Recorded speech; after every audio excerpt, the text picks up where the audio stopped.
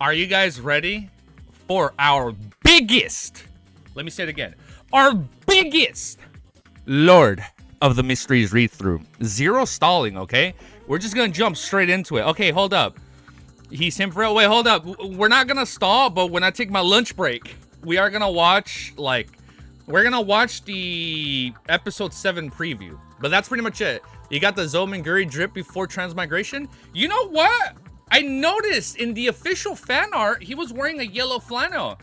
Yeah, you're fucking right. I'm wearing my Persona 4 flannel I bought in Anime Expo a few years ago. But I digress. Chapter 867. Investigation Mission. Can we finish volume 4? We're gonna fucking finish it today, okay? Honorific name before I forget. Thank you, love. I actually already forgot. Woo, this is gonna be bad for our 12-hour stream. All right, here we go. First try, first take.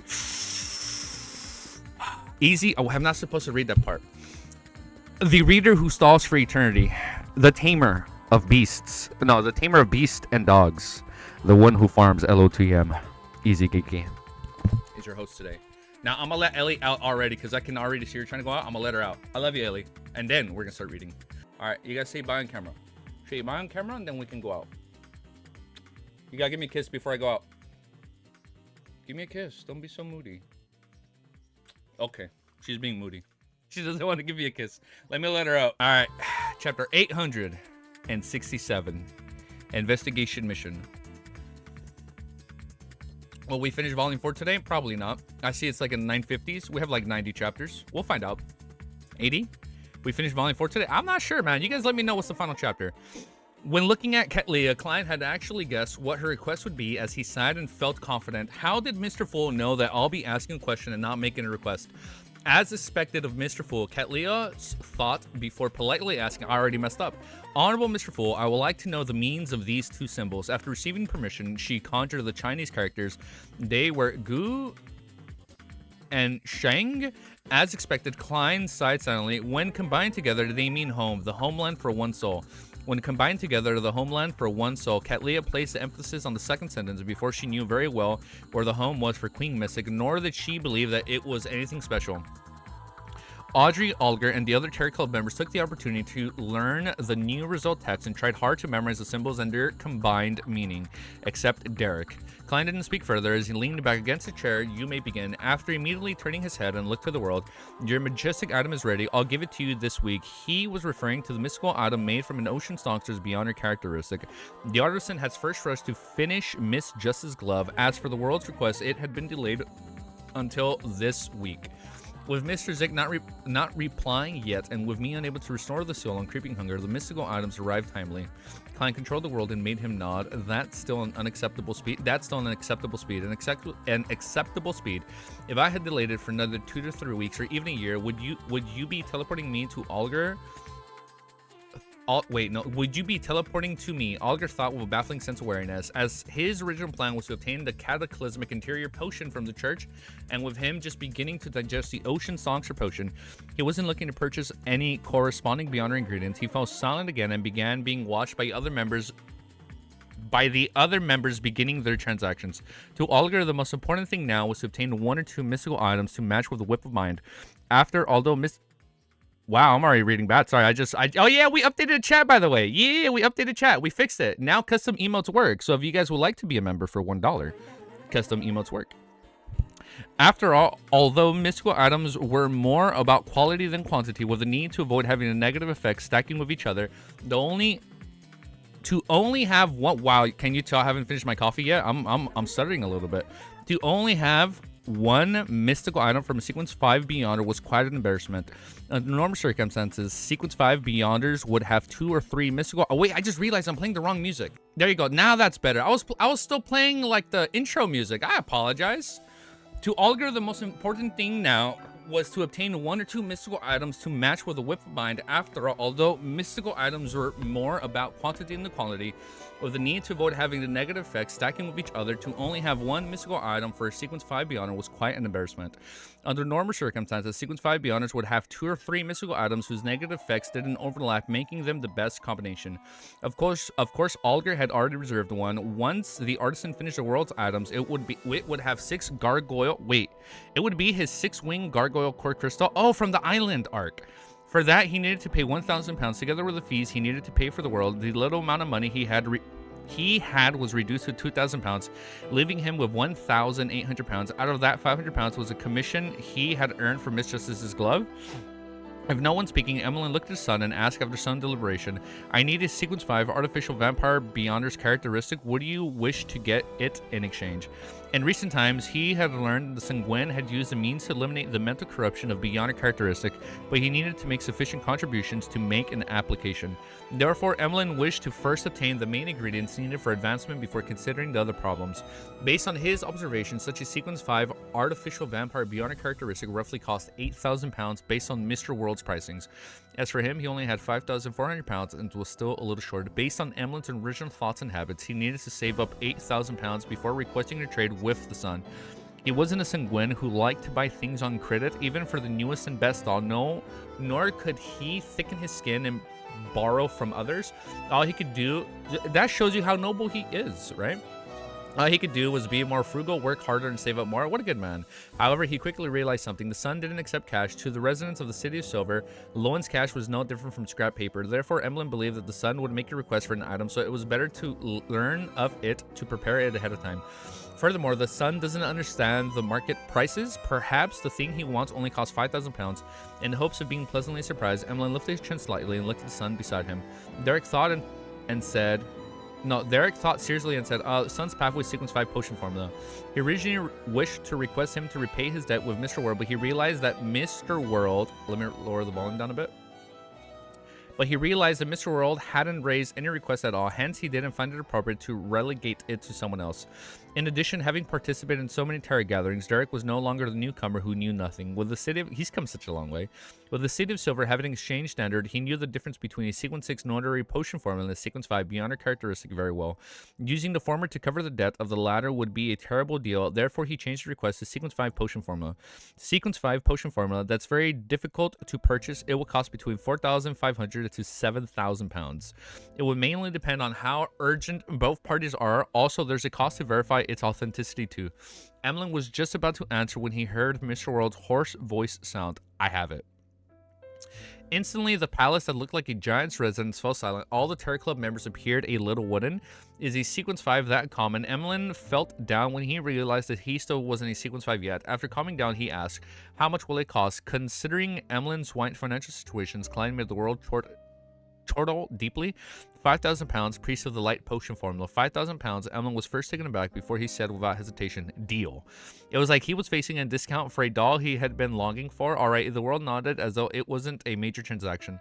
Then he saw Miss Justice look around and hear her say, I'd like to commission an investigation mission. Investigation mission, the full Klein heart skipped a beat at the world's expression, turned somewhat sluggish. What is it for? Force asked proactively. Her impression of Miss Justice Commission was that they were relatively simple while paying handsomely. She definitely needed to take it. Audrey organized her words and said, there have been two matters that happened in Backland recently. One is the Baron Sinjas. He was suspected to have been framed. The other is a member of Parliament, Monch, being assaulted because of the environmental measures. Forrest found Miss Justice's description especially familiar because she had been present for two matters. She witnessed them and was involved in them. She unknowingly straightened her back with Miss Justice to continue. And in these two matters, there's a tycoon named Dwayne Dantes involved. I wonder what he's involved in, huh? I wonder how he's involved. He came to Backland 2 months ago and he donated more than 10,000 pounds of shares to the Church of the Evernight in an attempt to establish a Brucey foundation that targets the poor. Audrey described using a tone as though she had never directly interacted with him and was simply suspecting something about him from the data and rumors she had received. I wish you hired someone to investigate the actual situation with that gentleman. I know this too well. He's rather rich and he looks pretty good. He handles matters with experience and a mature... Is this Force saying? He handles matters with experience and in a mature manner. He's someone with kidney or a bladder problems. Oh, because he peed twice in one of the meetings, right? Yeah, I remember he went to the bathroom twice. Forrest nearly raised her hand to shout out her thoughts. If Miss Justice wasn't pleased with that, she has even more information, such as Dwayne Dantes was in a rather pitiful state. His butler studied black magic, his servant worshipped death, and one of his neighbors was a Beyonder. There was a secret to his street, and that he had donated the shares to extract himself from trouble. In short, he perfectly fixed the image of a foreigner who is being bullied. I nearly recommended him a medicine that treats kidney and bladder problems. After all, Mr. Moon is skilled in such matters. I can so earn a commission through to this. Yes, there's no rush. Let's hear what Miss Justice has to offer. First, Force curbed her heart with wash as excitement as she patiently looked at the girl beside her. However, her body language and emotional upheavals had betrayed her in front of a spectator. Audrey was rather surprised and puzzled by this. She never expected Force to know Dwayne Dantes. She already knows, like, oh, she knows, right? She knows that she knows. She never expected Force to know Dwayne Dantes and seems to know quite a lot about him. This made her have a new guess as to why Dwayne Dantes was shocked with her when he saw her. She suspected if Force had once said or shown something to the man.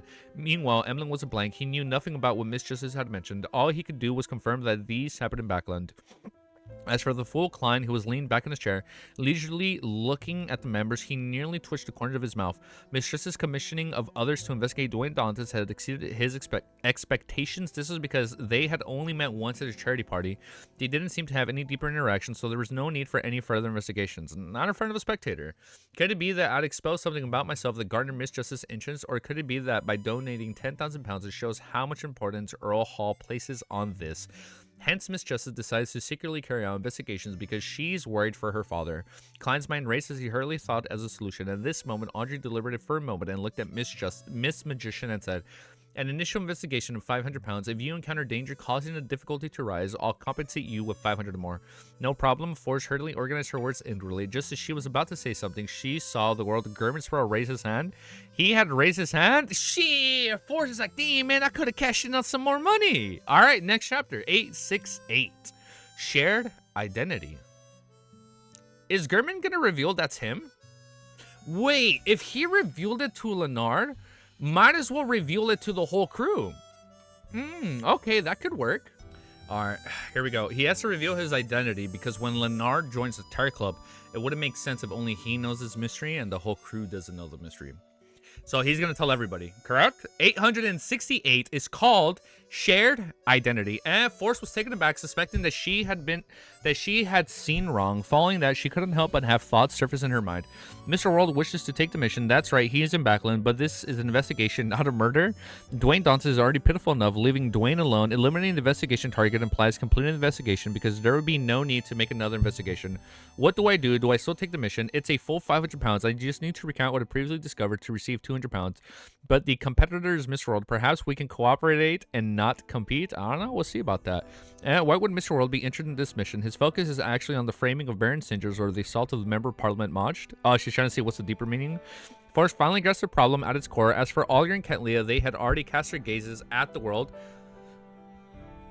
To them, being in the framing of the Baron Singers, the assault Member of Parliament Moched, or Dwayne Dantes donating of more than 10,000 pounds, so there were something that needed special notice. However, to have Mr. Fool's Blessed choose to accept the investigation mission meant that the problem was bound to be extremely complicated and made them feel that there was important secrets underlying the matter. Emlyn didn't think too much about it, but he had also sensed that the seemingly ordinary investigation mission wasn't that simple. His plans on earning some pocket money to make up for the 5,000 pounds that he had just lost were overturned as he suddenly didn't want to say a word. Dwayne Dantes is really something. There must be a big problem with him that makes Mr. World choose to investigate him. Or are those two the cases more important and more critical than I imagined? Audrey's mind stirred as she turned her eyes, and she used the advantage of her sitting position to take it in all directions of the Terror Club members. Oh, wait a sec. That's a damn good position for spectator, because then she'd be able to look down the table and see everybody else. Ah, okay. Among them, Derek was the only exception. To him, wasn't it normal for the Terror Club to help each other out? If someone gave a mission and one was capable of completing it, wasn't it normal to take it? What a good man.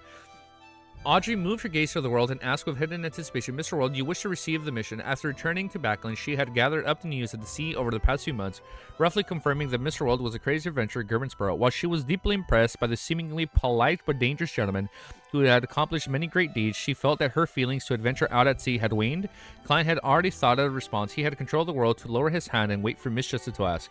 At this moment, he made Germansboro's expression turn solemn and reply with a deep voice. Dwayne Dantes is an identity? After a period of brief but repeated considerations, Klein decided to expose some information. He made Dwayne Dantes be one of his public facades as a blessed. He believed that if he chose to conceal the matter, there was a chance of being exposed in the future. Okay, so you give them something so they don't get too close to the actual To the actual mystery. Okay.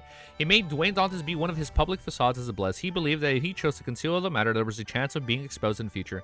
This is because Dwayne Dantes was about to enter Backland's high society. He could find clues to the Great Smog of Backland or other cases.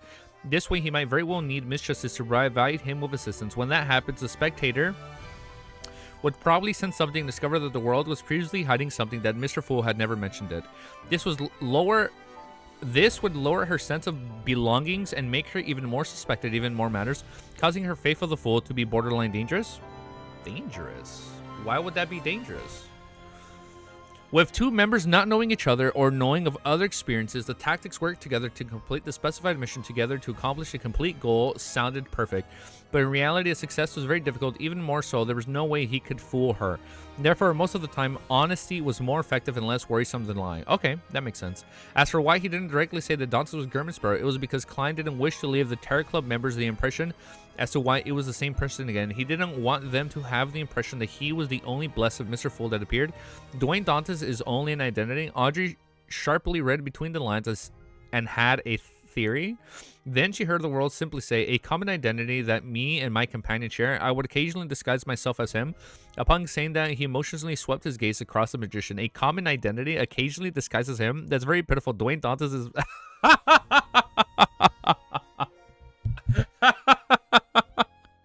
That's very pitiful. Dwayne Dantes is Mr. World the Tycoon with a kidney or a bladder problem is Mr. Kermit Sparrow. Oh shit. Forrest felt as though she was struck by lightning as she froze up. Her brain turned numb as she felt struck with fear, subconsciously feeling that she unintentionally comments made a lot of sense. When a butler, valet, neighbor, and surroundings had problems, the person that seemed ordinary definitely wouldn't be ordinary. That makes sense. No, it's not the street where Dwayne Dantes stays at, or that he happened to hire a butler with a secret. It's because of that secret that he was selected by Dwayne Dantes. Selected by Germansborough, the pitiful one isn't Dwayne Dantes, but the Beyonder and Beyonder items around him. I was wrong. I shouldn't have gotten Shio to ask the goddess to bless him. It's more of a curse for Mr. World. Force suddenly trembled. Oh, she's like, oh, we messed up. Force suddenly trembled, thankful she hadn't left a comment in her note that Dwayne Dantes should check on his kidney or bladders. Otherwise, she suspected that she wouldn't be able to participate in the next tarot gathering, or perhaps she would appear in the form of a Beyonder characteristic sold to the other members by the world. Logically speaking, Mr. World should have known that I'm the magician, but I was carrying a layman's travels with me. He had used the spellbook before and had added demigod level Beyonder powers to it. He had definitely observed me in secret, remembering my appearance and evaluating my value. The fear in Ford... Ooh, now she's scared. The fear in Fords was surging like a tumultuous sea as her expression was filled with misery. At this moment, she saw Mr. World sweep his cold glance at her. Her feelings of regret instantly became that of extreme regret. Thankfully, I didn't rush to answer to mention my impression of Dwayne Dantes. Oh, she'd be like, he fucking sucks, dude. He's so bad. He's like, what? When Fords gradually calmed down from her horror, she couldn't help but think of another problem. During the bodyguard missions, were we the ones protecting Dwayne Dantes or Dwayne Dantes protecting us? Should I refund Mr. Germansborough his money? This at times Dwayne Dantes is equivalent to Mr. World. Audrey was first stunned before finding all her questions answered. Force does know Dwayne Dantes, but she didn't know that he's Mr. World. It can be proven from her shocked reaction just now. Is Ellie crying? Just now, the reason that Dwayne Dantes was shocked when she saw me was because he recognized Lie. Although this mystical item has changed, it comes from beyond a characteristic that Mr. World provided. Perhaps this crazy adventure can sense it somehow. After all, Germansborough can transform into anyone with the powers of shape-shifting. Although I only ask Mr. Hanged Man what will happen when an animal consumes a potion. The potion ingredients I gathered later were always in pairs. Mr. World might very well have guessed that I have a spectator beside me. Based on that, hence he became wary against Susie, who was secretly observing everyone in the hall. Others might not doubt an animal, but Mr. World is experienced. He must have interacted with beyond a creature, so it's very normal for him to be wary against such things. Which is to say, Dwayne Dantes knows Mr. World Germansborough knew that I was Justice, but he didn't choose to make contact or communicate with me. There's nothing wrong with his choice of actions under those circumstances unless he directly says it. It'll be difficult for me to guess or believe it. Furthermore, talking about the Tarot Club in St. Samuel Cathedral is just too crazy. After a brief moment of surprise, Audrey's emotions calmed down, leaving her only with excitement. Apart from the magician Forrest, who was introduced, this was her first meeting with another member of the Tarot Club. It felt like a historic... Oh, yeah, because like now I've met Forrest and now I've met Mr. World. Oh, Dwayne. right? It felt like a historic moment. Yes, Mr. World as well. Mr. Fool's other blessed. Mr. Fool's other blesseds. And they should also be considered of the world. But why was the identity of Dwayne Dantes made? What are they up to? The matter of the Baron Singers being framed, Member of Parliament Mosh being assaulted, and their donation to establish a Bird Street Foundation really are more complicated and important than I originally imagined. While they all feel that the kingdom's upper echelons are beginning to stir in a state of unrest, I had this feeling back when Prince Edsik died during the Great Smog of Backland. Today, it's even more intense. Now that I know the identity of Dwayne Dantes, I might be able to participate and cooperate indirectly, reducing the risk my parents might suffer, reducing the risks of innocent. Amidst her thoughts, Audrey quickly made up her mind. She would accept her father's choice to join the Lowen's Charity Bursty Foundation. Then she inwardly quipped, wouldn't it be very logical to have Justice from the Terror Club join the charity foundation established by Mr. World from the Terror Club? Alger and Catlia were too surprised that Dwayne Dantes was the world, that he was the amalgamation of Mr. Fool's Bless. In their minds, another thought flashed in their minds. Something major is about to happen in Backland. Oh shit, what is gonna happen? All right. Chapter 869. Nice. It's called Report Him. The word nice wasn't in there. I just added that because it's a new milestone. 869. Nice. Report Him. Awesome. Next chapter, dude. Let's go, dude. All right. Is something brewing in Backland again? An extension of the Great Smog of Backland. As Alger and Catlia wondered about the framing of Baron Singers and the assault of the Member of Parliament Mosh, they planned on using their own respective channels to obtain more detailed information to see if they could discover anything abnormal. They weren't in a rush. They had no intention to directly ask the world what his motives or exact plans were. They felt that he wouldn't answer in detail. At best, he would just make a comment. Therefore, they planned to gather more information first to do some preliminary investigations. They would then decide on their subsequent course of action depending on the exact situation. At the same time, they suddenly realized that the public announcement of the identity of Dwayne Dantes seemed to be boon for them, as long as they paid attention to news of the tycoon, they could roughly grasp the actions of Mr. Fool's Blessed, and for them, they could provide tactic cooperation or help. And since this was just a fake identity, it could be disposed of the moment and problems were exposed. Similarly, they could be a witness for this identity, making Dwayne Dantes appear more realistic. The simplest example was that if the tycoon had a background at sea, Catlia could provide her crew, friends, and partners relevant information, making them believe that such a man existed. By the time the official organizations attempted to investigate Dwayne Dantes' origins, they would discover that he did exist and that those matters did happen. Yo, what's up? Good morning. After a brief silence, Audrey was just about to answer Mr. World's question when she saw Mr. Moon sit up straight up and look at the end of the long bronze table, taking the initiative to ask, what is this public identity used for? Ooh, are there deeper problems present in the case mentioned by Miss Justice? As he said in the backland, Emlyn was quite concerned about his living environment. Why don't you investigate all these questions yourself? To not be swept in the vortex, I have already exposed myself, Klein Lampoon, Emlyn, and made the world give a deep chuckle. Of course, it's awaiting further investigation. His succinct answer could be translated in detail. I read that wrong. The two cases definitely have deeper problems, but that's a secret. I don't plan on telling you. Likewise, don't ask about the purpose of the identity of Dwayne Dantes. Although Emlyn was quite bad at reading people, he could still understand what the world was getting at. He chuckled dryly and leaned back, pretending as though he was very pleased with the answer. So he wasn't pleased with the answer? When Audrey saw this, she used a second to stop the corners of her mouth from curling up. Then she said to the world, all right, I understand. Thank you for your information. At this moment, she was further convinced that joining the Lowen Charity Bursty Foundation was a good thing for her. In the future, if she were to face any danger or had any matter she could handle herself, she could inform Mr. World ahead of time. Then she could head to the foundation as per normal, busying herself in an office adjacent to Dwayne Dantes. Huh? If the psychology alchemists have their suspicions about me, or if they use a mission to test me, I'll get them to meet me at the foundation. Dwayne Dantes' image is completely different from the way he acts as a world above the Great Fog. Yes, Mr. World is an experienced actor. Also, Dwayne Dantes is a public identity. He won't always be synonymous to the German Sparrow. It's no wonder there are rumors of him liking a wide range of women. A crazy murderer and adventurer like German Sparrow definitely is a good match with a pure and innocent girl. As spectator, Audrey couldn't help but imagine that. As for Klein, he couldn't help but lampoon when he heard her reply. What do you mean, thank you for the investigation? Shouldn't you be paying £500 in investigation fees? Are you treating it as something shared among members? He's like, fuck no, bitch. Give me the money, dude. He made the world nod without further mention of the matter of Dwayne Dantes. He then turned to look at little son. Do you have bizarre banes over there? Oh? One of the main ingredients. The world paused and added, perhaps you're a different name to refer to. In short, it's a good at disguising itself and has bizarre powers. It's nearly at the demigod level and has a main eye gathered from its for its characteristic. He deliberately mentioned that it was nearly at the demigod level, not to flaunt the fact to him, but to warn little son that this was a very dangerous monster. However, Alger and Katlia didn't pay attention to this point. As a representative of Mr. Fool's Blessed, it's very understandable for the world to purchase demigod level materials on behalf of his peers. Besides, even if he was preparing it for himself, it wasn't anything astonishing. German Sparrow was already a Sequence 5. It was very common for one to gather the ingredients ahead of time. Without realizing it, they felt that Mr. World's advancement for Sequence 5 was seemingly a good thing. Derek thought and said, it's not among the commonly seen monsters, but perhaps someone might encounter it before. I will search through the books or help you ask.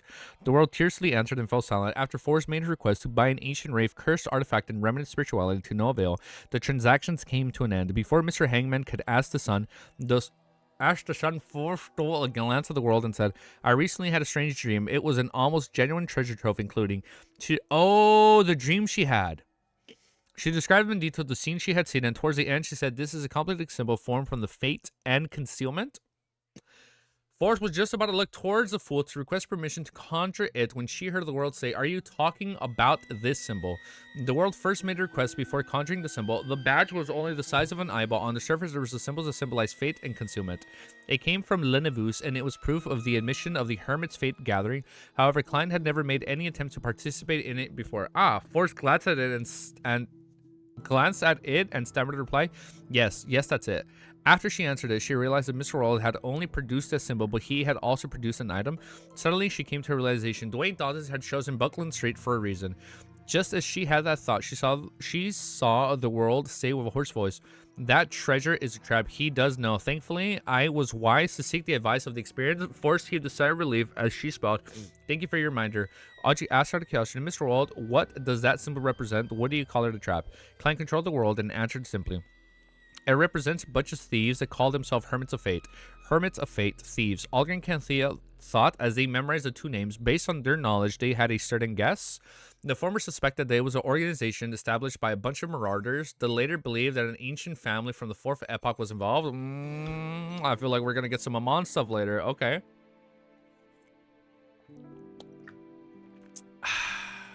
We're definitely going to get AMON and Adam this volume, huh?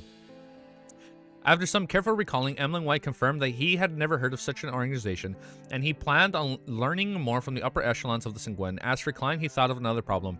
That demigod from the Marauder pathway was sealed deep in the sewers, hasn't been left Buckland as expected.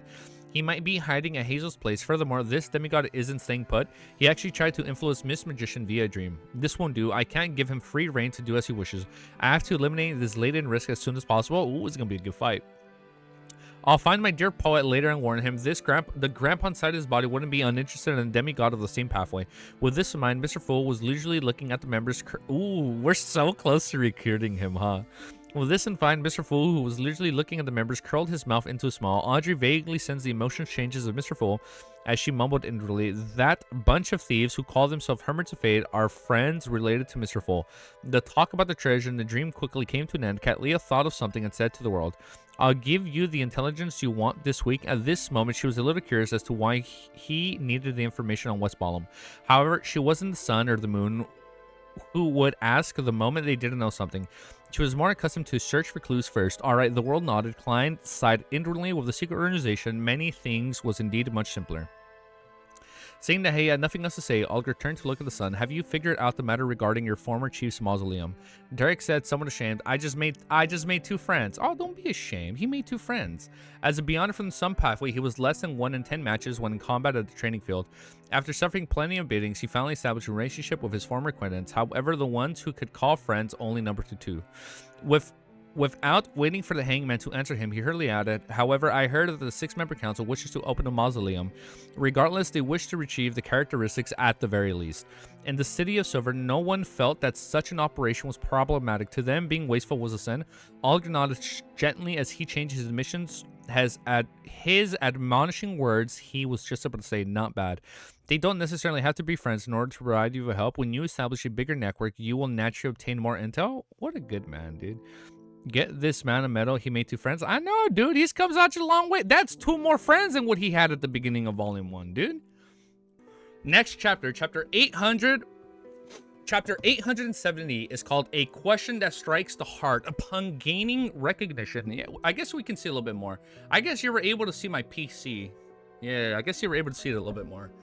A question that strikes the heart. Upon gathering recognition, Derek was taken aback for 2 seconds. His shame lessened as he said, somewhat embarrassed, I will take further steps to understand this matter. I will work hard to make 2 sources of information.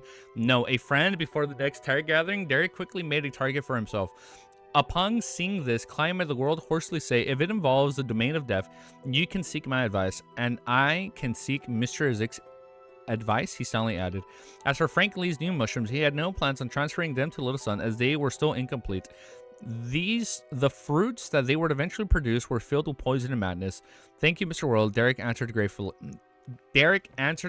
After a short exchange regarding other matters. The Terror Club entrusted the learning segment until its end. Returning to the real world, Klein immediately wanted to resolve the problems of Marauder Demigod, but the plan he convinced of was met with an obstacle at the first step. He had no idea where to find Leonardo Mitchell and the grandpa inside his body. St. Samuel Cathedral. Leonardo is most probably underground, but I have no way of entering. He only prays to the cathedral once or twice a week, and he doesn't do it at a fixed time. I can't be heading there thrice a day all week just to meet him, right? What kind of crappy plot is this? Is this what's called a stakeout? Even if I really did it, it may not be effective. As a red glove, he might have already left Backland. As Klein lampooned, he felt a deep sense of regret. He regretted being too focused on the sophistry and in fooling Leonardo Mitchell, thus forgetting to ask for his contact method. Damn, he forgot that part. He forgot the one important part. I should have said, Leonard, I wish to inform Klein and Moretti about his identity being exposed. I will inform Klein and Moretti about his identity being exposed. If he has anything he wishes to say, I will pass it on for him. That way, I'll be able to establish a private method of contact.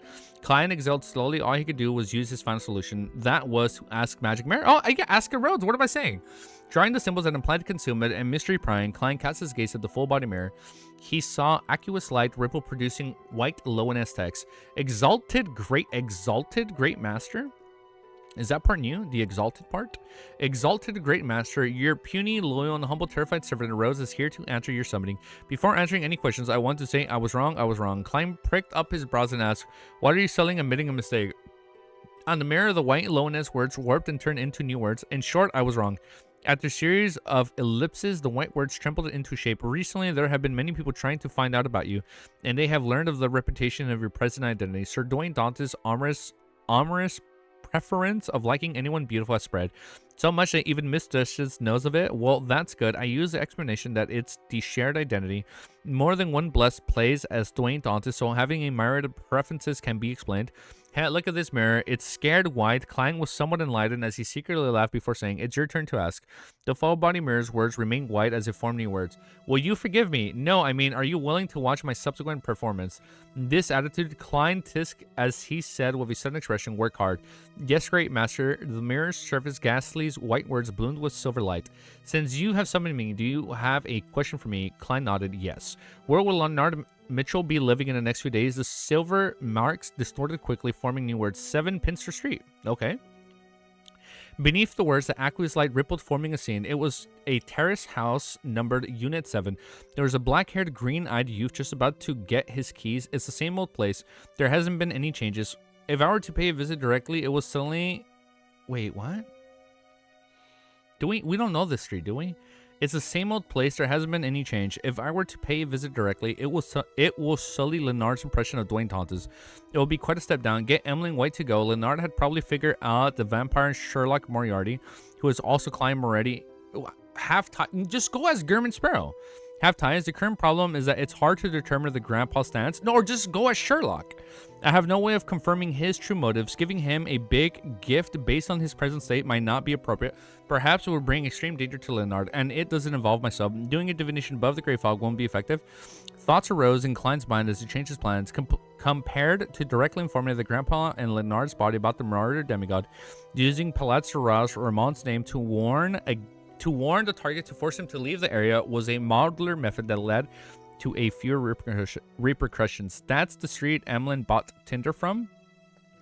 Oh, thank you, Hope. I didn't know. I forgot about that. Thank you. So that's where he bought Tinder. Of course, the premise is that I don't expose myself. Klein pondered for a few seconds and asked again, "Where's the demigod? Where's the demigod beside Hazel Much hiding?" The mirror's surface had aqueous lights ripple out of the scene change. On a thick carpet with beautiful embroidery, there was a small leather sofa.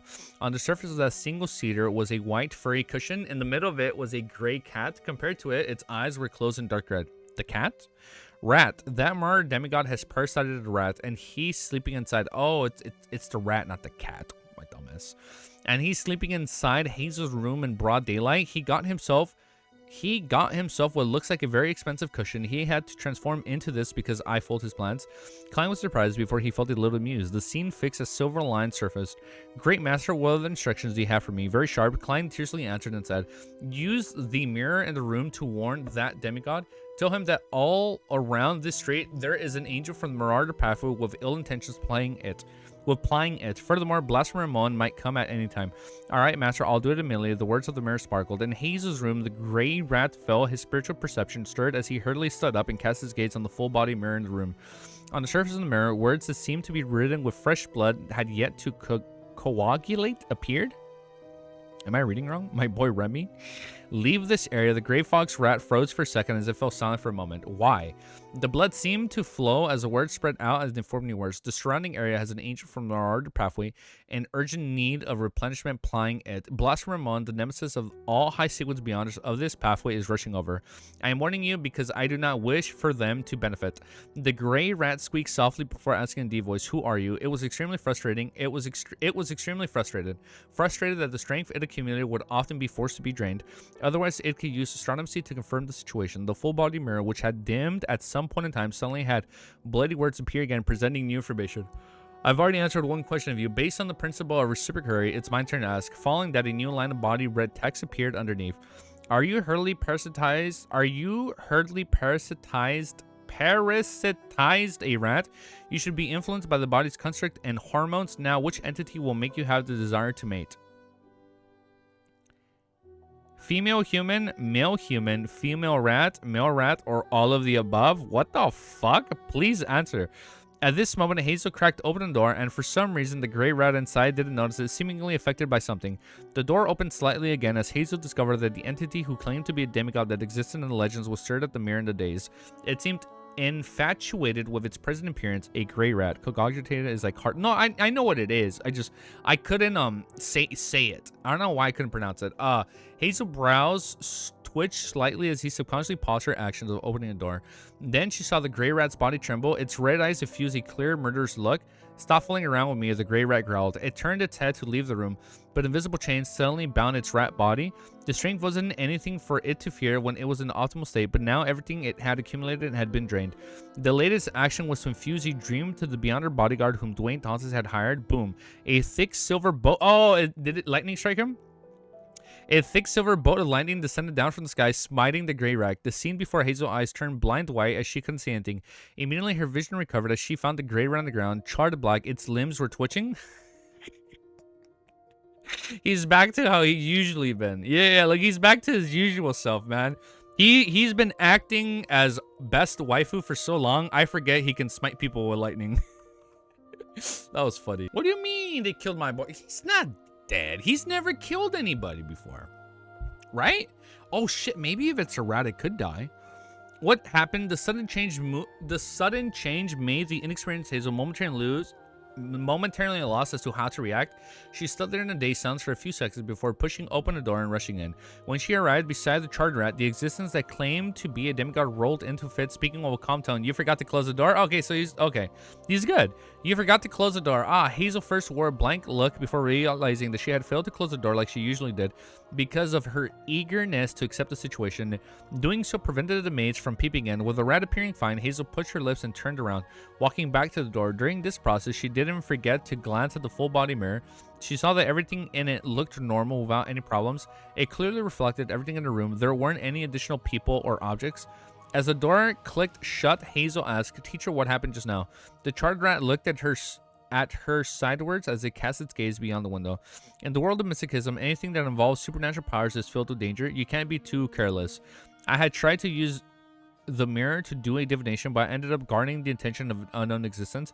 After an intense struggle, I finally resolved the problem and prevented the danger from spreading across the street. The rat spoke fluently without any stammering or hesitation, as though being struck by lightning was something trivial. Is that so? Why didn't you warn me of such matters in the past? Hazel couldn't help but frown. All she could do was smell the mixed smell of charred fur and disintegrated fat. Without waiting for her reply, the rat turned to face the balcony and said to her when its back towards her, "My physical condition has deteriorated as a result. I'm no longer suited to staying here, or else I might be discovered by the church every night. Yes, find an opportunity to send me to your manor in the countryside." Looking at the rat's charred fur and smelling the fragrance of the roasted meat, Hazel fell silent for a few seconds. Surprising her doubt, she nodded and said, "All right." 160 Buckling Street. Sitting in the reclining chair, Klein saw the full body mirror rippled with aqueous light again as the silver light arose.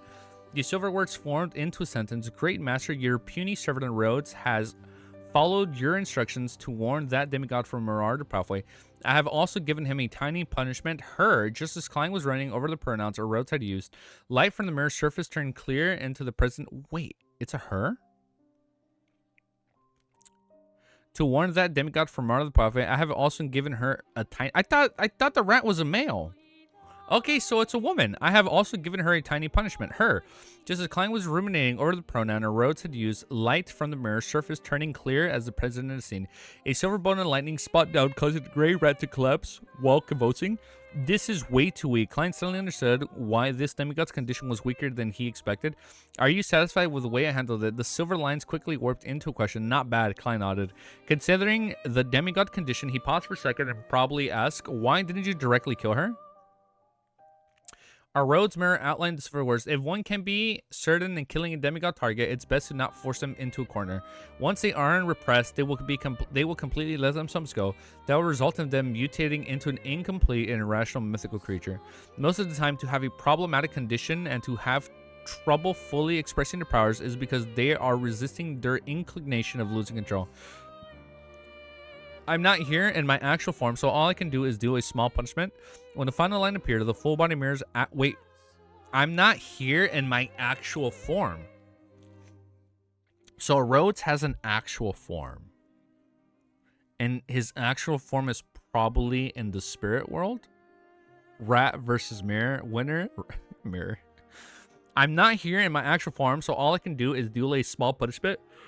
When the final line appeared, the full body mirror aqueous light shivered. Clyde suddenly had the feeling that the creature was looking at him with wide and watery eyes. He didn't respond towards that and instead nodded. "That's it for today. I'll summon you again if there's anything else." "All right, Master." The mirror immediately produced a hand-waving emotion. After cleaning up the room, Klein finished his afternoon nap and left the master bedroom. Before long, the white-gloved Walter came to the third floor and entered the half-open room with a balcony. He said to his employer, "Sir, the church has sent a letter. They've invited you to be the director and the board of the directors for the Loan Charity Brewery Foundation. You can choose to directly take up a post there to receive a sizable salary, or you can choose to take on a symbolic role. You will only participate in discussion and vote when handling major matters. The church sure is effective. It has already set up the framework." Klein thought and felt that since he had already donated more than £10, there was no need for him to claim a salary. It was better to not expect anything in return as he deliberated. I'll take on a symbolic role. However, I wish to participate in some of the actual operations of the Foundation in the future. I wish to contribute further to spread the aid to help more people.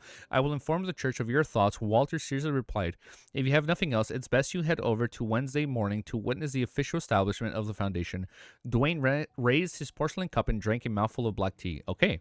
On the Golden Dream, the Nits sat in front of the deck, where they were looking at the azure blue sea that was churning with waves. After being urged once by Grimminsboro, he felt that he couldn't delay any further, otherwise he might become a bounty at any time.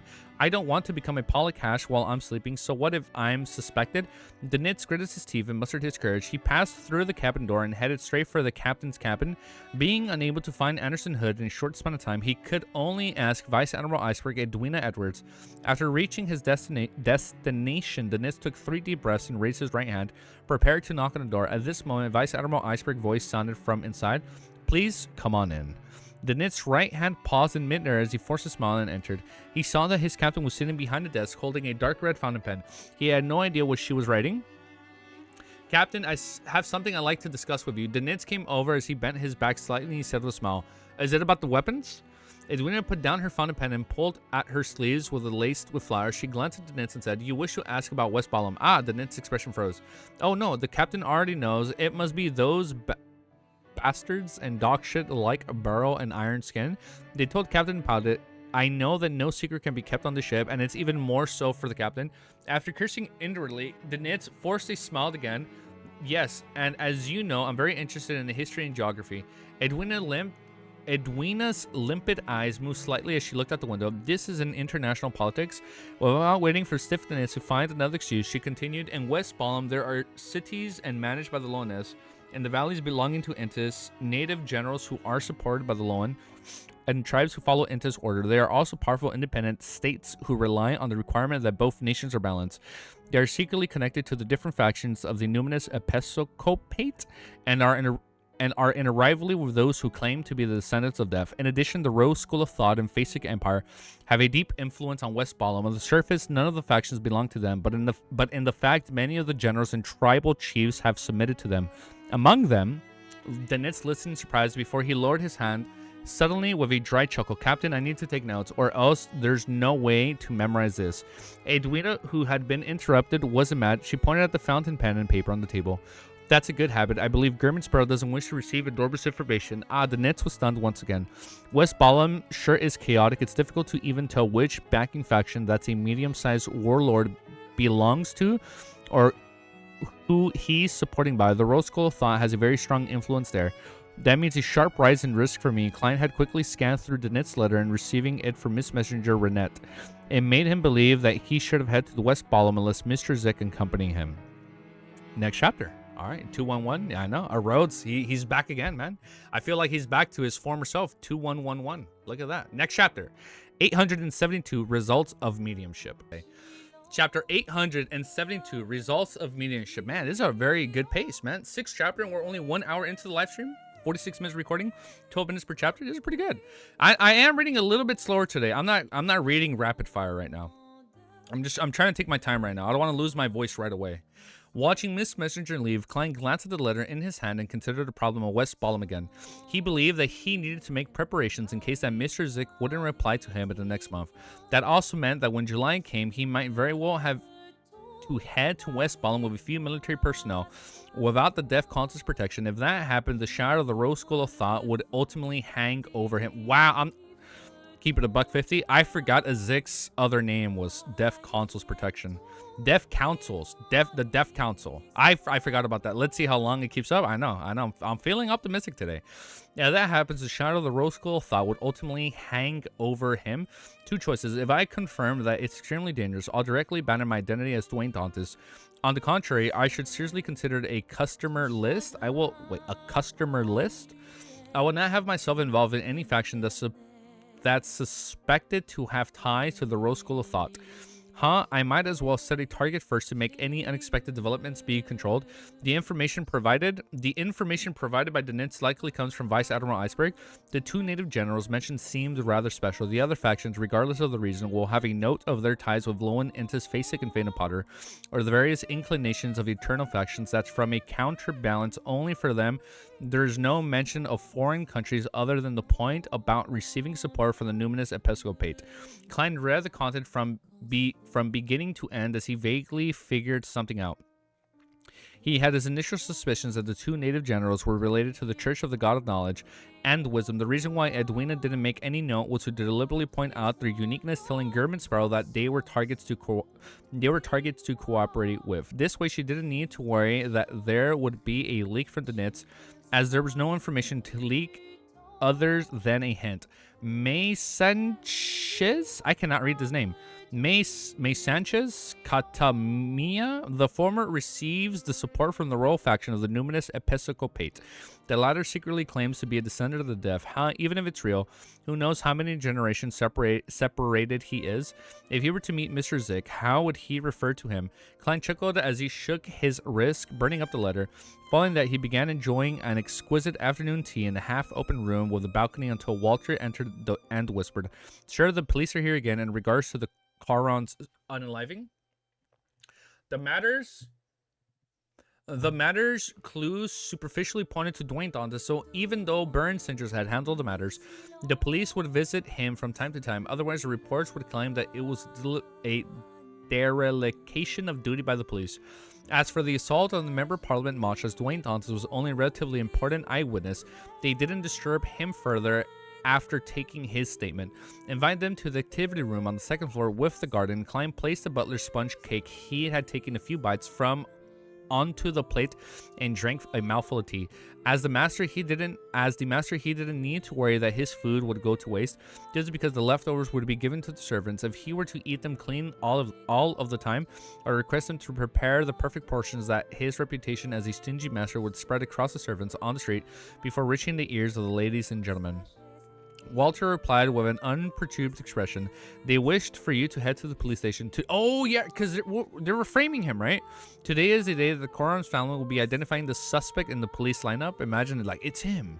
They say that they are very sorry, but this is a necessary procedure that cannot be skipped. Klein slowly got up as he said, "Understandable, Richardson. Get me my coat, hat, and cane."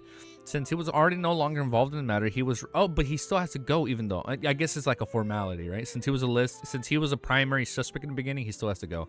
Since he was already no longer involved in this matter, he was rather willing to figure out what Caron and his family had encountered from a bystander's perspective, and also how the matter had been directed towards Baron Singers. Inside the spacious room in the police station at Northborough, Klein stood behind a glass wall and saw Caron's family. It was an elderly man and woman, a woman in her late 30s, a teenager who was around the age of 15, and a girl who wasn't older than 10.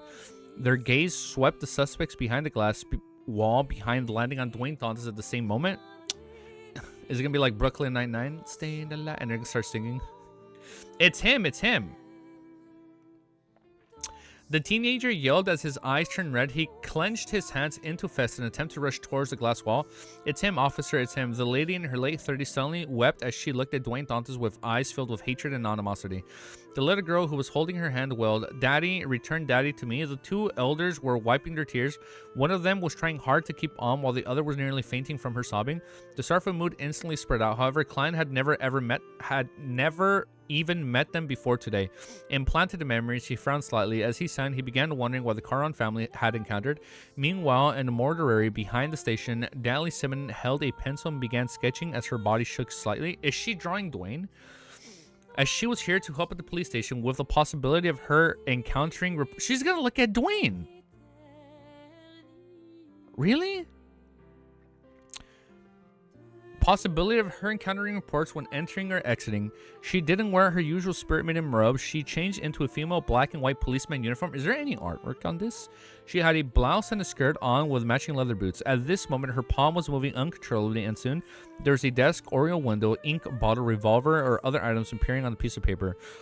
On the Oriole window, there was a figure reflected there. The figure's hair was neatly combed back, a mix of silver and raven black. The wrinkled figure had a brown a broad forehead and high cheekbones. He was none other than Baron Sinjas. Oh, she drew Baron Sinjas. Pa, the pencil's Natalie's hand dropped onto the piece of paper. She then looked up and said to Leonard, who offered to help, and the 2 police inspectors who were in charge of the liation, and the second that the Charon committed unaliving, he struggled deeply in his heart. That is to say that his unaliving is a result of the cooing and guidance. This isn't a simple psychological problem. It must have evolved beyond our powers at a rather high level. And this contradictory struggle resulted in his emotions breaking down, suffering an explosion from his spirituality. Before his death, he would restore the truth to sure and degree. This is the scene that fixed in his eyes. The high-ranking inspector beside her frowned his brows. Ma'am Simon, are you implying that the last person Charon saw is a real murderer? Baron Sinjas is actually the real murderer. Leonardo Mitchell merely scoffed. What you see might not be equivalent to the truth. You might not understand if I call it an illusion, but if I'm a murderer, I can find a person that looks like Baron Sinjas so as to make him appear inside of the room before Charon committed unaliving. The 2 inspectors were very pleased with the explanation as they heaved a sigh of relief. We've already arranged from Charon family to pay a visit. I'll have to trouble the 2 of you to obtain more clues that point towards the truth with non-intrusive means. Are they going to be at the meeting?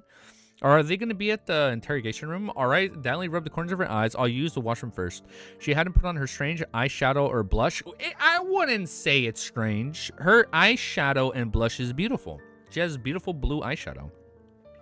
She had wait, she's not wearing any eyeshadow? Now I definitely want to see artwork of what she looks like without it.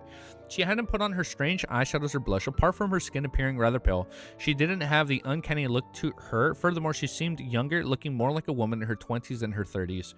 Her eyes were bright, like she had beautiful facial features. Believing that they were in for plenty of work, Leonardo Mitchell also felt the demorality and walked towards the washroom above them. Just as they finished climbing the staircase and turned to bed, they suddenly saw a gentleman with white sideburns appear on the other end of the corridor. He was walking out of the police station with his valet. This gentleman was mature and elegant. Oh shit, dude. He was walking out of the police station with his valet. This gentleman was mature and elegant with his eyes that were like a lake under the moon. He was none other than Dwayne Dantes. Natalie Simmons' mind went adrift for a moment. Oh, I'm about to cry. As she turned her head and thought, she looked at Leonardo Mitchell and discovered this blank-haired, green-eyed poet was looking at Dwayne Dantes. Why did you suddenly fall for permission to help me? The member of the numinous episcopate will soon be found. You have no lack of tasks to do. Dally didn't give Leonardo a chance to find an excuse. After pausing for a second, she directly asked, you believe that gentleman from before is problematic? Leonardo retracted his gaze and fell silent for 2 seconds. Dwayne Dantes has met his grace before? He deliberately didn't provide any sort of confirmation or denial, as though the question she had should be posed to St. Anthony, and between the lines, he was saying that his grace didn't mention if there was any problem with Dwayne Dantes, whether it was a lack of any detection or simply because he didn't say. That was up in the air. Dally nodded gently as she turned her gaze towards the washroom. On Wednesday morning, Andrew Hall, who had received an investigation, rode in a carriage to arrive at St. Selma Cathedral or Phillip Street.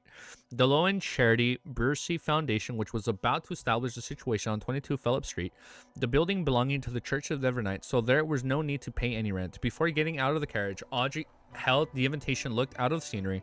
She was filled with anticipation for the future. She was to become a director and would work on raising funds with external liations. Good for her, dude. I think I read that wrong, but good for her. Nonetheless, good for her. Next chapter. Chapter 873 is called Undetectable Communication. And put my volume down. Looks like it's a bit loud. There you go. After entering 22 Phillip Street, Audrey instantly saw Dwayne Dantes walk out from the side corridor. This good-looking and gentlemanly gentleman. That I've never said that word in my life. I am addicted to caffeine. I need my coffee, otherwise I can't function. Let me read this word again. This good-looking and gentlemanly gentleman. Is she referring to me? Was wearing, like, I feel, drop the caffeine for a bit. It's hard, man. I get headaches if I don't, and I'm definitely gonna get a headache on today's stream if I drop it. I try and cycle it out over the weekends, since on the weekends I get to sleep in a bit more. Was wearing a black formal suit and holding a gold inland cane. He was communicating with the foundation staff beside him. As though sensing Audrey's gaze, Dwayne Dantes naturally turned his head and looked at the door. Then his eyes lit up in amazement, like he had seen a treasure. Following that, he smiled and gently nodded as a greeting. Audrey returned with a smile and nod. That wasn't a breach of etiquette in any way. She then followed the Low and Charity Bursary Foundation staff and came to escort her and walked up to the second floor. During this process, although she didn't look in any other direction but be it an intelligent woman of her instincts as a spectator, they told her that Dwayne Dante's gaze kept following her figure in secret until the wall beside the staircase blocked the view. Impeccable acting, he perfectly played out the reaction of what a gentleman who has zero resistance against beauties. What the she is so good at spectating. He perfectly played out the reaction of what a gentleman who has zero resistance against beauties but remains sufficiently reserved in culture would do when meeting me for the second time. It's as though we have only met once at the charity party last time. In exchange, as I imagined, he was even more able to light up his eyes. This is a technique that's part of his beyond pathway, or is it his ability that he possesses to begin with? I have to say that Gurman Sparrow, I think it's better to use Mr. Gurman Sparrow is a professional, no, an excellent actor. Furthermore, he doesn't act in an exaggerated manner like those play actors. Audrey complimented and thought before seeing a few reports waiting to interview her about the establishment of the Low and Charity Bursary Foundation on the second floor. She wasn't a noble lady who enjoyed having photo plastered on the papers. As she exchanged a few words with her valet that had accompanied her to inform of the reports that pictures were forbidden by Earl Hall authority, she went into the VIP lounge with her lady maid Annie. Every spectator and seer meet up in a fight. Earl Hall was friends with the owners of a few published housings and had made the corresponding investments to acquire quite a bit of their shares. If Audrey so wished, she could exchange some of the estate she had received in order to create a sizable publishing house. In the VIP lounge, Audrey, who didn't find it appropriate to bring her dog, greeted the children of the rich and aristocracy as well as the church of the clergyman. She habitually found a seat where she could see everyone, and she waited until the opening ceremony began and for the first board of directors meeting to begin. She surveyed the area and said to the female staff that was in charge of escorting her, "Lovisa, this is my first time joining in the actual operations of the charity organization. I wish to know what we should do." The lady named Lovesa was still in her 20s. She also had blonde hair with somewhat rough skin and tan freckles. However, her smile was brilliant, making her rather affectionate. Upon hearing Audrey's questions, Lovesa introduced without holding anything back. The current plan is to not be too eager and widening the scale. It will start mainly with Backlund and reach deep into the public primary schools, weekday schools, and night schools, promoting diversity to all the students and let those in need to apply to us. After the application, we will organize a committee to do the exact audit. This will not only require us to make some verifications with the government, but we would also walk across the grounds to understand the candidate's actual situation. Once the examination is over, we will disperse the bursary and help the poor who yearn for knowledge to change their fates. Just as Lovesa said that, a male figure filled with magnetism interjected, "I have two suggestions. The first suggestion is that the staff are to be gathered today to head to the different weekday schools, night schools, and public primary schools to promote the bursary. June is the examination period, and it's a critical period for them to enter the institutes of higher learning. If we were efficient enough, there will be many students from poor families that will give up taking the examination because of the lack of funds. Even if they later learned of the existence of the Bursary Foundation, they would be able to withstand those of wasting a year. As such, they will lose the chance at changing their fate." What we are doing might seem simple, but it completely affects each and every child's life. Therefore, we need to begin quickly and not to waste any time. The person who was speaking was none other than Dwayne Dantes, who had just entered the lounge. He expressed his thoughts with a warm but seriously expression. Right. June is the examination period, be it entering grammar school or the preparations to enter university, as well as the various technical schools to gain experience in their profession. This is a critical period. Once they give up the examination time, they will have to wait until next June. I thought I got a phone call. Never mind. I actually forgot this. Ma'am Lovesa and the foundation staff seem to have missed the problem. Mr. Dwayne Dantes actually noticed such a detail and has considered those children who are so close to giving up their dreams. He is actually a person with a gentle heart. Audrey suddenly felt that she had a new take on Dwayne Dantes on Gurman Sparrow. This was what a spectator had just attained. A cold assassin adventurer on the surface, but as a warm heart deep down. Unfortunately, I'm only being able to obtain descriptions regarding Gurman Sparrow's crazy side. Unable to find any concrete proof, Audrey blinked as she carefully listened to Dwayne Dantes' suggestions. Second suggestion, in regards to the bursaries that are to be disturbed, it's best if it's put in the corresponding bank account. When school fees need to be paid, they can bring their documents to use to apply for withdrawals for relatively cheaper board and lodging. Things don't have to be that troublesome. They can obtain a fixed sum of money every month or week. This is to prevent the applicant's parents and siblings from spending money. To a poor family, this is an irresistible temptation. Similarly, an account corresponding to one person, no matter who is withdrawing it, the person has to be present. This can be effectively prevent people from suffering from the trial of greed. Having said that, Klein pressed his palm to his chest and said to Audrey and Lovessa, "Sorry, pardon me for barging into your conversation." Audrey smiled and said, "Mr. Dantes, your suggestions are excellent. You have opened my eyes to a matter that I never considered before." What is that? The only problem is that what you say to us is meaningless. I'm only listening to Madame Lovessa's introductions. Lovessa smiled and said, "Yes, you should have mentioned all of these at the first board of directors meetings. Don't you see me deliberately coming over to convince Miss Audrey first? With just this part in it, I can ensure that there would be no objections for the board of directors. Otherwise, it might easily be tabbled or altered by someone using some excuse such as lacking manpower." Klein made an enlightened and regretful expression as he rubbed his palms slightly. "Look at me being all anxious about these matters and forgetting my place. Sometimes I just wish things will be made into reality once I'm given a chance." Mr. Dwayne Dantes' acting is a little exaggerated. I don't know if it's exaggerated. I don't know. He should know that he can't be fooled, or he's doing it deliberately to communicate with me ahead of time without leaving behind any traces. He wants me to support him. Audrey instantly read his thoughts as her smile turned clear. Although she hadn't communicated with the world ahead of time, she believed that she would support this Terror Club members of hers. However, being able to exchange some ideas ahead of time left her rather happy. This was because she felt that she was treating her as an equal. After forgiving Dwayne Dantes' recklessness and watching the man walk up to the table with beverages and pastries in the lounge, Audrey looked away and said to Lovessa, "What I am responsible for is to raise funds at different occasions and to communicate with the government and parliament. That should be a simple matter for you," Lovessa answered frankly. This was also why the church's charity department didn't object to Audrey Hall participation. In fact, they were supportive of her.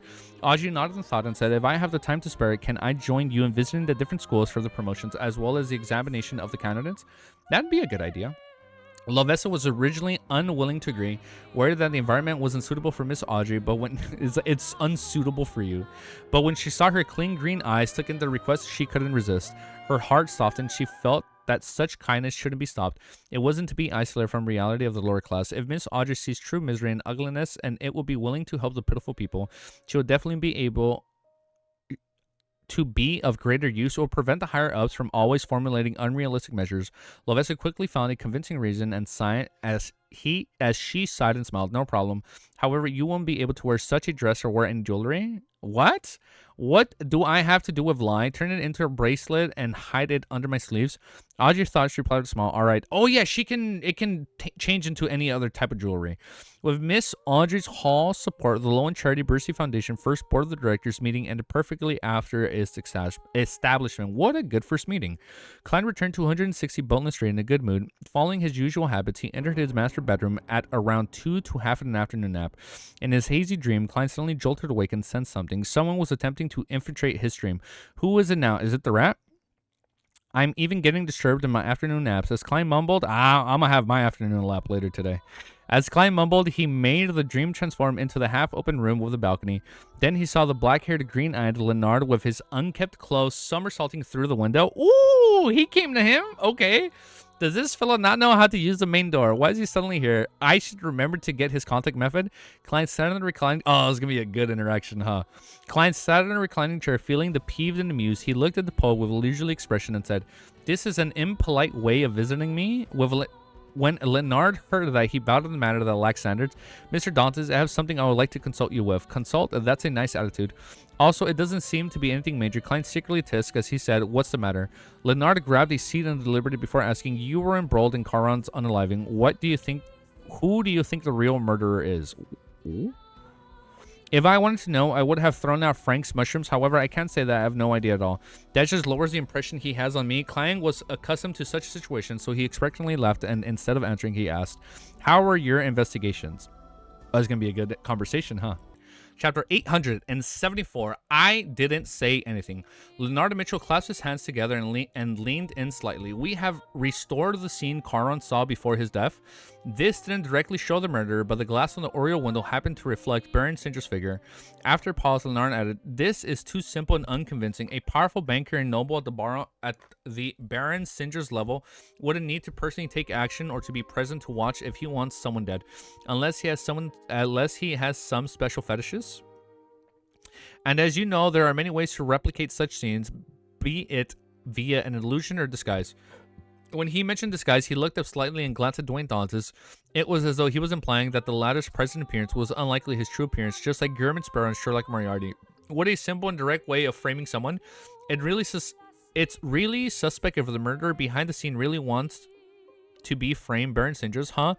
I should process everything from the beginning. First, assume that I, in other words of Dwayne Dantes, act like an ordinary person. Anyways, I won't mention the conclusion and only raise the question to guide his train of thought. If the final answer isn't right, that must be because my dear poet misinterpreted it and was unable to figure out what I was getting at. Klein smiled as he raised his porcelain cup and took a sip of the black tea. Let's not consider this problem first. If the person who wasn't embroiled in this matter wasn't me, how would the case have developed? Leonard raised his clasped hand slightly as he tapped his index finger. As a suspect, Dwayne Dantes would be remanded at the police station, but his butler, servants, neighbors, and friends will be able to testify that he had never made contact with the Caron family.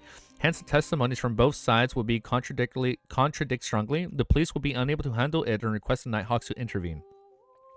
Using the Mediumship memes, we'll see the scene Charon had before committing unaliving, thus obtaining Baron Singer's figure. As he spoke, Leonard suddenly fell silent. After a few gazes, he continued speaking under Dwayne Dantes' smiling gaze. Regardless of the unconvincing, odd, and simplistic nature of the clue involving Baron Singers, we will follow protocol and make contact with him and begin to revel in investigations, and this will lead to certain problems related to him being noticed by us. Baron Singers is involved in matters involving the Beyonder domain, so he can't stand up to further scrutiny from the Nighthawks. The more Leonard spoke, the more certain he became. It was as though he had figured out the mastermind line of thought. I have 74 up. Yes. He or they might not care if the trap is seen through as long as they get Nighthawks to do a routine investigation on him, or their goal will be achieved. This is because Baron Singers hides a rather serious and easily discoverable problem.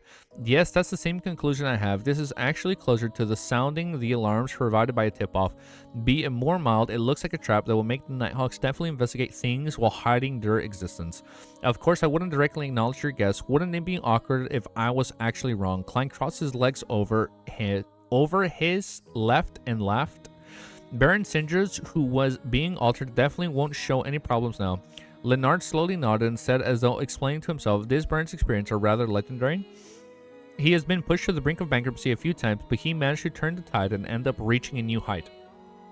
Perhaps in one of these instances, he had sold his soul to the devil and an evil god or some other secret existence out of desperation. Maybe the Fool. Maybe he's going to start suspecting the Fool. This story is quite reasonably crafted. Klein didn't comment on the accuracy of Leonard's guess before asking. On the other hand, how will the Nighthawks treat the real murder that led to Charon's unaliving? Leonard temporarily put aside all his previous thoughts and began following his train of thought based on an ordinary development. The design trap is too crude. The cueing, guidance, and the memory implants were done in an insufficiently concealed and mild manner. It's easy for people to discover problems, therefore it's unlikely to be done by mid or high sequence Beyonders from the spectator pathway. It looks more like it was done from a Beyonder from another pathway who relied on the mystical items to pose as a spectator. Is it safe to say it's a marauder? If you can steal memories, can you also implant the memories you steal can be put on somebody else? Before he finished his sentence, Leonard fell into silence again, his thoughts a mystery. Klein, a very good Lord of the Mysteries. Klein maintained his faint smile as he calmly looked at the poet. It was as though he had everything under control, but he wasn't going to say anything. Everything depended on what Leonard figured out. Yeah, when out on leave. The goal is to do 12 hours. That's the goal right now. We're going to test the water, and we're going to see if we can go 12 hours. Yeah, if we can go 12 hours, we maybe should be able to go 12 hours again tomorrow. Knock on wood. This is very similar to what Old Man said from before. It really is done by some mid or high sequence Beyonder from the spectator pathway. He seemingly crude and flawed setup was actually a precise consideration of everyone's reaction. Everyone's responses at every step of the way was taken into consideration, with the only mistake stemming from Dwayne Daunt's experience and wisdom. Leonard felt that he had already figured out the truth, and he got up and coughed gently. "Thank you for your advice." Klein merely chortled and said, "I didn't say anything." Without waiting for Leonard's response, he said, "Your former colleague got me to ask you how he should inform you if he were to discover traces of Inzanguo." Oh man, I'm gonna cry. "Your former colleague got me to ask you how he should inform you if he were to discover traces of Inzanguo." Leonard, who had planned on getting up to bid farewell, sat back down. Colored with a complicated expression, he said after more than 10 seconds of silence, "Pass the information in form of a letter to 7 Pinch Retreat." Oh, I'm gonna cry. "This means that he won't be leaving Backland anytime soon, or is it that no matter how far he goes to carry out missions, he will have the means to monitor 7 Pincer Street and read the letter remotely?" It will be the latter assumption. A Marauder Pathway Angel definitely has made magical secret techniques. Leonard can definitely use one of them. I can't ask, or else it will lower Dwayne Taunton's level and destroy my meaning. Klein wore an unperturbed expression. He said with a smile, "I'll inform him." Leonard didn't immediately leave as he opened his mouth, paused and asked, "If I wish to contact him, how should I do it?" Oh shit. "You should pray to the fool." No, 2 on the nose. Leonard didn't immediately leave as he opened his mouth, paused and asked, "If I wish to contact him, how should I do it?" His green eyes were deep as they spoke with volumes when he asked. Kai was already prepared, so he said with small, "The spirit that wanders about the unfounded, the frame..." Oh, his messenger! "The spirit that wanders about the unfounded, the friendly creature that can be subordinated, the messenger that belongs to Gerbid Sparrow. You can ask Palez about the exact ritual if you aren't too sure." Leonard knew that Gerbid Sparrow was Sherlock Moriarty, who was Klein Moretti. Damn, wait, Leonard knew that Gerbid Sparrow was Sherlock Moriarty, who was Klein Moretti. He nodded indescribably and stood up. "Thank you for your informing me. Please pardon me for the intrusion." With that said, he reached to the door, opened it, and left the dream. Dude, this has to... Leonard speaking to Klein is so far my favorite conversation. My favorite conversations in the entire series is literally Leonard speaking to Klein. The 2 main characters speaking to each other is hands down my 2 favorite conversations we've had so far. Their first conversation and now this conversation, these are hands down my favorite conversations in all of LTM, dude. It's just so good. It's like, it's so beautiful, man, and emotional, dude. "Hey, you left just like that. As a nightmare or as a former Nighthawk, shouldn't you consider how they might be problems with your memory? You remembered it just from hearing it once. You aren't putting in..." Oh, would his memories be forgetful like Leonard? I mean, not like Leonard, like Dunn. "You aren't putting enough weight on this matter." Klein couldn't help but lampoon when he saw Leonard's figure disappear. He shook his head in exasperation and ended his afternoon nap and began busying himself over the matter regarding West Ballum. On the Golden Dream, the Nits, who had finally finished his mission, drank some iced coffee. Drank some iced light beer because of the recent hot weather. If it wasn't because of the creation of the ice needed beyond our powers and that there wasn't much of a ground, he felt that he could finish half a bucket of ice in one go. That's what I call life. The Nits guest remained The Nits guzzled the remaining... Guzzled? I've never said that word in my life. The Nits guzzled the remaining liquid in his cup. At that moment, he saw the grayish-white fog appear before him as Gerbid Sparrow's voice began echoing in his ears. "Please inform the Nits that he is to immediately head to West Ballum, figure out the situation of the areas under the control of the 2 native generals, May Sanchez and Katamiya. He should take special note of any signs of the Rose School of Thought's activity. Head to West Ballum with a cup in hand." The Nits stammered Gerbid Sparrow's request repeatedly. He once again headed there with the Golden Dream crew to seek out treasure. He was also to obtain rather detailed intel from his captain. Therefore, he knew how chaotic and dangerous West Ballum was. "Furthermore, I have to go alone." The Nits uttered a sound as he found his future bleak. Primitive forest with all kinds of hidden and terrifying creatures, native tribes who believe in death, and had all sorts of peculiarities,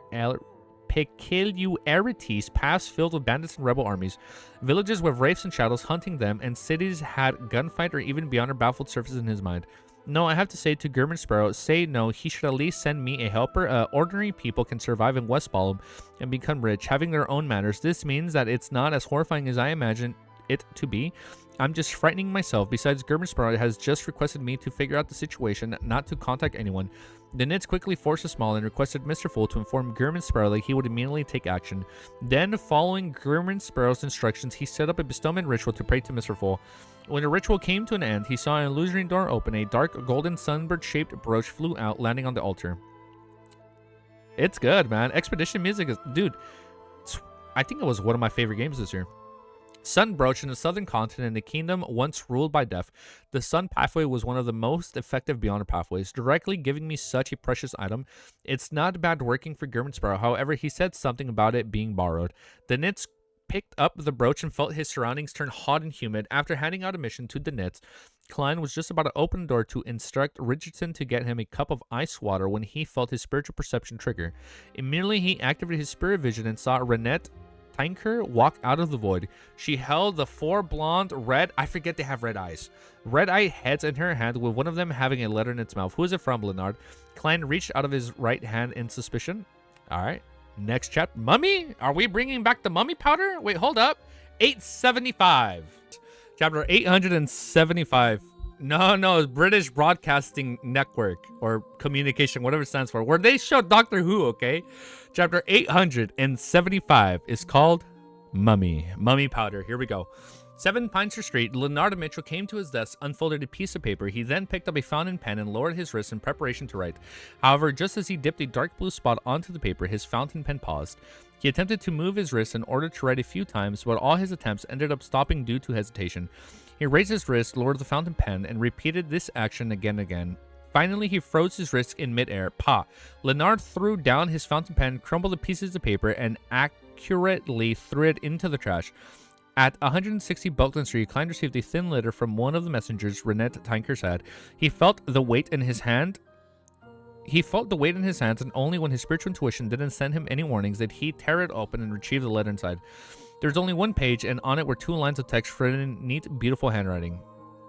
Is it Leonard? There was only one page. Wait, I have something that requires your help. Let's discuss it in detail, face to face. Sharon? Sharon is back? Leonard acting like he is writing to his crush. No, wait, no, this one is Sharon. No, wait, maybe Sharon is writing to her crush. I have something that will require your help. Let's discuss this in face to face. Maybe this is like the confession chapter. Sharon, so it's Miss Sharon. Klein had his questions answered as he took out a gold coin and did a simple divination. And is he paying the messenger? I thought he always makes them pay. As he took out a... Wait, I'm reading wrong. Klein had his questions answered as he took out a gold coin and did a simple divination in front of Renette Tinker.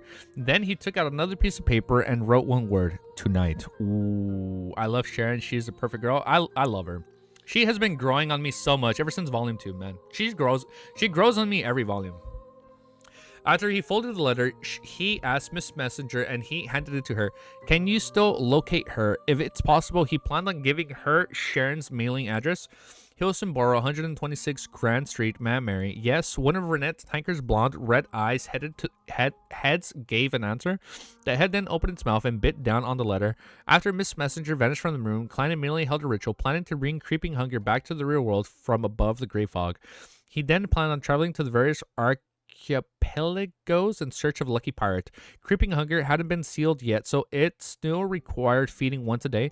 All Klein could do was barely use it, feeding it whenever he needed to use it. He would then throw it back above the gray fog for the next week, feeding time at hand. He wasn't planning on making up any difference. If Creeping Hunger dares to make a fuss about it, I'll feed it mushrooms. After ending the ritual and clearing up the scene, Klein wore the thin human skin glove, turning his body translucent until he vanished from the spot. He had his dinner, and after waiting for Creeping Hunger to finish its howling above the gray fog, Klein went to retrieve it by using the excuse of having an upset stomach to enter the bathroom. Forrest was watching like, man, there's this kidney problem. He then used this opportunity to teleport to the area outside of Braveheart's bar and Backland Bridge area. It's crazy how he can just teleport like that now. I can't get over that, dude. During this process, he had already changed his appearance, turned into the black-haired mustache, and bespeckled Detective Shirley Moriarty. Bending his back and rolling up his pants legs, Klein gave a self-deprecating laugh. He lowered his hat and nudged open the heavy wooden door to step into the bar. First read, bro. I'm only on volume 3. Oh, you're on volume 3? Damn. No, it's okay. Hey, I feel like we have our moments, right, where we read really fast or where we slow down. I'm going to raise the volume just a little bit more so you guys can hear a little bit better. After asking the bartender, he held a cup of soft vile beer and went to billiard room 3 when he knocked and unlocked on the door. Knock, knock, knock. Amidst the rhythmic knock, the door creaked open in tiny gaps. The red eyes Ian peeped peeped his head out before breaking out into a smile. Sir, please come on in. As the weather was turning warm, he no longer wore his old coat. Instead, he wore a simple linen shirt. Klein nodded with a smile and quickly entered the billiard room, where he took in the surroundings almost instantly. Merrick, with his hair a little messy, was wearing a white shirt, black vest, and black pants. He was holding onto a cue stick, and he had his back bent to play billiards? Billboards? No, not billboards. Billiards. Perhaps having a deep impression of causing chaos for Sherlock Moriarty, he didn't summon his zombies to play cards with him. Long time no see. Klein greeted first. Oh, this is such a cool confrontation, dude. It's been so long since we've seen Merrick, dude. Meanwhile, Sharon, with her small black bonnet and black regal gown, appeared beside the billiard table, sitting on a high stool. Good evening, ma'am. Klein moved his gaze over and bowed with a smile. Dude, when they were first introduced, I'm like, yo, these guys are crazy. And now we know them. Oh my, I love them. Good evening, ma'am. Klein moved his gaze over and bowed with a smile. Sharon seemed to float up as she stood up before raising the hem of her skirt to do a slight bow as a polite response. As for Merrick, he lowered his cue sticks and said in a gruff voice, "From the looks of it, you're still in Backland?" His face was as pale as ever, but the evil look in his brow eyes had lessened significantly. Oh, he grew on him. It seems to be evidence of the effective temperance he had in recent times. It was apparent that his acquisition of the Scarlet Lunar Corona prevents him from almost breaking down on every full moon, so much so that he didn't need to frequently switch to new types of sedatives. Oh, you're right. Lunar Corona, like, weakens their thoughts, right? But if they had, like, rampaging thoughts, it would enhance it. But depending on their thought process, it, like, weakens them, so it helps him during the full moons. Okay. Klein didn't directly answer Merrick. Instead, he walked to the billiard table and put down his beer. Smiling, he said, "I'm very sorry. I was planning to sell a Wraith beyond her characteristic game, but unfortunately, it was lost." Sharon's blue eyes didn't move, nor did she probe for a reason. All she asked was simple, "Are you alright?" Oh, now she's asking about him? Remember how silent and apprehensive she was in the beginning? Now she's asking if he's okay? I'm sensing a little bit of chemistry here. Okay. She knew that the Wraith beyond her characteristic Sherlock Moriarty mentioned belonged to Admiral Bloodsunner, and he was also Sherlock Moriarty's marionette. By losing the Wraith beyond her characteristic, it also meant the loss of the destruction of his marionette. Ah, okay, that makes sense. She's just like, "Are you still strong?" This was a significant loss for such a beyonder. "I'm still alright. At least I didn't suffer any harm," Klein said with a sighing smile. "No wonder I didn't see Sonora this time." Merrick muttered in enlightenment. Merrick and Miss Sharon don't seem to be bothered about the lack of the Wraith beyond her characteristic. They have other means or methods to acquire one. Klein sharply grasped this point and switched to asking, "Is there something this time?" Merrick immediately glanced at Ian. That staid teenager didn't ask further as he quickly left the billiard room and closed the door. Sharon's doll-like face didn't show any emotions as he allowed Merrick to speak. "Tomorrow there will be a ship from the southern continent arriving at Prince Harbor. It is intimately tied to the Loan Army." Okay. The ship carries its treasures and relics plundered from the Star Highlands, Paws Valley, and Hagenti Plains. Among them is a mummy. I'm sorry, a mummy? It's the 19th king of the ancient Hagenti Plains, Tutansis II. The southern continent's original language didn't stem from the ancient Phaeacian. It had its own structure, and the ancient Highlander language. King had also the special term Khedive. It was translated by the Emperor Rizzo and as Pharaoh. Pharaoh? We're getting a Pharaoh? Oh, you know what? The Deaf Console's art style, like Azix Live, it did look very Pharaoh-like. It's a mystery, and they also stem from the southern continent. Okay. Inverted mausoleums, they look like pyramids. Okay, I can see that. It's mystery. What was he thinking? Also, mummy was named by him too. In short, the meaning of Pharaoh is the son of God, king of humans. Oh shit. Okay. Tutansis II was once a high sequence beyonder.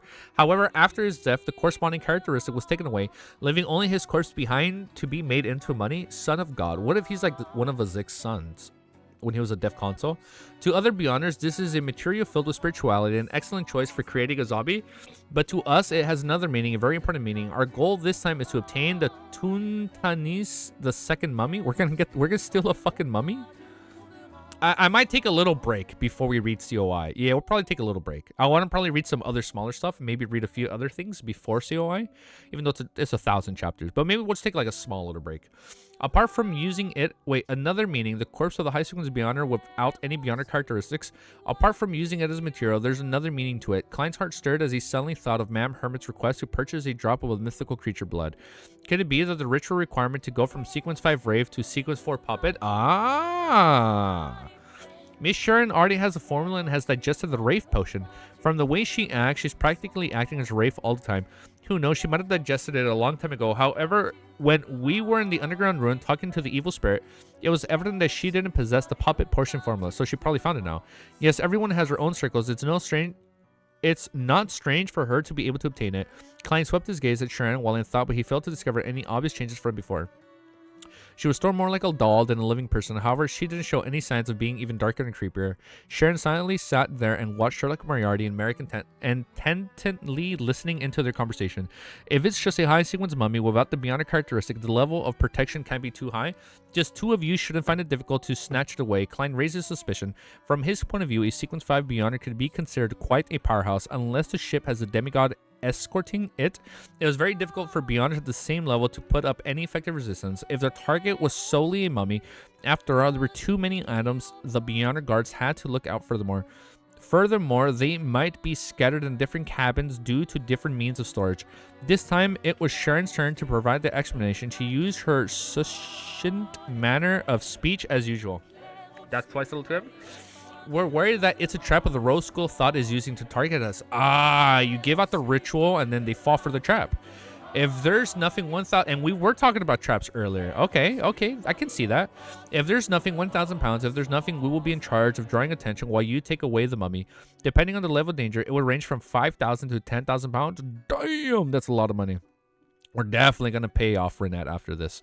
I see. Klein didn't immediately reply as he thought and asked, do you know of the Spirit World Plunderers? Do you know of Spirit World Plunderers? I don't know this. I'm forgetting this. I see. I'm rereading that. A Wraith was also a type of Beyonder who could effectively move through the Spirit World. Sharon nodded slightly and said, I can use the cash and relatively information about the Spirit World Plunderers as payment. Klein tearfully acknowledged, I'll consider it. I'll write to you before midnight. As an excellent seer, he would head above the Grey Fog to confirm the level of danger regardless of what it was. However, he could confirm that this was definitely not a trap targeted at him since he had no need for a mummy. Alright, Sharon replied with a deadpan expression. Klein didn't immediately bid them farewell. As he walked to the door and informed Ian to enter, he then asked, are there any news worth taking notes of recently? Ian thought for a moment and mentioned the pieces of information that were relatively important. Someone is trying to find out about the organization that believes in the Fool. Klein was somewhat surprised as he asked with a smile. A young man with black hair and green eyes. He suspected that it was Leonardo Mitchell. Ian shook his head. Somebody else? No. Fuck. Shit. It's Amon. Black hair and black eyes? Some minister from the Aurora Order? No. Amon had black hair and black eyes. Oh, shit. Some mister from the... Okay, maybe it's the Aurora Order. Some mister from the Aurora Order. Klein considered for a moment before asking, can you draw who it is? Holy shit, it's Amon. It has to be... Oh, my God. It has to be Amon. Can you draw who it is? Oh, shit. Ian was taken aback before he said the self-defeating encounter. You might never be able to recognize him if that's the case. I don't know, man. I don't know. At this moment, Sharon said, I can help you. I'm already getting my monocle ready. I already know it's him. At this point, it's a... Oh, shit, I can't read like that. All right, Ian first heaved a sigh of relief before following instructions to prepare a rather simple ritual. It has to be him. Then his body trembled as he drew a sketch while being possessed by a raven. Oh, it is him. It was a young man. It's fucking Amon. It was a young man with curly-haired black hair, black eyes, a wide forehead, and a thin face while wearing a monocle. Amon. Oh, blasphemer. Amon is here. Oh, shit. It's gonna be a good volume, huh? Oh, this is gonna be a good volume, dude. Oh, shit. All right. Next chapter. Spirit World Plunderer is one of the main ingredients to the bizarre sorcerer potion. Thank you for reminding me, Beck. I completely forgot about that. Chapter 876 is called Art of Diverting Trouble. All right, let's keep reading. Chapter 876 is called Art of Diverting Trouble. Amon, Klein's pupils constricted And although he looked normal on the surface, he tensed up significantly with his heart churned with waves of alarm. Although he had kept using AMON to scare the grandpa in Leonard's body, as well as are we recording? Yes. Everything's updated? Yes. Although he had kept using AMON to scare the grandpa in Leonard's body, as well as a murder pathway demigod beside Hazel, he was only using a name. He never expected that this blasphemer, king of angels, would arrive in Backland so quickly. Shit, it's a little coincidental. He was even looking for the organization that believed in the fool. In fact, although it's surprising, it's understandable with Backland having an angel and a demigod of the Marauder pathway, it's only a matter of time before AMON arrives based on the law of beyond our characteristics convergence. The only problem is that he has been searching for something in the Forsaken Lands of Gods for so many years. What has he been looking for, man? I almost forgot about that whole fucking subplot. He basically had... AMON's avatar was basically there for like 40 years. Or first it was wandering, right? So it's unlikely he will suddenly abandon his search. Besides, his mausoleum in the outskirts of Backland has been destroyed by the machinery hive mind. Yeah, he lost it, making it difficult for him to come and go as he pleases. Therefore, this isn't his main body, but oh, it's another avatar of his. Oh, I wonder what his real body looks like. I know his real body would look like that description. It's a different. Okay, it's like him using his paper figurine, but rather than paper figurine, it's just his avatar. Okay, therefore this isn't his main body, but an avatar that exists in the northern continent. Huh? An angel of the Marauder pathway should be good at using worms of time to create avatars. I thought it said among. Oh my god, I'm saying it again. Among Us. AMON must be stronger than them. Klein's thoughts raced as fast as lightning as he gradually came to a certain conclusion. Although I said avatar so much in that paragraph that when I saw the Avatar 3 trailer, it looked really good, man. The trailer for Avatar 3 looks really good. At times, he even suspected that the mythical creature of the Marauder pathway was a bunch of worms of time. At times, he even suspected that the mythical creature of the Marauder pathway was a bunch of worms of time that combined together via a certain method. That's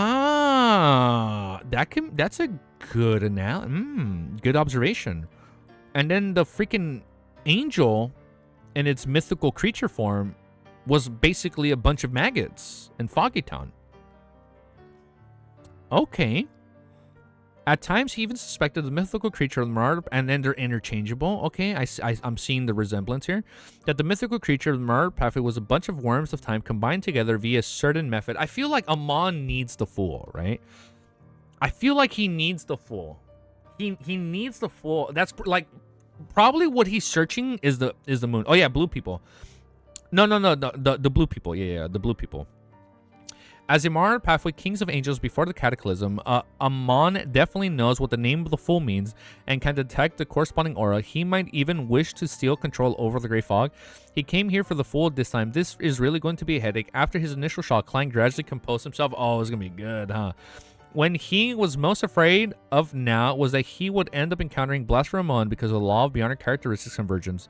And AMON was clearly able to detect his uniqueness. When that happens, it might not even cause a stir because a so-called fool had to consider if he could be resurrected. After all, it's going to be a good Undying volume. After all, this was a king of angels, an existence just second to a true god.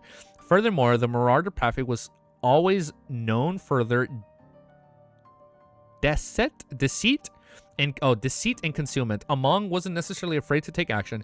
Even in Backland, perhaps stealing the fate of others was a strength of his. From the looks of it, temporarily leaving Backland to head for West Bala might not be a bad choice. Anyways, the biggest problem stems from the mythical items. If I had already advanced and become a bizarre sorcerer, I'll be able to hide the Grey Fog's aura. He can hide it. Even if I encounter AMON, I won't have to be afraid of exposing anything. Klein drew a silent breath as he once again felt a sense of urgency. He needed to quickly push open the door to Sequence 4, change his existence, and become a demigod. Oh, a new persona? And become a demigod. For this, he needed to work harder, be it making another marionette, acting at a deeper level to speed up his digestion or gather the corresponding ingredients.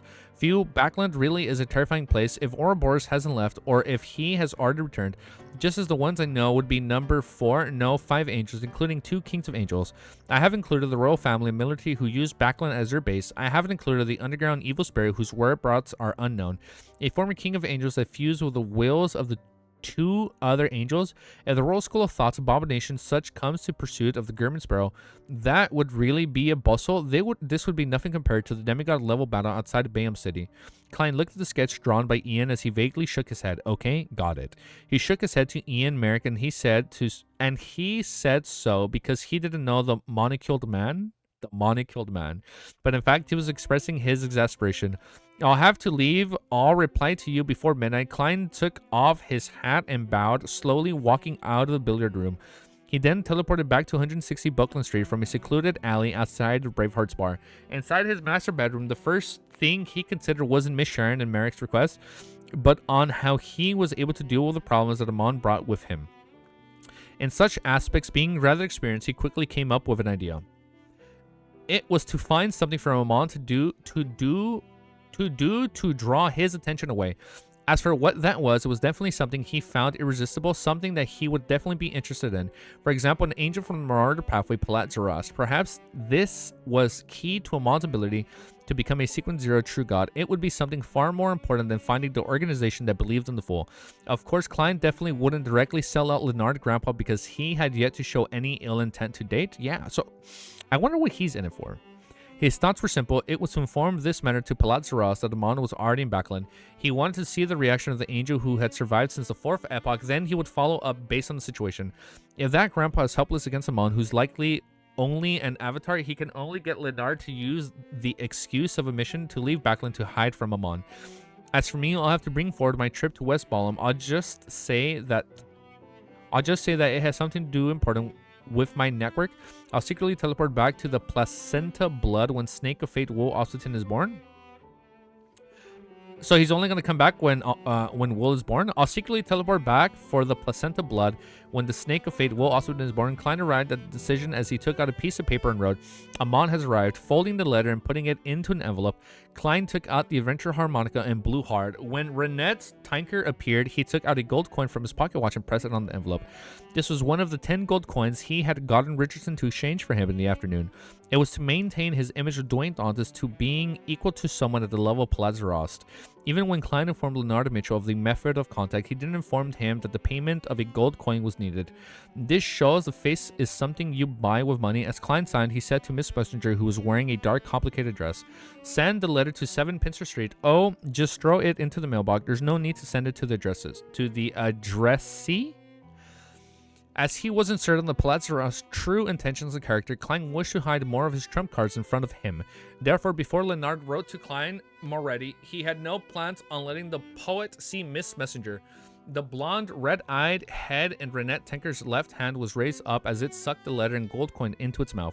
However, she didn't immediately disappear. Instead, she floated at her spot, looking at Klein silently with all 8 eyes. 8 eyes? Oh, yeah, two eyes per... Yes, got it. I was like, 8 eyes. What's wrong? Klein was taken aback before coming up with a guess. He asked with an odd expression, you don't know where 7 Pincer Street is.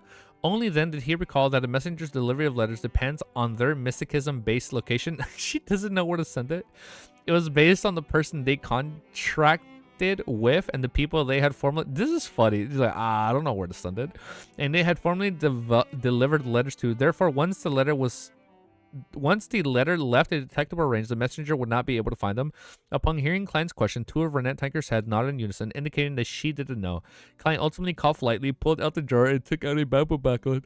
He did use a fountain pen to circle out Northborough. Following that, he circled Pincer Street. When you're here, you will use the unit number on the building. Klein folded the map and handed it over. Then the head in Renette's right hand immediately opened its mouth and bit down on the map. You know, it'd be funny if she can't find it and she comes back like, I can't find it. Can I get help? Then her figure fades away and entered the spirit world. Upon seeing this, Klein gave a sigh of relief. He turned and walked out of the master bedroom and headed for the half-opening room with a balcony to read the paper and magazines. Later into the night, he took 4 steps counterclockwise before soaking into the bathtub and entering the mysterious space above the gray fog. Helping Sharon and Merrick obtain the Tootsie's mummy is dangerous. Klein took off the topaz pendant on his left-hand wrist and let it hang to perform a divination. This time, the spirit pendulum rotated clockwise with a weak amplitude and relatively slow frequency. This means that the danger isn't too great. Furthermore, even if it's a trap targeted Miss Sharon and Merrick, there's no need for the present me to be too afraid. Klein beckoned with his hand as he made a translucent miniature black crystal card fly to him. This was the Fate Siphon card. Oh, his new one, the new one he made. Klein had used a Worm of Time to create a Demigod level high level charm. Right on the heels of that, he summoned Creeping Hunger and the Sea God Scepter. Wearing the former, he picked up the latter and recording Lightning Storm and Hurricane. The mutated and upgraded Creeping Hunger could use Mr. X's soul and characteristic to record 2 Demigod level beyond her powers that didn't exceed sequence 3. With this, Klein no longer needed to borrow Layman's Travels anymore. What? He doesn't need it anymore? Furthermore, it was more convenient. After all, flipping his spellbook affected his use of Death Note and the Fate Siphon Charm.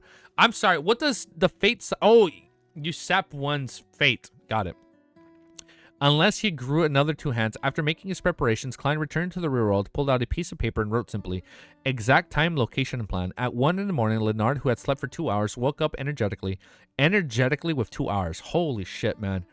If I can wake up energetically with 2 hours of sleep, shit, man, we'd be streaming so much more. Woke up energetically. He prepared to leave 7 Pincer Street to head for St. Samuel Cathedral basement. Just as he stepped out the door, he suddenly had the spiritual intuition trigger before he subconsciously cast his gaze to the side.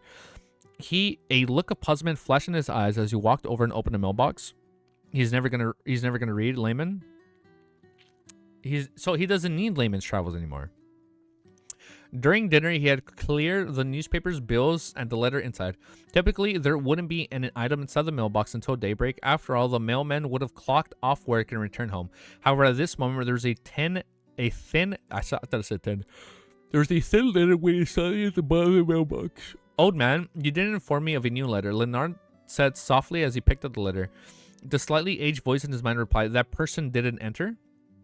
Leonard knew that old man's senses were limited to his body, hence he didn't speak further. He tore open the envelope and took out the letter, flicked it flat. The letter was mostly empty with just one short line, Amon has arrived. Amon has revived. Leonard's pupils dilated immediately. At the same time, he heard the person in him gasp for the first time. Yo! What? I'm so good. I don't even know what am I even saying, dude? What the fuck? This is gonna be such a good... Oh my god. I can't believe Amon is in this fucking volume. I'm never gonna sound weird with my chest set. Hold up. Let me do my tiny stop. What were we saying? I got you. I got your username. I missed the joke, okay? I don't get the joke. You guys talk about it in chat. I'm gonna read one more chapter before I get more coffee. Oh, at the end? That's what I'm saying. It's a name? Easy? Who is Laymano? No? Who is that? There is no joke? Who is that? I don't know who that is. Oh, here, hold up. Let me read this chapter while I think that throws I'm reading. Chapter 877. You're tweaking? Layman knows? Don't try everybody. You see, nobody gets it. If I don't get it, nobody else gets it. Like I said, he ain't getting it. Nobody else is getting it. Oh! Wait. Oh, I thought he was referencing Amon. No, it's not Amon. He's not referencing Amon. Chapter 877 is called Who's Trap? Towards Amon, Leonard didn't have a strong, direct impression of him. All he knew was that it was the most feared enemy on the parasite in his body. He was a culprit that left the mysterious and powerful old man injured to this day. Therefore, he quickly calmed down and asked with a surprised voice, "What do we do now?" In his mind, the slightly aged voice sounded after 3 seconds. The one that came probably isn't Amon's actual body, but one of his avatars. He, indeed, Blasphemer Amon, is an angel, and probably a Sequence 1 angel. After all, old man is suspected to be a grounded angel. As Leonard absorbed the information to verify his theories, he listened to Palad Zaras continue. If Amon's actual body appears in backland, it might very well cause a deity's descent. Oh shit, whose descent? A deity's descent. Oh, maybe that's why the Orthodox deities haven't been descending. There just aren't that many Sequence 1 Beyonders present in the 5th epoch, so there's no way for them to oh, maybe them descending is part of a ritual. Oh, that's probably what it is. Maybe that's why the Orthodox gods haven't descended into the real world, since there aren't that many Sequence 1s. Hold up. A deity's descent. How many years has it been since something like that happened? Since the 5th epoch occurs. Like, these were legends that were recorded in the internal canon. They had never publicly happened before. Could this... Man, my nose is itchy. Could this mean that even among Sequence 1, AMON is one of the most powerful existences? It's no wonder he is called a blasphemer. In just a few words, Leonard came to the realization how terrifying that angel named AMON was. Standing in front of the mailbox, his thoughts wandered when he suddenly had an idea.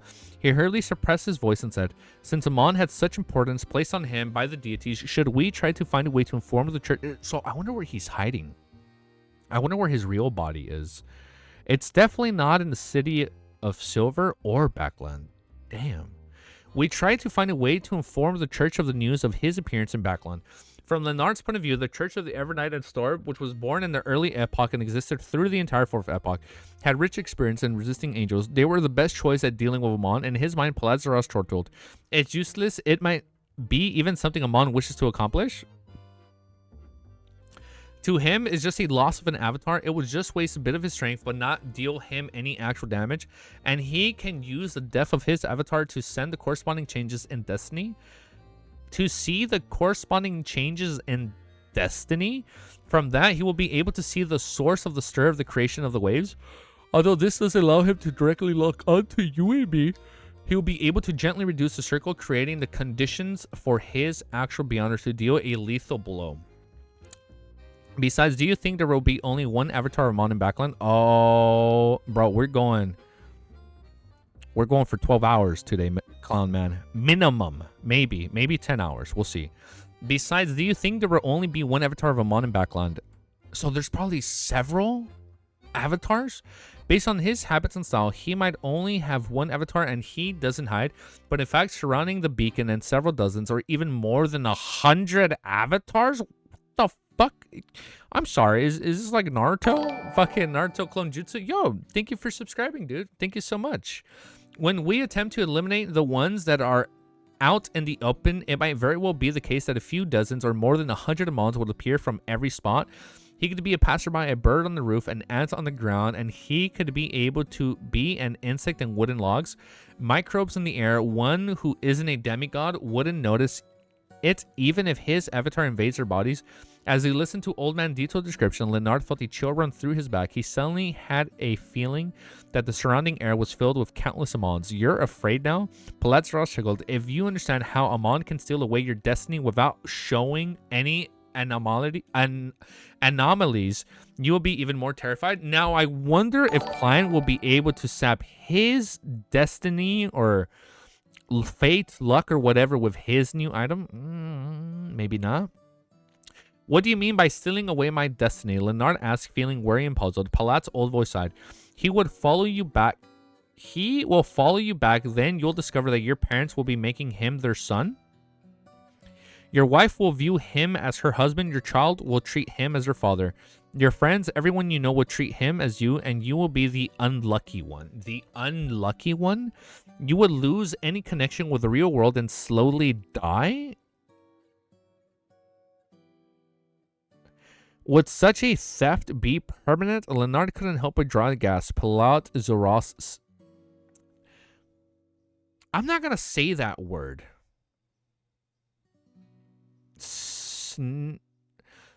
That close is flying too close to the sun.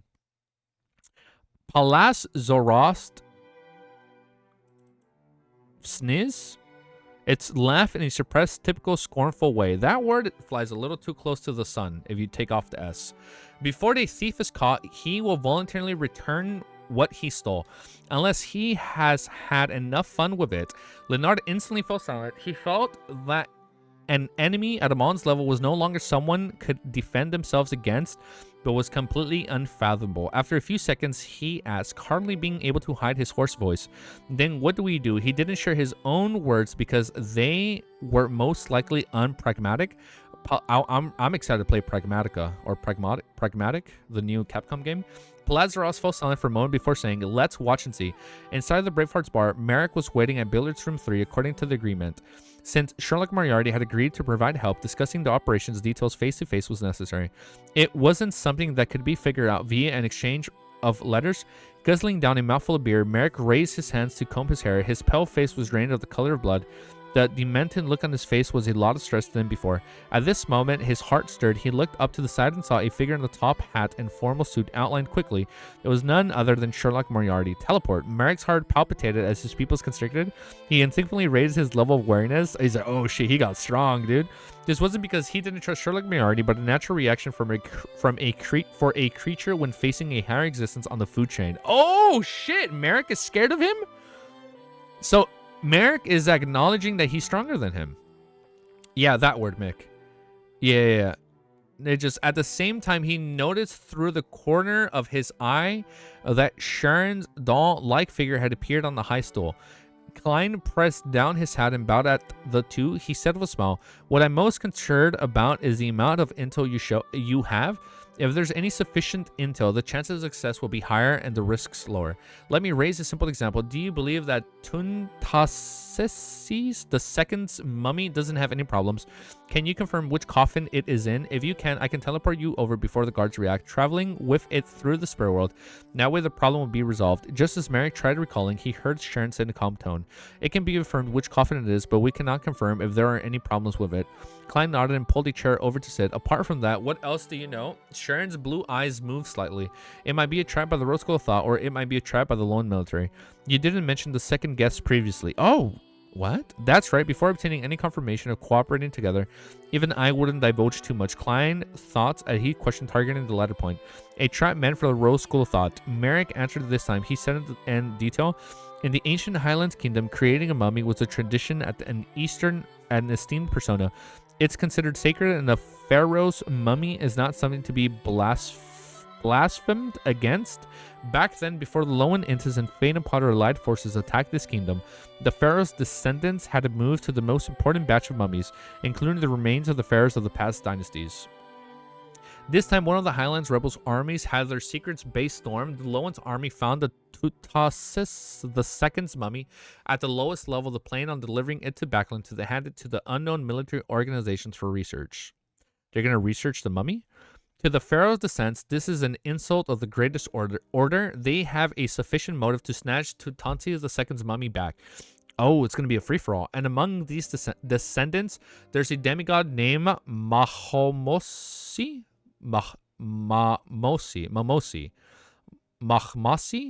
He's both one of the main leaders of the rebel army and is also an important member of the Rose School of Thought.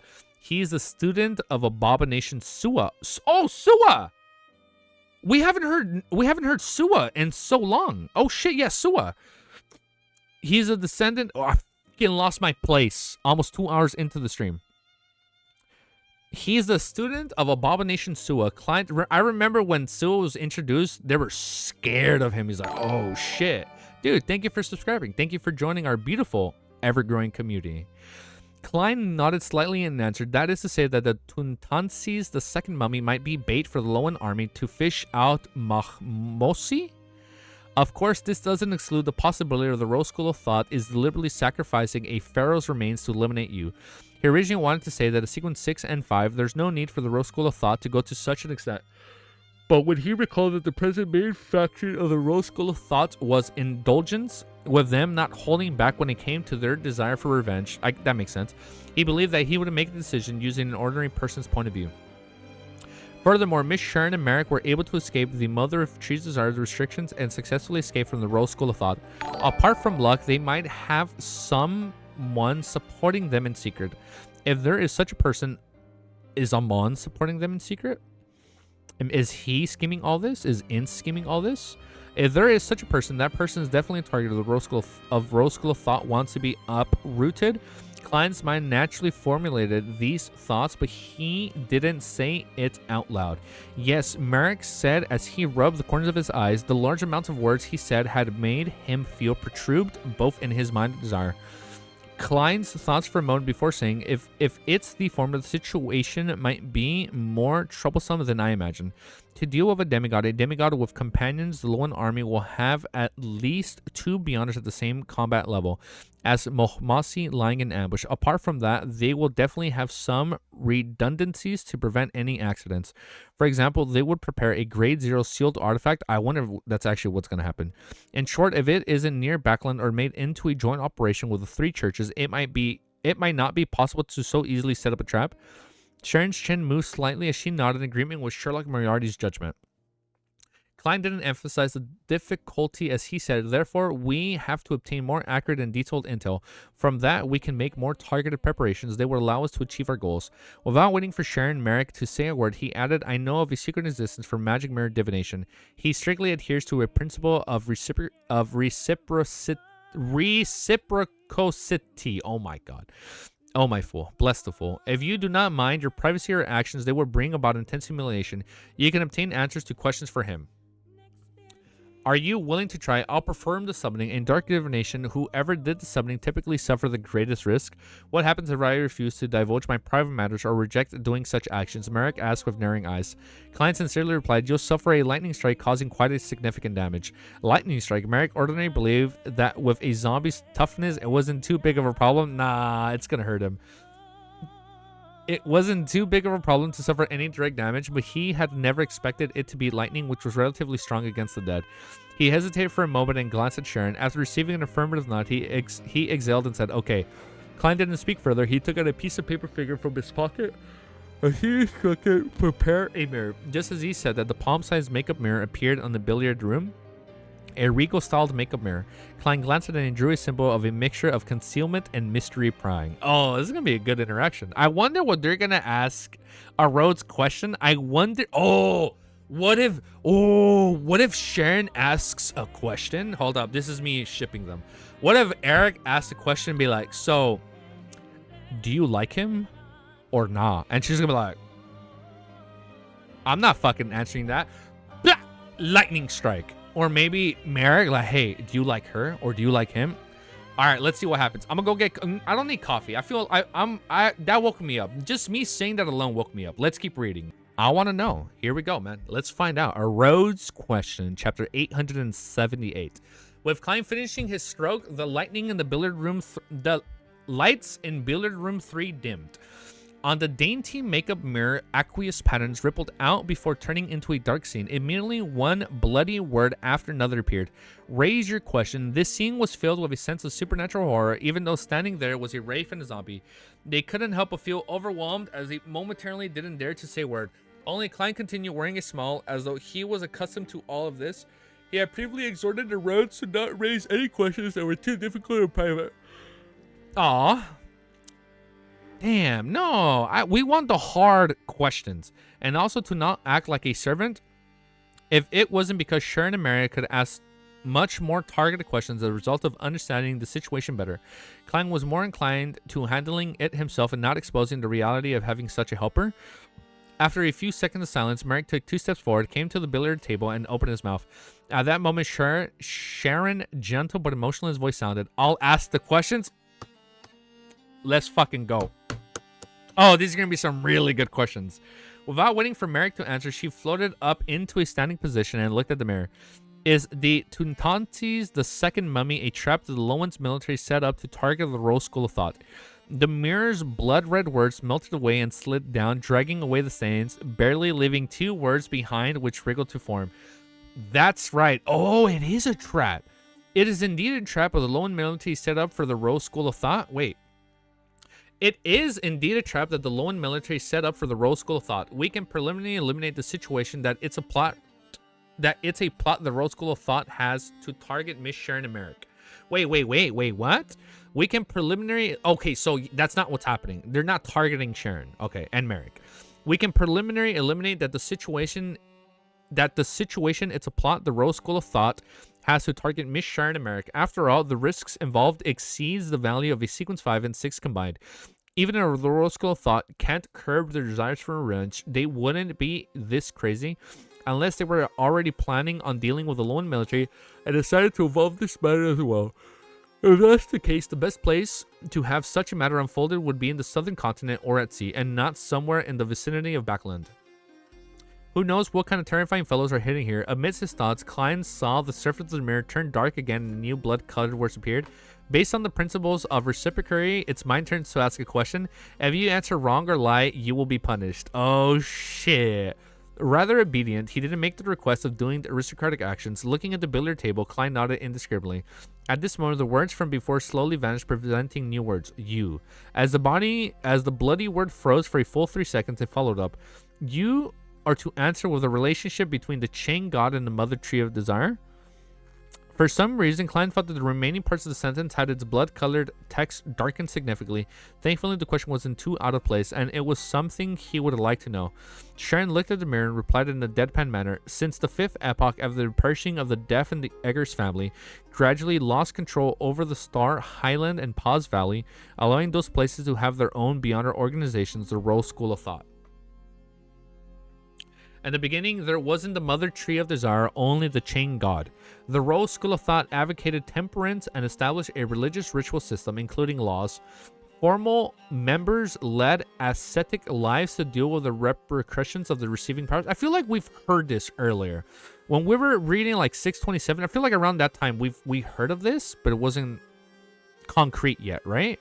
One day, a divine revelation added terms about indulgence. Many people slowly changed and restored ancient but bloody primitive sacrificial traditions. Later, the school of thought upper echelons began secretly calling the chain god the manifestation of the mother tree of desire. And from that point on, that's where she stemmed from. By the sound of it, the chain god was corrupted by the... By the sound of it, the chain god was corrupted by the mother tree of desire bit by bit or replaced. If this entity was once a secret zero, the mother tree of desire is truly terrifying. It's no wonder it's viewed as an enemy by all other deities. However, the chain god might not be a sequence zero. There's still a small possibility of being a uniqueness that's fully come to life.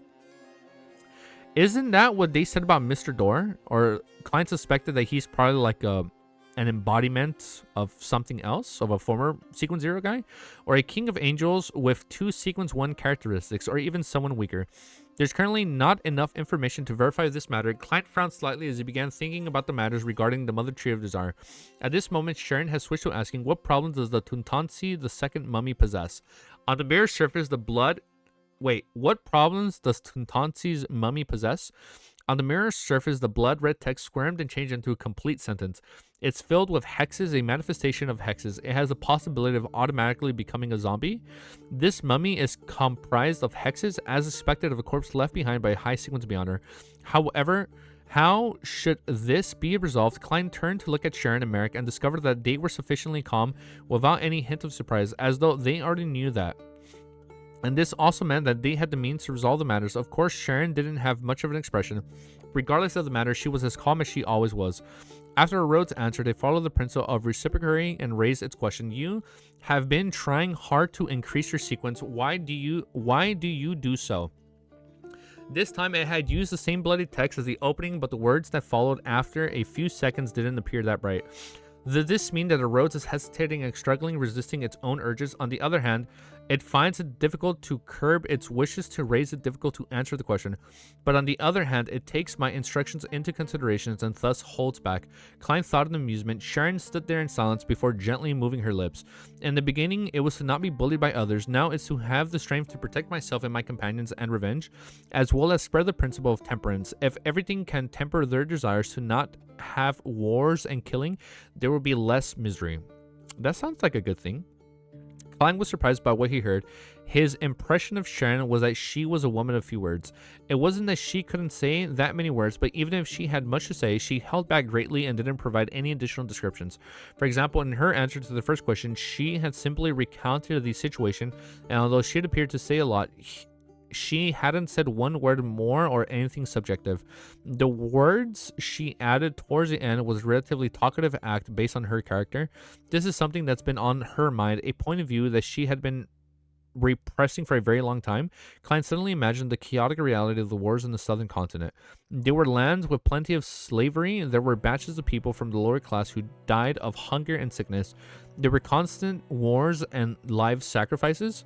If I were born in the southern... Sounds like a scary-ass place, dude. If I were born in the southern continent and can live to this point, I'll definitely wish for the world peace and happiness to the people. Speaking of which, Miss Sharon and Merrick do not look like they are southern continent descendants. That's right, before death perished, passage between the northern and southern continents was allowed. Also, Sharon mentioned revenge. That world was said without conviction, as though she doesn't hold out hope for it, or does she not have the strong Or does she not have that strong of a desire for it? Klein sighed silently as he watched Sharon raise details after detail and answer question after question. After learning the situations regarding Tuntasi's the second mummy, Sharon asked again, apart from Mahmasi, who are the high sequence beyonders that will appear in this trap? Is it going to be Sua?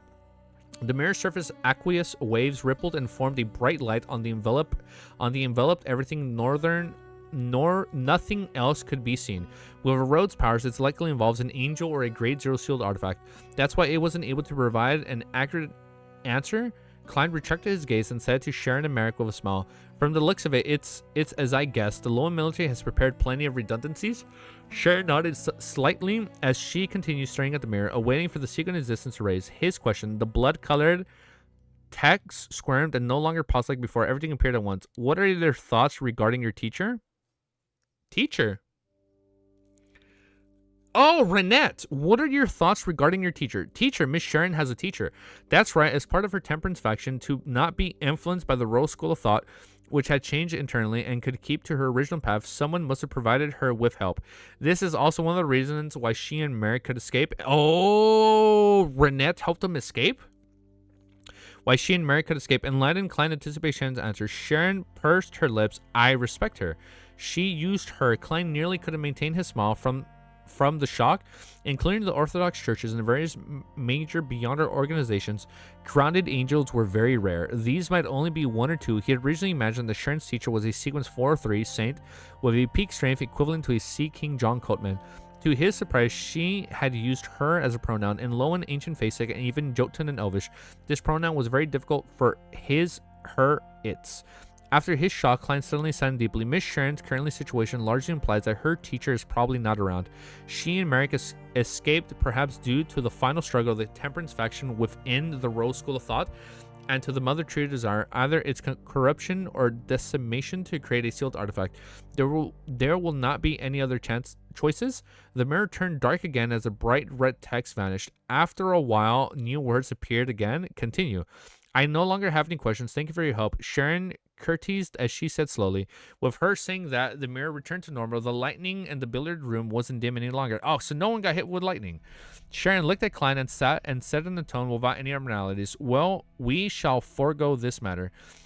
Clearly, she also understood the meaning behind the blast of light that appeared during the hidden existence final answer. Klein shook his head and smiled. There's no need to rush into a decision. Let me ask you a few more questions. Perhaps there might still be a chance that doesn't require us to take too much of a risk. At least my divination results say that it's possible. He added silently, what is it? Merrick couldn't help but ask. What is it? Oh. Oh, are you on 2x speed? Chapter 879 is called Dual Purpose. Upon hearing Merrick's questions, Klein picked up the piece of paper with the symbol that summoned Arrodes and shook it as he wiped away his smile. He said in all seriousness, tell me the details process for creating a pharaoh mummy.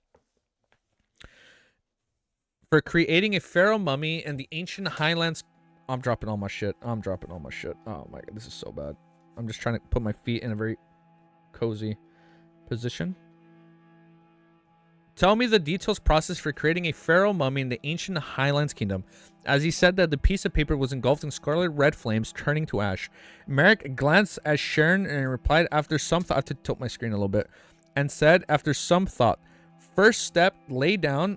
I didn't move my camera, right? Okay, no. First step, lay it down for 3 to 5 days and use some auxiliary methods to make the Beyonder characteristic naturally seep out and not become a sealed artifact from fusing with any parts of the pharaoh's body. Second step, hold a cleansing ritual, place the corpse on the altar, pray to the chain god, and hope that half of the deceased spirit remains in the body. Half? This won't affect the return of the son of the god, and it can allow the created mummy to maintain a long period of spirituality. Third step, using Beyonder powers or actual technology, remove the corpse's brain, innards, and bodily fluids, leaving only the heart. Fourth step, stuff the corpse with perfumes and medicines that filled with spirituality and completely dehydrate the body. Fifth step, stuff the perfumes and medicine inside again. Arrange some preparations for the ritual, the corpse surface, then wrap it up in the linen bandages before putting it into a sarcophagus. I don't know what that is. Is there a lag? Uh-oh. I'm gonna read another minute. Tell me how bad the lag is. 6th step, the organs which were handled into a similar manner as the 4th steps will be used as materials for the ritual. Lag? It's easy fault. Yeah, we back? Okay, we're back. He used as materials for the ritual. They will be placed in the 4 corners of the sarcophagus. I can't say that word. Likewise for the brain and bodily fluids, the former will be stride into mush, mixing in with the latter, and the sarcophagus will have some preserved circulatory tract that mimics the deceased state before death. This can gather spirituality from the spirit world and the surroundings, making the pharaoh mummy an ingredient-rich spirituality. Even after more than millennium, it can be made into rather powerful zombie. Sounds like it has nothing to do with the enhancing of one's ability in that area. I wonder how many Afrocaries? I can't read this word. Afrocaries? Wait, sarcophagus is the pharaoh's coffin, the one with a face on it that make the god precious gems. Oh, thank you, Cami. Okay. I wonder how Afrocarius turns such... What is this word? A person who prepared and sold medicines and drugs. Apothecaries. Why can't I say this word? Got it. Turn into such wrought into the miracle. Yes, there seems to be a difference in the way Egyptian mummies are made on Earth. The level of mysticism involved is a lot greater. Klein finished listening carefully and quickly analyzed it. If there was anything that could be used as part of the plan, regardless, Tuntansis II's mummy is something with extreme research value. Unless it's necessary, no one is willing to destroy it.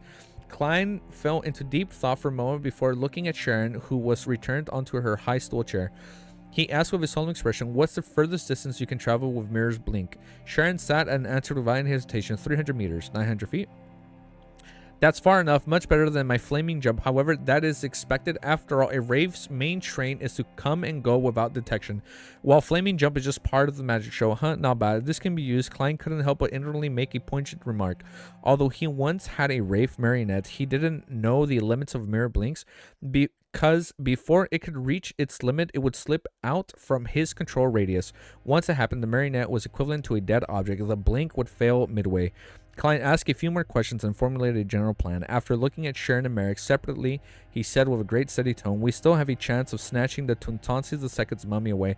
This is a risk, but it won't be high. Yes, that's the one condition, that the two of you listen to my instructions. Let me lead this operation. Of course, if you believe that it's unacceptable, you can choose to terminate the operation midway and choose to return. That's your freedom. Just remember to pay me." If this was the past, Merrick wouldn't reject the proposal without thought. He and Sharon were considered very experienced and mid-sequence Beyonders, so he could listen to a newly advanced Beyonder who had once sought their protection before, but after the previous cooperation efforts, the intelligence, adaptability, and mysterious items Sherlock Moriarty possessed had left a deep impression on Merrick. He couldn't help but consider him as his equals. Damn.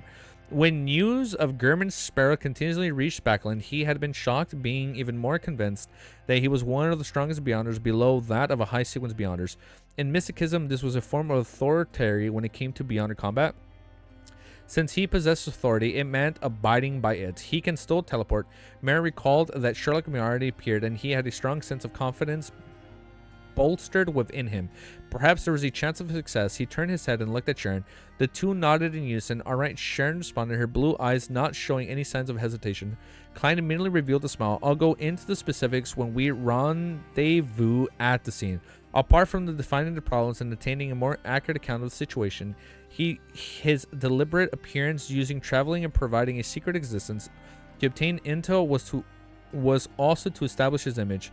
It boasted the way that he viewed him, giving him the ability to be in charge. As a marionette, even without a marionette for the time being, he had to control others to complete a trajected act. To Klein, this operation was partly to help Sharon and Merrick, but he also had hopes of using this grand act and his directing of puppets to further accelerate the digestion of his potions. It had to be said that the immense pressure of Amon's appearance in Backland and his recent interactions with spectators had allowed the marionetteless him to greater understand the marionette's principle he had previously concluded. With his marionette as a leader, he could control his enemies to put on the act in real life. I didn't pause the recording, did I? Okay. His current idea was, even without a marionette, he could use his dominance language in the settings he desired, or a combination of these factors, to control his target, putting up a puppet act in real life. Marionettists were only controlling spare body threads, and what he did previously was merely a small attempt. Just like AMON, a simple appearance is enough to put many matters into motion. It makes me plans and routes appear to be waiting for him to signal with a wave of the conductor's baton. Klein slightly signed as he heard Sharon and Merrick answer in unison. Okay. And the evening at Prince Harbor, there was an elegant gas street lamps made of black metal bottle. They illuminated various street lamps with the light they emitted.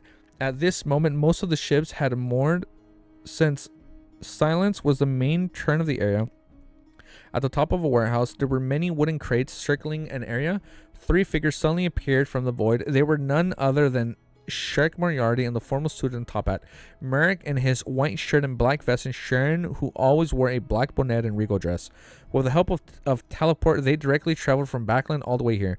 There was quite a distance between them and the dock where the ship that carried the Tuntansis II mummy was moored at. Klein pressed down with his right hand at the bottom of his feet, stepped on the wood. He nimbly leapt over the crossbar and, like wandering on the flat ground, quickly arrived by the wall. There's a tiny air vent here. Is he going to go through the air vent? He then took out the telescope provided by Sharon. He looked at the dock based on the intel. Okay, recon. All the building roofs were occupied by soldiers with stem packs and thick-barreled rifles. They patrolled the area and were alert of their surroundings, prepared to shoot any trespassers who dared to come near. Only one warning was to be given. Apart from them, there was a few exaggerated robots and monsters partaked around the dock. They were entirely metal, and their heights had exceeded that of giants.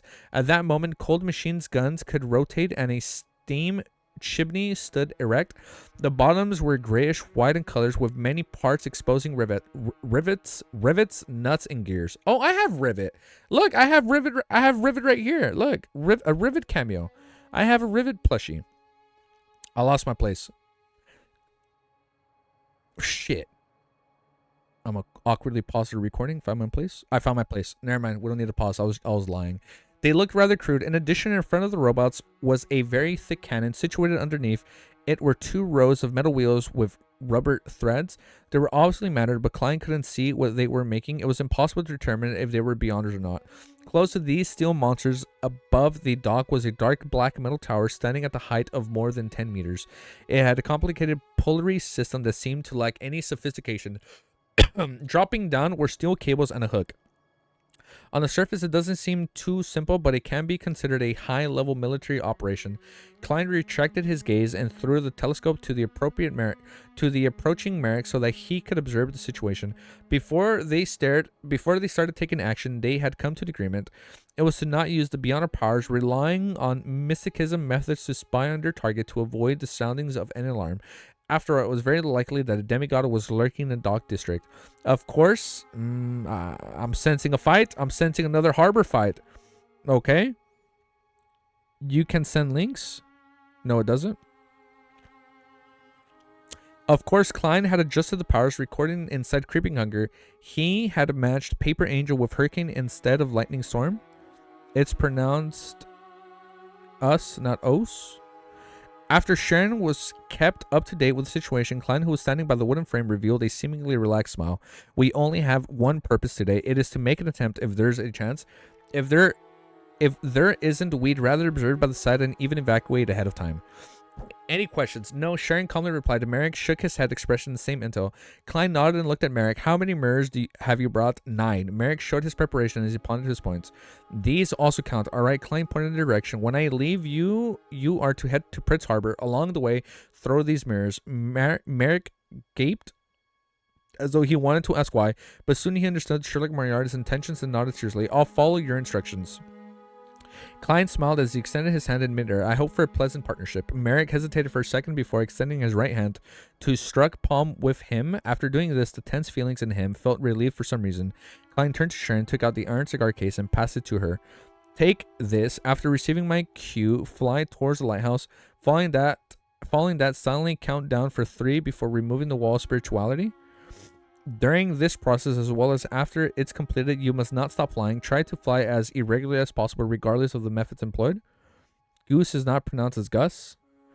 When you see me create fireworks, immediately isolate the cigar case with wall spirituality and do a mirror blink in the Merrick's direction. Use everything you have. After you meet up, flee all the way without waiting for me. I'll teleport to you. On the core items in the operation tonight was a Zig's copper whistle. Stealing the Tutansi II's mummy is difficult, but I can get it if you run towards me. Oh, it's going to be a good one. Walls closing in. I know. I felt it, Cammy. I felt it. Walls closing in is coming right up, dude. All right, let's listen to that song. Chapter 880 as we play Walls Closing In. I need to put on both earbuds so I can hear it perfectly. The Silent One. After hearing Sherlock and Mario's plan, Sharon didn't say anything apart from nod her head once in agreement. Klein immediately took out a steel. I'm gonna put this to kind of prop this up a little bit more. Klein immediately took out a steel gray metal mask and wore it, only revealing his eyes and nostrils. Similarly, Sharon and Merrick wore similar masks as well. However, they had different reasons for the disguise. For Rafe and Zombie, it was solely to prevent themselves from being recognized by the lone military, thus curtailing their ability to be active in backland. As for a Faceless, the act of wearing a mask hid his pathway's trait of being able to change appearances. Oh, okay, that's a good way. It was a form of misdirection from the lone military in the Royal School of Thought. Subsequent investigation, after all, they would follow normal logic since your face was fake to begin with. Why would you do an unnecessary act of wearing a mask? That is a good cover-up. Okay. After waiting for a while, a dull whistle sounded as a ship cruised into the port of darkness. Klein returned to the vent, raised his telescope, and cast his gaze at the heavily guarded harbor. He soon saw a hybrid sailboat with a chimney slowly down its dock. Meanwhile, the two squads of soldiers in the red tops and white pants ran over in ordinary fashion with rifles in hand before standing on the other two sides of the path. Before long, a gangway was lowered and people from the ship began alighting. First were sailors carrying wooden crates. Following that, it was a young man dressed in a major uniform. He held a small casket made of crystal with a heavy expression. Surrounding him was several members of the ship's crew. The crew were holding lanterns illuminating the casket from various angles, thus accentuating what was inside. It was a human skull without any flesh or blood. Oh, the last time we saw a human skull, shit went down. Okay, it was a human skull without any flesh and blood. It had a strange luster swirling under the light. The ground moved at a rather slow speed, as though they were constantly taking notes of the angles of illuminating to not leave any dark spots. After they got off the ship, they followed the path to the nearest cargo rail, where a steam locomotive was waiting for them like a giant serpent. In the cabin behind him, a man in the black formal suit walked out. He was carrying a huge iron bucket, and diagonally above, one could see that it contained layers of ice blocks. For a second, Klein nearly imagined that there was a bottle of wine inside the ice blocks, just like how alcohol was presented among high society and high-end restaurants. However, he soon saw what was embedded in the ice. It was a hand made purely out of gold. A hand made out of gold? Unlike the grounded people, the man carrying the bucket moved very quickly. Beads of perspiration kept dripping from his forehead as the contact between his palms and the metal surface produced mist. He seems to be worried that the ice would completely melt before he arrived at his destination. The military managed to plunder quite a number of sealed artifacts, and the Star Highlands, Poss Valley, and Hagenti Plains. Klein sighed poignantly as he patiently waited for the Tutansi II sarcophagus to appear. Damn, I keep saying it wrong. Another 10 plus minutes passed when situated in the distance. Klein, Sharon, and Merrick heard heavy footsteps. It was like a giant walking over a hollow deck. The last time we fought a giant was that one giant that was guarding Lenevus and Father Trotsky. Right on the heel of that, the cabin's side door opened. 4 knights in black full body armor carried a golden the coffin. They carried a golden coffin as they slowly walked out. Their footsteps clinked and clanked, reverberating. The sacrificial surface was engraved with symbols like strange birds, serpents, and feathers, and masks. It appeared ancient and mysterious, with the richer flair of the ancient Highlander kingdom. It was none other than the Tutansi II mummy resting beside. Just put one deck. I feel like this is better. Some of the metallic chains grinding against each other sounded as a pitch black metal campaign slowly rotated, lowering the steel cables and hooks down. People began securing them against the corners of the Tutansi II sacrifice. Then a complicated gear system began operating as a heavy coffin was hung up, moving towards a topless carriage outside the harbor. The 4 black full-bodied armored knights had the pressure of them. They have pressure? They had the pressure of them relieved as they sat on the deck, letting out the heavy pounding. Amidst the panting, one of the knights suddenly grunted, and a crevice of his armor, dark red blood streamed out of its increasing amount. Wait, dark red blood streamed out an increasing amount. This is reminding me of the blood armor that Leonard used. Towards the end, but it was like gray armor. Towards the end, tiny black armored worms began crawling out of it. Thud. What the fuck? The knight fell backwards, his helmet falling off, revealing mangled flesh and a head whose eye sockets were empty. Countless black armored worms crawled out. Ugh. A hex. Tuntantzin the mummy is a manifestation of the hex is itself. Even when wearing armor with augmented blessings, it's unable to completely avoid being cursed. Klein sighed silently as he cast his gaze to the golden coffin, which was being slowly lowered out into the carriage. The carriage outside, with a harbor that didn't have any horses standing around the carriage, were 4 knights in the same outfits as the ones before. So now there's 8 knights in total, 7 knights after the one that fell. With the coffin landing, they approached the carriage in preparation to pull it off. At this moment, the wheels of the carriage suddenly began spinning as it maintained its balance and began moving towards the side. At this moment, it seems to come to life.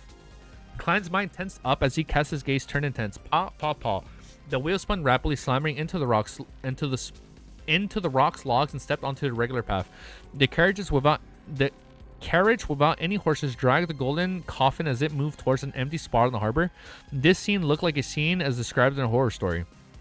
Close to the harbor, a steel monster with a chimney cannon and machine gun turned around as a deep voice was heard from inside without any obstacles. Possession is prohibited here. Just as this was said, the carriage, which was moving by itself, lost its drive. After drawing out 2 long tracks, it suddenly came to the halt. At the same time, a figure wearing a white robe with golden threads was outlined in midair. He had pale yellow curled hair with his eye sockets clearly recessed. His face was thin to the bone. This was a middle-aged man with mixed heritage from the southern continent and... Who is this? Is this Sua? This was a middle-aged man with mixed heritage from the southern continent and northern continent. His brown eyes had irresistible malfeasance and madness. His rather thick lips were pierced with dense patterned golden nails that sealed his mouth. What? He exuded a sinister and terrifying feeling. Is there artwork on this guy? According to Sharon and Merrick's description of the characteristic and portrait, Klein instantly recognized him as the important member of the Royal School of Thought. Ah, it's fucking Sua. One of the leaders of the Highland Rebels are... Oh, no. It's one of the leaders of the Highlands Rebel Army, Mahmasi, who had the nickname of the Silent One. Just as Mahosmi appeared, he cast his gaze to the steel monster that had issues they command. He completely ignored the Tuntantzin Second's coffin that was staying put diagonally beneath him.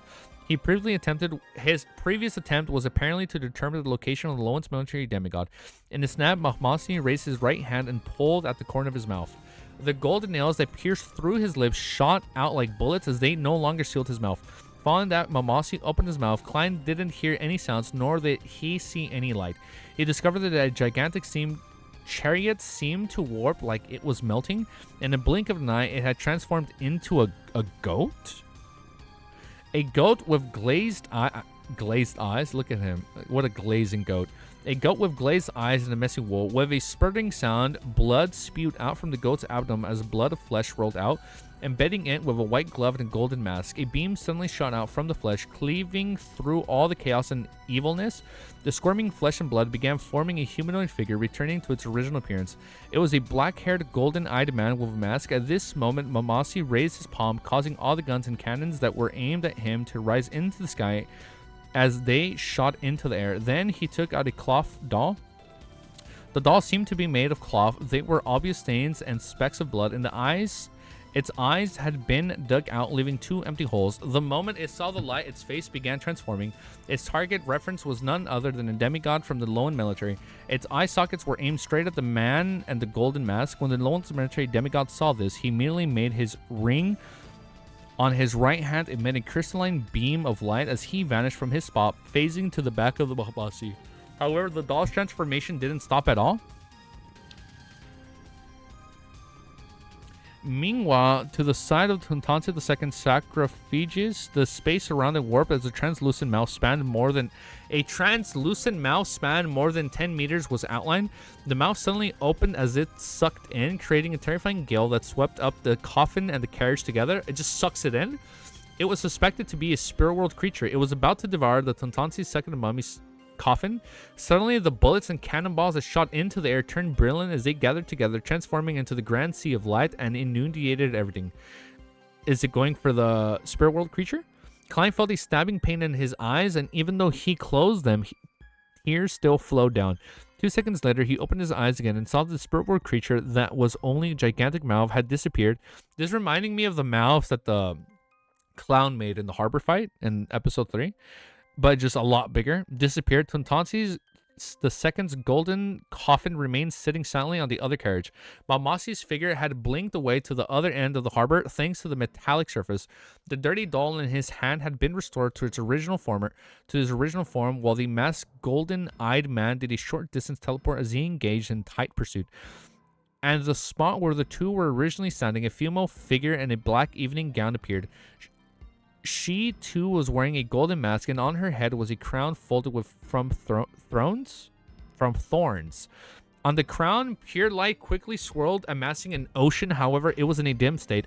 At this moment, Klein saw a hand wearing a black glove. It was hidden in the shadows, reaching out as it grabbed at the coffin where Tuntansi the second mummy was stored. The coffin suddenly vanished, appearing right in front of the palm. The rose skull of thought hadn't sent one demigod. Oh, 2 demigods. The other one has to be Sua. But 2, furthermore, they brought it with a sealed artifact from the Marauder pathway. Upon seeing this, Klein immediately turned his head and shouted at Merrick, "Run!" Merrick had been awaiting his order, so he leaped up at the moment he heard that, rushing out of the warehouse and dashed fervently out of the harbor. Klein immediately turned around and yelled at Sharon, "Begin!" Sharon didn't hesitate as well. Holding the iron cigar case, she flew towards the lighthouse. As a wraith, the walls and obstacles along the way were non-existent.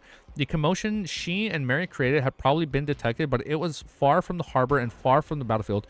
No one paid attention or bothered. Klein quickly retracted his gaze, extending his left hand and aimed his palm at the ventilation hole. Oh, from earlier. Right where Tuntansi the second golden coffin was. In less than a second, the blurry book materialized before him as an ethereal distant chant sounded in his ears. "I came, I saw, record." The pages flipped before landing in one page. Hurricane. This was demigod level beyond her power that had a wide area effect. Oh shit, dude. All right. Next chapter, 881, dude. Here we fucking go. Let's keep reading, dude. For now. Chapter 881 is called A Play. The Rose Skull of Thought's demigods who was hiding in the shadows wore a hooded black robe and a golden mask. Oh! The golden mask? The one that was given missions to Shio since Volume 2? Golden mask? Hold up. Wore a hooded black robe and a golden mask with red and black patterns smeared across it. Wait, no, I didn't have this. His figure couldn't be made out, but he was definitely not short, standing at the height of 1.8 meters. He used Marauder's Pathway sealed artifact to steal Tuntansi II coffin, placed it before him. Immediately, his body phased away and drew out the extended form as though he had turned into a thick, long, and soft rope. We have come to an agreement. The pronunciation of... Okay, we found the... I got it. I'm so fucking dumb. It was a sarcophagus this entire time. It was a sarcophagus this entire fucking time. I didn't even look. Oh my god. Oh my god. Oh, that's what you guys are arguing about? Oh, I'm so sorry. Oh, I'm so sorry. There are so many words that I know how to say, but like in my everyday life living here in United States, I do not spell out the word sarcophagus. No, I know what's a sarcophagus. Like, it's just, I'm telling you, it's like, there are words that I don't spell out. So it's like, I don't know how to spell sarcophagus. I don't know how to spell the word sarcophagus, but I know what's a fucking sarcophagus. You guys must think I'm a fucking idiot. Like, did this bitch not know how to say sarcophagus this entire fucking time? Like, this bitch knows how to say sarcophagus, but he can't read sarcophagus. You see, look, man, you don't get this. Yeah, ain't no streamer does it how I do it. Ain't no other streamer does it like me. Oh my god. He used the Marauder Pathway sealed artifact to steal Tuntansi II's sarcophagus. Wow. Placing it before him, immediately his body phased away and drew out. And I feel like I gotta reread this whole volume now. I feel like I gotta reread this whole part since freaking sarcophagus was mentioned. Holy shit, man. People must think I'm really dumb. I mean, I am. I'm sorry I couldn't pronounce it. An extended form as though he had turned into a thin and long and soft rope. This transparent and nearly ethereal rope quickly bound the heavy sarcophagus into a bid to bring it into the spirit world. At this moment, a strong gust of wind sounded on the rose school of thought Demigod's ears. They clashed into the air, forming an explosive boom-like stir. Boom. Tuntansi II golden sarcophagus was sent flying as a transparent rope around and an unfilled shrinking back into the humanoid form. Oh shit, dude. This rose school of thought demigod floated diagonally downwards in an uncontrolled manner before turning into a wraith, no, an evil spirit form. He allowed his intense wind to blow through his body without making any additional movements. He saw eddies in the air. This is one thing, let me look up. I don't know what eddies are. I'm thinking eddies, and I'm thinking of the currency from Cyberpunk. A circular movement of water counter to main current, causing a small whirlpool. Oh. He saw eddies in the arrow swirl up rapidly as an unrestrained hurricane suddenly appeared. Oh, that makes sense. Okay, it's spinning. Sweeping up the rocks, gravels, trash, and parts of the harbor's roof into there, even with the carriage, which had been autonomously moved before he flew up because of its proximity. It was torn into pieces amidst the strong wind, seemingly lucky, but in fact, as an expected outcome, the shadows where the Royal School of Thoughts demigods was hiding didn't have any lone soldiers and was far from the main path. The lady in the black evening gown and crown of thorns was obstructed by the hurricane as her body involuntarily wavered backwards. She was unable to immediately rush to the golden I almost said it the other way, sarcophagus that had been thrown up into the air, and she could only use her momentum to turn her body sideways, causing her gaze to a warehouse that stood far away outside the dock district. Immediately after that, she turned her head to look at the Rose School of Thought demigod because he wasn't affected by a hurricane. Confinement. The lady, who was also wearing a golden mask, raised her left hand and grabbed at her enemy's finger within her sights. The Rose School of Thought demigod had formidable spiritual intuition, and he sensed the danger with help of his spiritual intuition. He did a mirror blink ahead of time, leaping onto the piece of glass about 80... Fuck, that's far away. Leaping onto a piece of glass about 80 meters away... 240 feet away? Okay, at this moment, the hurricane seemed to stabilize as it rapidly calmed down. The items that had been swept up from the ground, including the golden sarcophagus that contained Tuntansis II, bang. It slammed open and cratered as it completely broke apart after suffering the wrath of the hurricane. The lid at the top flew out, scattering the gold and gems that were sealed into the top two layers of the sarcophagus as burial items. Then the lower level of the sarcophagus tumbled up a few times, dropping golden boxes and jade containers that stored the desiccated organs. A corpse that was bound into yellowish-brown cloth tumbled out. Its surface was covered in a dark red, oily liquid. This was none other than that of the mummy created after Tuntansis II passed away. It was extremely thin, and its face had a golden mask with patterns covering it, just like the mask worn by the demigod from the Rose School of Thought. Embedded in its eye sockets were two abnormally pure... Oh, the hexes? Pure onyx gems? The moment the mummy appeared, the surroundings seemed to dim. The sarcophagus' main body stopped as a dark red liquid flowed out of it, soaping the nearby soil. What?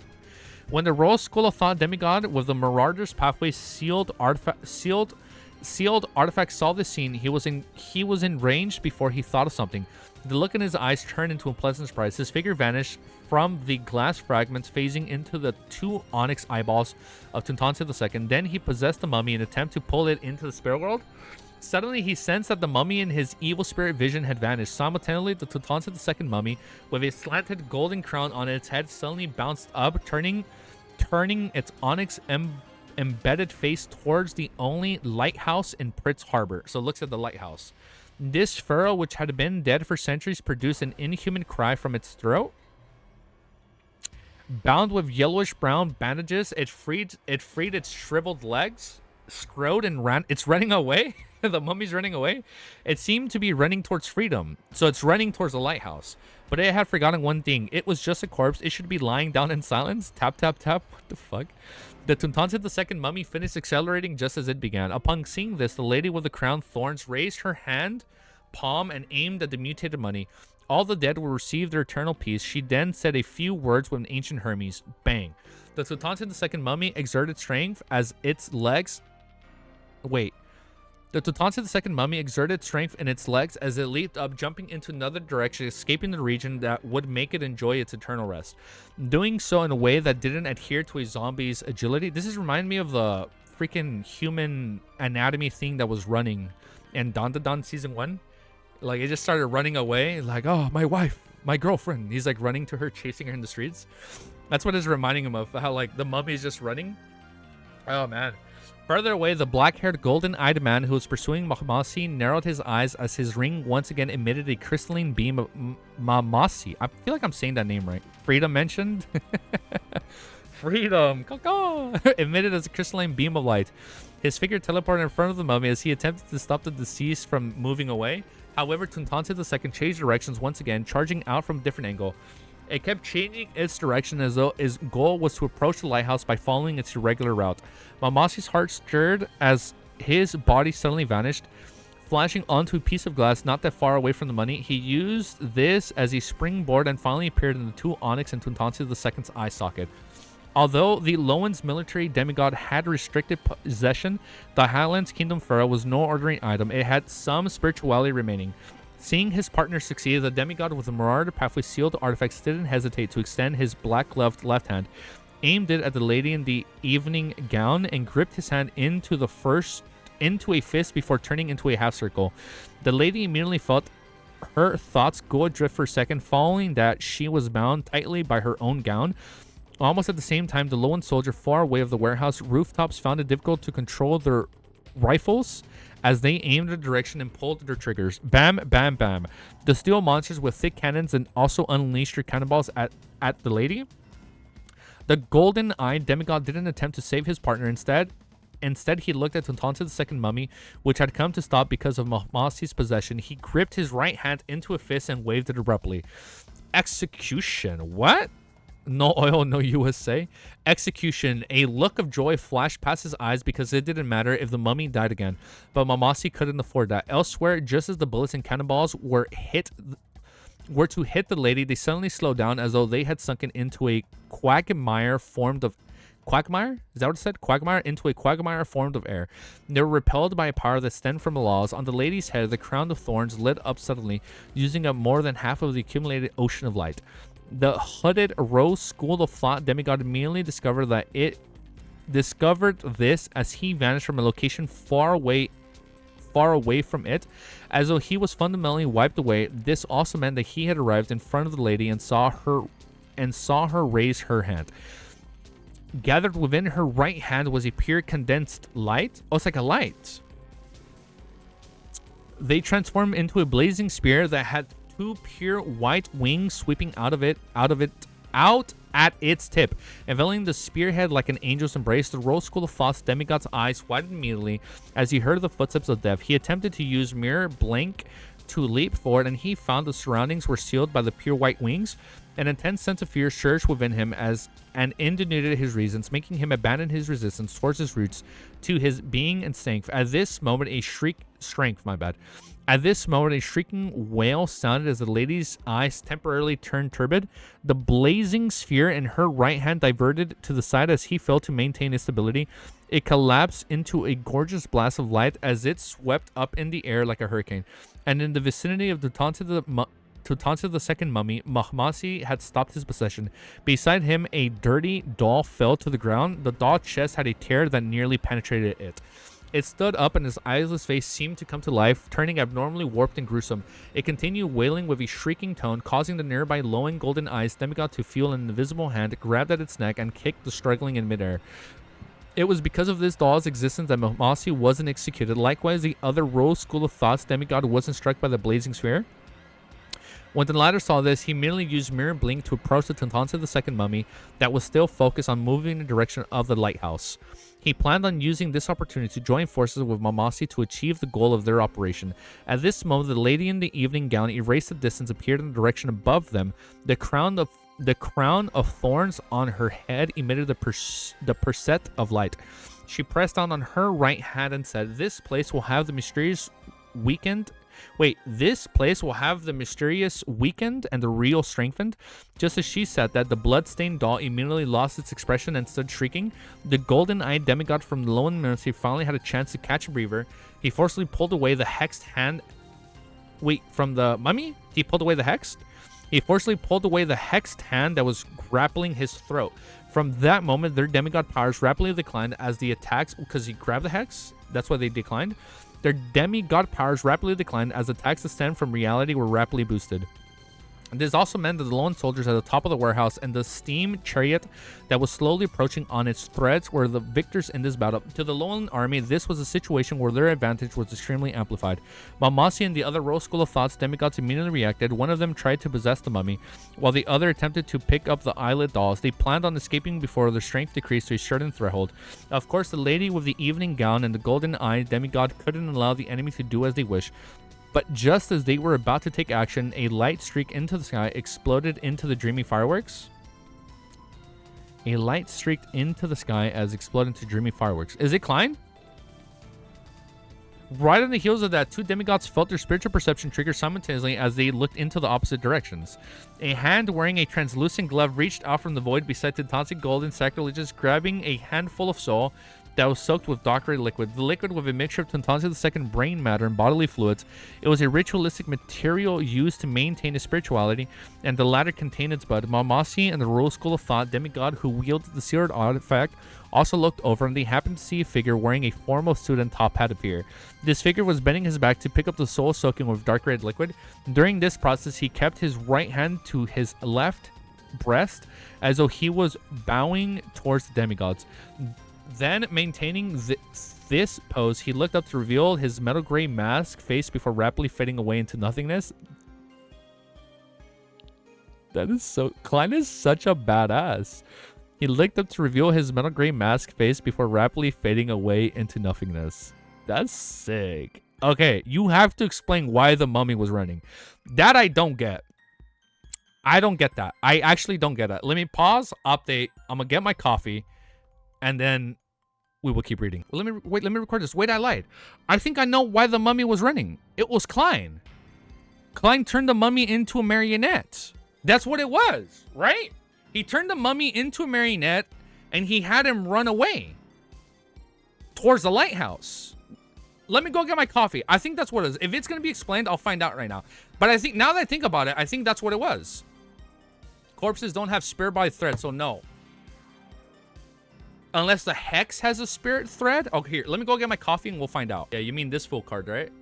Yeah, this full... Yeah, what I do want to buy, I want to buy like a little side thing that I can keep right here, where I can have my book, or you know what? Unless I find a way to stick it. I have to find a way to kind of like stick it.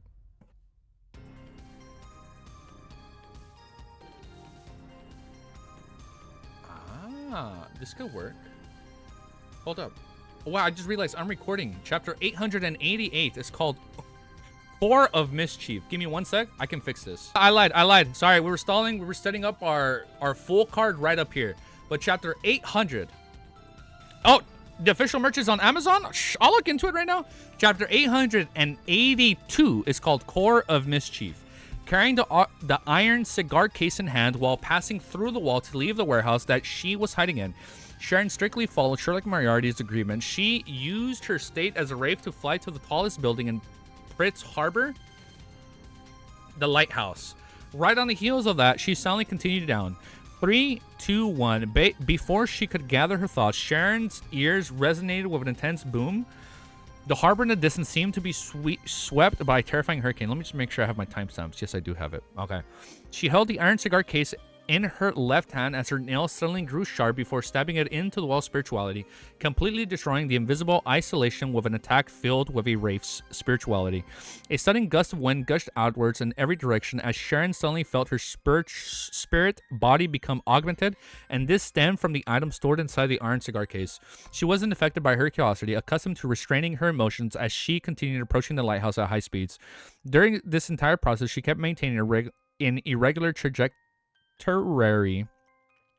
occasionally lunging forward to the left or drifting upwards to the right. At times, she would rely on mirror bling to leap onto a different trajectory before continuing her approach to the target. This made it seem like she was dodging an invisible and terrifying enemy. But Sharon knew very well that nothing was chasing her, nor was she locked on by a distant attack. She felt as though she was performing in a one-man show without any opponents. However, she didn't have any doubts, nor did she waste any time to observe or wait. She pretended that within the air, her surroundings was a silent one Mahmasi of the Loan's military demigods, doing her best to dodge and slip past them. As her flight continued, Sharon's blue eyes, which were peeled towards the air, had a red stream of light reflected in them. It flew from above, suddenly blasting apart, turning into a beautiful firework that was a mix of red, orange, and yellow. Sharon immediately retracted her gaze, and she used her raised fingernails to spew spirituality and reform the wall of isolation. She leapt towards the path of Merrick that had laid. There were shattered mirrors placed at fixed distances in periodic manner. What? Shattered mirrors? With her dainty bonnet and black dress, her figure kept flashing to them as soon as she appeared inside Merrick's brown eyes. She then likely took a stride out of the iron cigar case in her hand, already encased with a wall of spirituality. Merrick and Sharon didn't converse, nor did they exchange looks with their eyes, as though they were being pursued by an invisible monster. They didn't dare stay put. Frankly speaking, they had a general idea about the role that each of their actions played. After all, Sherlock Moriarty had once attracted zombies and shadows with a copper whistle. As for Sharon's mirror's blink, the two of them knew its traits well. However, they couldn't imagine... Sharon's mirror blink. They knew very well... okay, that's what it was. Okay. I sent link in general. Okay, we'll look at it right now. Hell yeah. If you want, after this chapter, we'll quickly look at it. That way I can kind of save my voice and drink my coffee. They had no idea how to deactivate it with many... I skipped a line. As for Sharon's mirror blink, the two of them knew its traits well. However, they could imagine how everything would develop. They had no idea how to deactivate with that many secrets would be able to steal the Tuntansi II's mummy under the watch of a few demigods. It wasn't a situation where the mummy could run if it wanted. The demigods were bound to stop. At this moment, they saw a figure materialize. He wore a black formal suit and a half-top hat. His face was covered with an iron gray mask, and his hand was handful of dark red soil and a dark brown book. It was none other than Sherlock Moriarty. Merrick immediately slowed down his pace as he allowed the detective to smear the soil onto the book before pocketing it and grabbing his shoulder. He surveyed the surroundings. However, he didn't discover the existence of Tuntansi II's mummy. What did he find? Did it ultimately fail, having been mentally prepared for failure? He signed as he watched himself, Sharon and Sherlock Moriarty fade away and vanish from the spot. In the region where the demigods were fighting, the golden-eyed, lone military demigod had an ominous feeling when he saw the gray-masked man bow before teleporting away. He felt that things had taken a drastic turn for the worse and the terrible, unpredictable outcome. He needs to be stopped. Although I don't know what he did, he needs to be stopped. Such a thought instantly surfaced in his mind as a golden-eyed demigod immediately activated his ring. He then used traveling against traveling, teleporting to the pursuing teleporting. Teleporting to pursue teleporting. Okay. However, in this short span of time, he realized that he was unable to lock onto the mysterious person's aura. In other words, he had neither created an interference at the demigod level or he had teleported somewhere very, very far away. Regardless of which possibility it was, it meant that any pursuit attempt would easily face failure. And more importantly, if he were to leaving the lady to fend against Mahmasi and the other Rose School of Thought demigods alone, they would be in an extremely dangerous situation. After all, the mysterious power in the area had not weakened to the point where the real firearms could possess a threat to the suppressed selves. Besides, there haven't been any losses yet. The mummy is still around, with a person only taking away some soil rich in spirituality. And the golden-eyed demigod swept his gaze at the Tuntansi II's mummy, who was standing blankly in its spot before casting his gaze back at Mossy. Suddenly, the mummy, wrapped in yellowish-brown bandages that were soaked in dark red liquid, had vanished from the four demigods' spiritual perception. The mummy had vanished without any warning. For a second, Mamasi and the other demigods felt as though they had watched interesting magic show, or fully digest? Maybe. Interesting magic show or play with a mischievous element in it. But sadly, as demigods, they couldn't tell how it was done. Moments later, having lost their target, Mamasi and the other Rose School of Thought demigods didn't hesitate to make their figures fade away in a bid to escape via the spirit world. The golden-eyed demigod and lady tried hard to stop. After two teleports, Klein returned to the two-bedroom apartment in Backland, which they had rented ahead of time with Sharon and Merrick. "I will pay you based on what we agreed upon," Sharon said as she found her footing At the same time, she returned Charlotte Marty the iron cigar case. They had previously agreed that regardless of the outcome, Sharon would provide him with the information regarding the Spirit World Plunderer. If they succeed, she would pay another 3,500 glowing gold coins or 5,000 pounds. Klein received the iron cigar case, which had corrosive signs on its surface. As he held it in his hand, he sensed a Zix copper whistle lightly jump inside. He quickly put it away and gave Sharon America a smile. Might I trouble you to wait outside? Give me 5 minutes. His tone is very firm. It's as if he has succeeded. What can he do in 5 minutes? It's impossible for him to teleport again and bring back the Tuntansis, the second mummy. This would be more dangerous and more difficult than before. Merrick filled with puzzlement as his footsteps moved with an obvious slow pace. As for Sharon, she floated to the wooden door which separated from the rooms and passed through it. Merrick quickly ran in his thoughts and followed closely behind the walking door. Klein maintained a smile as he watched them. Then he teleported to another cheap motel in Eastboro. He had disguised himself to rent the room in the afternoon. Right on the heels of that, he took out the book with a dark brown cover, which was stained with a dark red mud stains. It was Grozel's travels. As long as the blood still had remnants of spirituality and it hadn't coagulated. Oh, I thought it was freaking Layman's travels. I'm stupid. It was Grozel's travels. I'm an idiot. Why did they put the blood on it? I'm stupid. I was like, it was Grozel's travels this entire time. My dumbass, they go inside it when he puts blood on it. As long as the blood held I'm so dumb. As long as the blood still had remnant spirituality and it hadn't coagulated, spearing it across the cover would allow the target to be pulled into the book world. Damn. He never gonna say layman? I still don't get that joke, username. I don't know what you're hinting at with that. And then, oh wait, am I saying it wrong? And inside Tutansi II's mummy golden sarcophagus, you see, at least I said that right. Sarcophagus contained such blood. It also meant that at this moment in time, the mummy was already in Klein's hand. Inside Grozel's travels, after hearing Merrick describe the procedure to making a pharaoh mummy, Klein had roughly come up with a plan. It was to use corpse attraction to a Zix copper whistle as a spirit body threads. Wait. After hearing Merrick's description that produced to making a pharaoh mummy, Klein had roughly come up with a plan. It was to use the corpse's attraction to a Zix copper whistle as a spirit body thread. He then controlled the mummy and used his marionette to lead the demigods away from the vicinity of the sarcophagus. He did this so that he could teleport over to retrieve the blood and create the necessary evil. So he was only able to do this through a Zix copper whistle. So through a Zix copper whistle, he was able to establish a spirit body thread. So it wasn't a literal marionette, but like it was like a semi-marionette through the use of the Zix copper whistle. Not fair one bit. Okay, that's still badass though. He had never thought of directly taking the mummy away or getting it to run out of the harbor successfully. It wasn't pragmatic to think about it, as it would involve directly facing the attacks from the demigods. And even if he, Merrick, and Sharon were together, it will still be beyond their capabilities. It might not even work even if he spent a large sum of money to summon Miss Messenger Renette Tinker.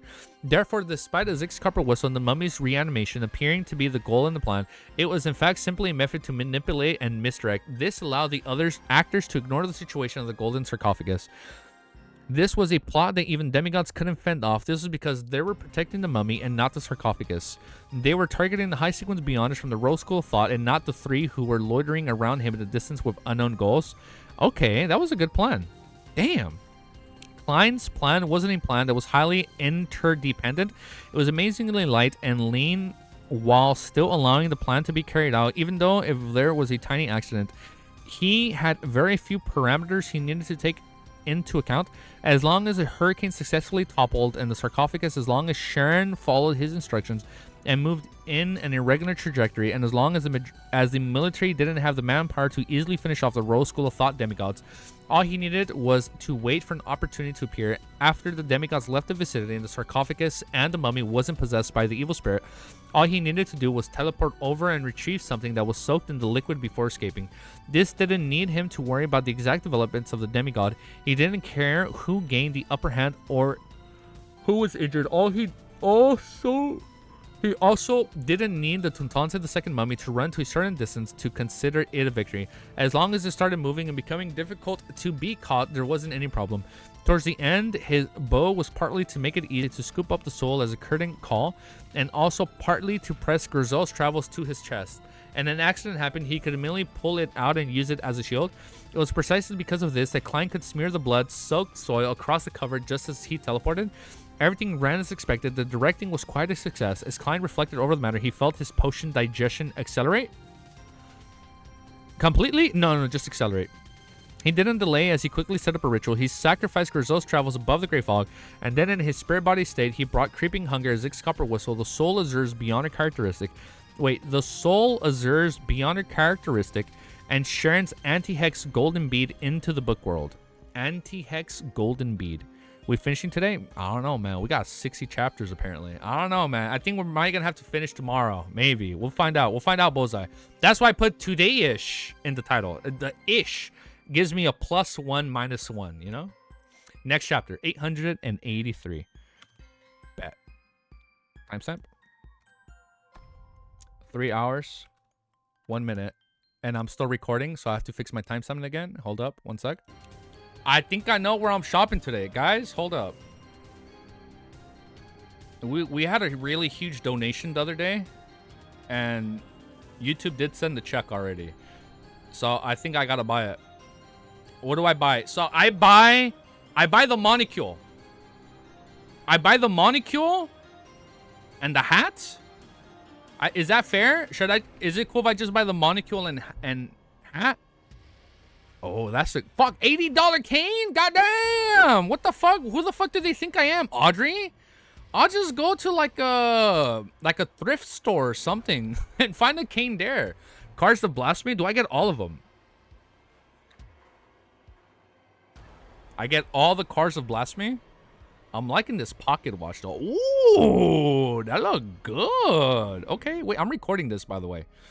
I don't know. Right now, I'm feeling the monicule and the hat. I think that's safe to buy. Oh, what the? It's a neck strap tie? That's a pretty good tie. The cane is like 9 soli. You get more than all cards. 1 pound is like $100. Damn, man. Damn, okay. We're definitely going to look into this stuff. All right, peak merch, definitely. Peak merch, like this peak chapter reaction. Here we go. Chapter 883 is called Demigod's Appraisal, okay? In the book world, just as Klein appeared in the city outskirts, he immediately took out the remnant parts of the dark red soli and picked up a withered branch. Using raw divination, he found the Tutantes the second mummy. He was worried that all the manifestation of hexes would harm the residents here. Although the book world didn't have any lack of sequence 5 Beyonders, and the Tutantes the second mummy remained in a muddled state, having lost the stimulus from Zig's Copper Whistle, it was still a demigod when it was alive. The hexes that its corpse produced after his death were bound to be extraordinary. Even Klein himself didn't dare approach it if not for the anti-hex golden bead that Sharon had given him. Of course, Klein had also weighed in the consequences before deciding on using Grizel's travels to steal the mummy. His previous experience and the encounters of the others had proven one thing. Outsiders would not directly appear before the natives when they enter the book world. It required exploration before any contact was made. This was especially so far the first time. Therefore, Klein believed that the mummy was likely left somewhere uninhabited, and with this zombie's condition, it was likely to be engaged in a random walk. It would be difficult for it to explore in different directions autonomously like human elves or giants. This also meant that as long as he didn't drag it out, it wasn't likely for there to be any losses. I thought it said losers. Okay, losses. Furthermore, it had only been about 3 minutes since Klein smeared the blood-soaked soul across the book's cover. If you need any more convincing, I can send you the result art of the Demoness card. Yo, let me see that one, bro. Let me see that one, bro. Let me see. I said, bruv. I was like, let me see that one, bruv. I mixed the word love and bro together, and I said, bruv. Let me see that one, bro. Send it my way. Let's send it my way. Following the direction led by raw divination, Klein flew towards a nearby mountain peak. Soon he came to a valley. At this moment, the Tutantes the second mummy, wrapped in yellowish-brown bandages and was dyed in red from liquids, had appeared. It was still wearing the golden mask with patterns across it. Its throat was letting out an inhuman sound as it rushed over with wide strides. The surroundings turned gloomy. At the same time, many incomplete animal carcasses tore away the soli covering them in the valley as they staggered towards Klein. Having his spirit body augmented by a Zig's Copper Whistle, Klein immediately chuckled. What a warm welcome. He inherently threw away the branch and raised a blob of black matter. This was Soul Azur's Bionic characteristic, which he had released from the mutated vision of Creeping Hunger. At its core was pure shimmering light that looked like a night sky embedded with stars. Invisible waves spread out in turbulent manner at the surrounding, suddenly darkened as though night had fallen once again.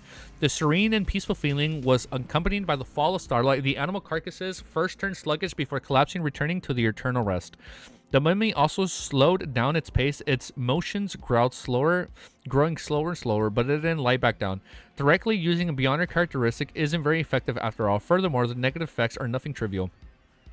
Klein couldn't help but cover his mouth with his left hand to yawn. He made Creeping Hunger turn pale and become dyed in a gloomy green. It used the power of a zombie to control the deceased in front of him. The two stacked Beyonder effects finally calmed the mummy down.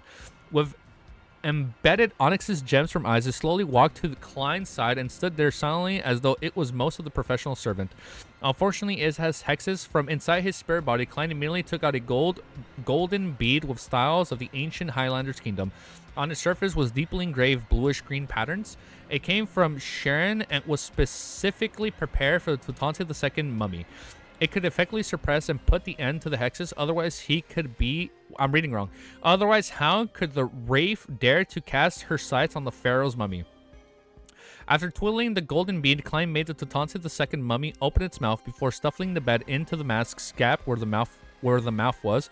In just a few seconds, the gloominess of the surroundings vanished. After doing all this, he took a step forward and with spare body state possessed the mummy. Then, without any hesitation, he ended the summoning and returned above the Grey Fog. This mummy had already become his zombie, allowing him to release it just like he did with his former marionette. Sinner, there was no need for him to store it in his body. After doing a bestowment, the mummy, which was rich in spirituality, returned to the real world and arrived inside the cheap motel. After Klein cleaned up the traces, he reached out of his right hand and grabbed the mummy's shoulder and teleported back to the two-bedroom apartment where Merrick and Sharon were. But after taking a look at the oil-stained yellowish-brown bandages and the dark red liquid on it, Klein silently retracted his right hand and switched to using his gloved left hand. After holding the mummy's shoulder with his left hand, he immediately began to fade, and the effect quickly spread across... I feel like I can change the music already, but we'll finish the chapter. Across his body, and just as flash, Klein and the mummy had returned to the apartment from before. He was in a rush to open the door to present it to Sharon and Merrick. He took out his golden pocket watch and opened it. After another 36 seconds before its 5 minutes, Klein made the mummy pull out a chair and sit down leisurely. After a while, he finally heard a knock on the door. "Come on in," Klein replied with a smile as he controlled the mummy to walk over. When the door creaked open, the thin figure with a golden patterned mask and yellowish-brown bandages was reflected into the duo's eyes. The figure's onyx gem shimmered before it swiftly lay itself down on the ground. Momentarily, Sharon and Merrick were at a loss for words. It's like, how the hell did he do that? Yeah, what's up, dude? What's up? Having already used a wall of spirituality to isolate a Zig's copper whistle, Klein dispelled his control over the zombie and pointed it at it with a smile. "I'm leaving the rest to you, and that brings the curtain down for my directed play." Klein commented inwardly as he silently took in the sensation of his potion rapidly digesting. Damn. This made him believe that it didn't need to take him up until the end of the year to consider the potion, to consider the problem of advancing to the level of Demigod. It might be expedited by 2 or 3 or even 3 months, so by October. Yo, what's up, dude? Furthermore, with the digestion, the number of marionettes he can control finally rose to 2. The maximum limits reached 200 meters. 600 feet away, 2 marionettes. Faced with enemies with the same level spirit body as his, gaining initial control over the target and completely converting them into a marionette was respectively reducing to 10 seconds and 150 seconds. Oh! You can turn them even quicker. 10 card and artwork, bet we'll look at it right now. The range had also been extended to 10 meters. You really succeeded. Merrick's eyes stared at the Tutanti II mummy as he couldn't help but mutter. He could never have imagined that they could have succeeded. Sherlock Moriarty had managed to successfully steal something from demigods, and 2 terrifying sealed artifacts were vying for? I think it's a typo. I think it means eyeing for. Furthermore, this gentleman has previously returned empty-handed. Could it be that the mummy had delivered itself? Deep inside Sharon's blue eyes, her emotions were concealed and they were completely calm. She scrutinized the target. After confirming that it was the pharaoh mummy that it was Tutanti II, she cast her gaze to Sherlock Moriarty, who was seated with his legs crossed. She opened her mouth slightly before closing them. "Thank you. I'll mail you the corresponding payment. I'll wish you all the best in everything," Klein replied sincerely. He then silently had a poignant thought. If Miss Sharon can successfully advance to Sequence 4, it means I'll have an additional demigod level helper. That saying from the Foodaholic Empire is apt. Rely on your parents and home, depend on your friends when out. The more demigod level friends, the merrier. Our Terror Club needs to develop more friends and reduce our enemies. However, my enemies seem to be ever increasing. I wonder if maybe she joins. Maybe she can join? However, my enemies seem to be ever increasing. Having thought of that, Clyde exhorted them, be careful of being hunted down. The Tuntanze II mummy had too many of the items in Lowen's military possession. It was very simple for them to use the Beyonder methods to lock onto it. Klein's Paper Angel interference was only effective for a limited amount of time. Of course, he believed that Sharon and Merrick were prepared, otherwise they wouldn't have thought of stealing the Pharaoh's mummy. Likewise, he also believed that they could deal with the origins of the gray metal mask and special fireworks. If it's the nits, he would most likely say, it didn't cross my mind. Klein did a comparison with a particular hunter failure. I don't understand this part. Can swap back to song? Yeah, we should probably swap. Good catch. Damn, I actually lost my place. But thank you for clarifying that, Kami. That he was referring to calling the nits trash. Let me just read from here. Following that, he left the room, removed the disguise, and blended into the crowd at East Borough.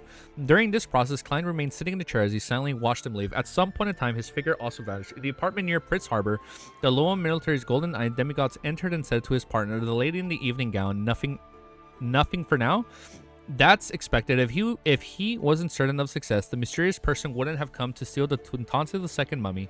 The lady said in a heavy voice, however, we can relax our investigation scope. Those fireworks at the mask, those clothes, and the taunting bow should lead us to something. Let me loop the song. It's looped. She was certain that Tuntanze II's mummy loss wasn't done by the two rose skull thought demigods. If it was part of their plan, there would be no need for them to carry out the step only when there was in dire straits. They had almost failed to escape. The golden-eyed demigod nodded and said, I had a premonition that something would happen, but unfortunately, we didn't work with the churches for this operation. We didn't have enough manpower. He paused and asked, have you figured out what method the mysterious person used? The lady held up the crown of thorns and stabbed a thorn into her neck. As blood tricked down, she looked at her head. Perhaps the removing of the soul of the Tuntanze, the mummy bodily fluids, is a ritual. This is a very cunning fellow who's good at deceit. Ooh, shit. Yeah, the Nits was definitely catching straight bullets in that conversation. Next fucking chapter, 884. Damn, man, we're on a roll today. So these are currently the cards of blasphemy we have. The Black Emperor and the Tyrant. Oh, that's badass, dude. That is sick. That's really cool, dude. All right, let's keep reading, man.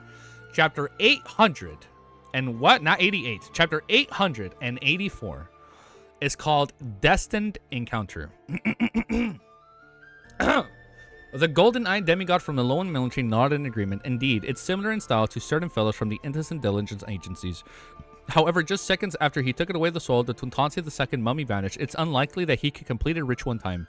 The lady looked down as I updated everything. I did not update this. Oh, I almost forgot my timestamp. All right, let's just reread it because we almost went without timestamps. Chapter 884 is called Destined Encounter. The golden-eyed demigod from the Lower Maritime nodded in agreement. Indeed, it's similar in style to a certain fellow from the Innocent Intelligence Agency. To certain fellows? Who? However, just seconds after he took away the soul, the Tuntanze mummy vanished. It's unlikely that he could complete a ritual in time. The lady looked down at the crown of thrones and was embedded into her neck. Slightly slow to react, she said, perhaps he or they have already set up other steps of the ritual. Once he teleported back, he merely threw the soil onto the altar, completed the final step. Of course, it's not necessarily a ritual. It might also be a sealed artifact that achieves a certain effect with the help of bodily fluids. There are too many possibilities for this. Although sealed artifacts' main effects and negative effects mostly adhere to the sequence traits of 22 pathways, allowing researchers to barely come up with a hypothesis. Just like how everyone had different personalities, sealed artifacts were different. Perhaps due to fusing with objects and environments when formed, the possibility of existence of a high-level sequence aura or a curse form from the original owner, that these resulted in all kinds of strange traits that made them not viable for testing. No one could imagine ahead of time the different permutations and to list them all out. The golden-eyed demigod pulled out a chair. It pulled out a chair and sat. This is very difficult to investigate, so we can temporarily not consider it. However, you miss out on a direction for the investigation. Do you still remember that hurricane? It swept the Tuntanze II's sarcophagus, causing the ritualistic item, which is also the bodily fluids, to leak out. and it's also caused the mummy to tumble out. This enabled the condition for zombifying it. In short, this established the foundation for the subsequent development, so it can be confirmed that this was done by the mysterious man or his helper. The turbousness in the lady's eyes grew faint as she slowly removed the crown of thorns. Do you mean that, with the Church of Storms in control of the Sailor Pathway and the high sequence formulas and the Beyonder characteristics, there won't be many Beyonders or mystical items that can use Hurricane, thus this clue that we can follow to find their trail? The golden-eyed demigod nodded. Also, I remember that not long ago, there was a case in Eastboro. The Aurora Order's Mr. X was assassinated. Damn, they're fucking smart, dude. This... I skipped a line. As I skip a line... Do you mean that the church... Wait. Shit. Also, I remember that... I almost lost my place. Also, I remember that not long ago, there was a case in Eastboro. The Aurora Order's Mr. X was assassinated at the gathering, and he convinced himself lightning storms and hurricane had been used at the scene. This garnered a lot of attention from the Church of Storms, and they have been constantly looking for clues. To have two hurricanes happen in the same area, in short people of time and not belonging to official organizations, this can't be a coincidence. I believe it can be preliminarily determined that there is a connection. The group of people who killed Mr. X and stole the mummy might be one of the same. We need to join forces with the Church of Storms and to investigate. The lady lowered the crown of the thorns and thought, that's a good angle. Also, from their goals and motives, we can figure out certain things. People who want to use a mummy as a zombie wouldn't take such a high risk by attempting a theft. I suspect to those people that Tansi's mummy is something they attach additional importance to, something that's key to a ritual. The golden-eyed demigod deliberated as he said, from the scene that one was carrying something special to attract the mummy was likely a wraith or had the corresponding mystical item. Combining the goal and motive, I have a theory. The lady's heart stirred as she blurted out, members of the Temperance faction that escaped from the Rose School of Thought. Damn, they fucking figured it out. They figured out his American Shark. Members of the they were part of the Temperance faction within the Rose School of Thoughts before they like defected and left. Members of the Temperance faction that escaped from the Rose School of Thought. Yes, the golden-eyed demigod nodded. Although the creation mummies is influenced by aspects like the faith in death and sun worship, despite the Rose School of Thought occupying a ruling position in Highlands Valley and other places, it hasn't forbidden such burial practices. This implies that mummies are of use to them. Perhaps this is a ritual requirement of one of the sequence. Upon saying this, he chuckled in a self-deprecating tone. There's another possibility to show off an act. That bunch of people might not really want the mummy. It just happened to satisfy certain conditions, giving them the opportunity to steal. Hence, they did a grand act. To some sequences of particular pathways, this is key to digesting the potion. Damn, they're smart. As a demigod, he was knowledgeable, so he naturally made many connections. The lady deliberated and said in a heavy voice, I suspect that it is not just one possibility, but a potpourri of reasons. We shall use this as a foundation for investigation. Backland Sherwood Borough, in a building near the Tussock Rivers, the silent one, Mosi, sat in front of a square table that had a tablecloth spread across it with golden nails planned on it, and said in a deep voice, Zatwen, who do you think stole the cadaver mummy? Not far behind it, a figure rapidly appeared on the piano bench. Piano, I'm getting PTSD, man. Volume 1. The figure wore a black clergyman's robe with a black glove on his left hand. His face was thin, and his skin color was brown. His eyes were recessed like a dried corpse. His mustache hair was black at the roots of the white outward. They extended from his mouth all the way to his ear. However, it wasn't thick and was rather short. It appeared rather sparse. Very smart conclusions. You know what? I'm going to do my best to learn how to play this piano I've had once to buy my cable, so I can play that piano song that's going to drop in like episode 2 or 8. No, my camera fault, I would know. I actually catch now when remember how back then my camera was slightly start nudging down? Now I catch it when it happens. And I lost my place, but it's okay. On the first floor, he saw a dark environment with shimmering candlelight. The fragrance of food wafted from... Good thing I leave my mouse roughly where I'm at. On the first floor, he saw a dark environment with shimmering candlelight. The fragrance of food wafted from different directions, filling the air. The residential buildings in a nearby area were terraced, facing the streets on the first floor, where the shops, the contact potions of the Rose School of Thought, was in a restaurant which mainly served southern continent cuisine. As he had suffered quite a serious injuries in the operation, Zatwen didn't wish to maintain his state as an evil spirit. It was too great of a burden on the injured him, therefore he had changed into a black clergyman's robe as he hopped into the entrance.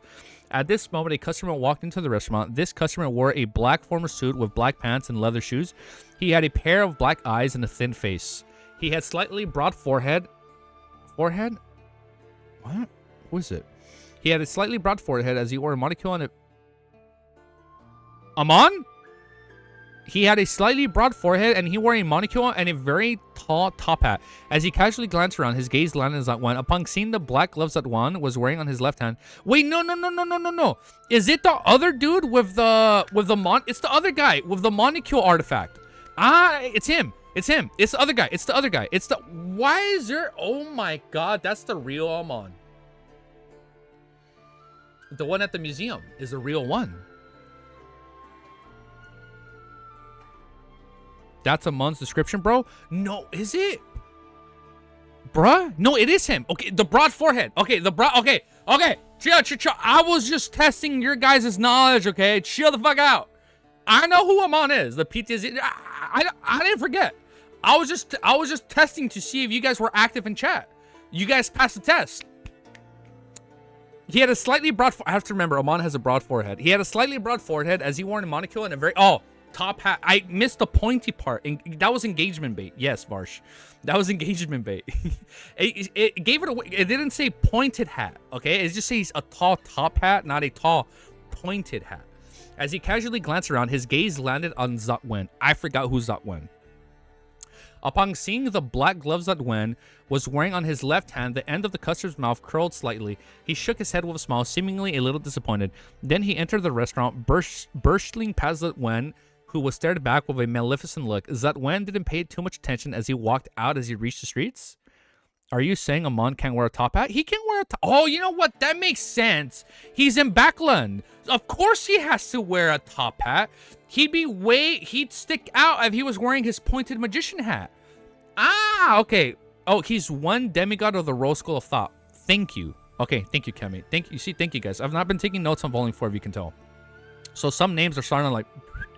when they don't get mentioned for so long.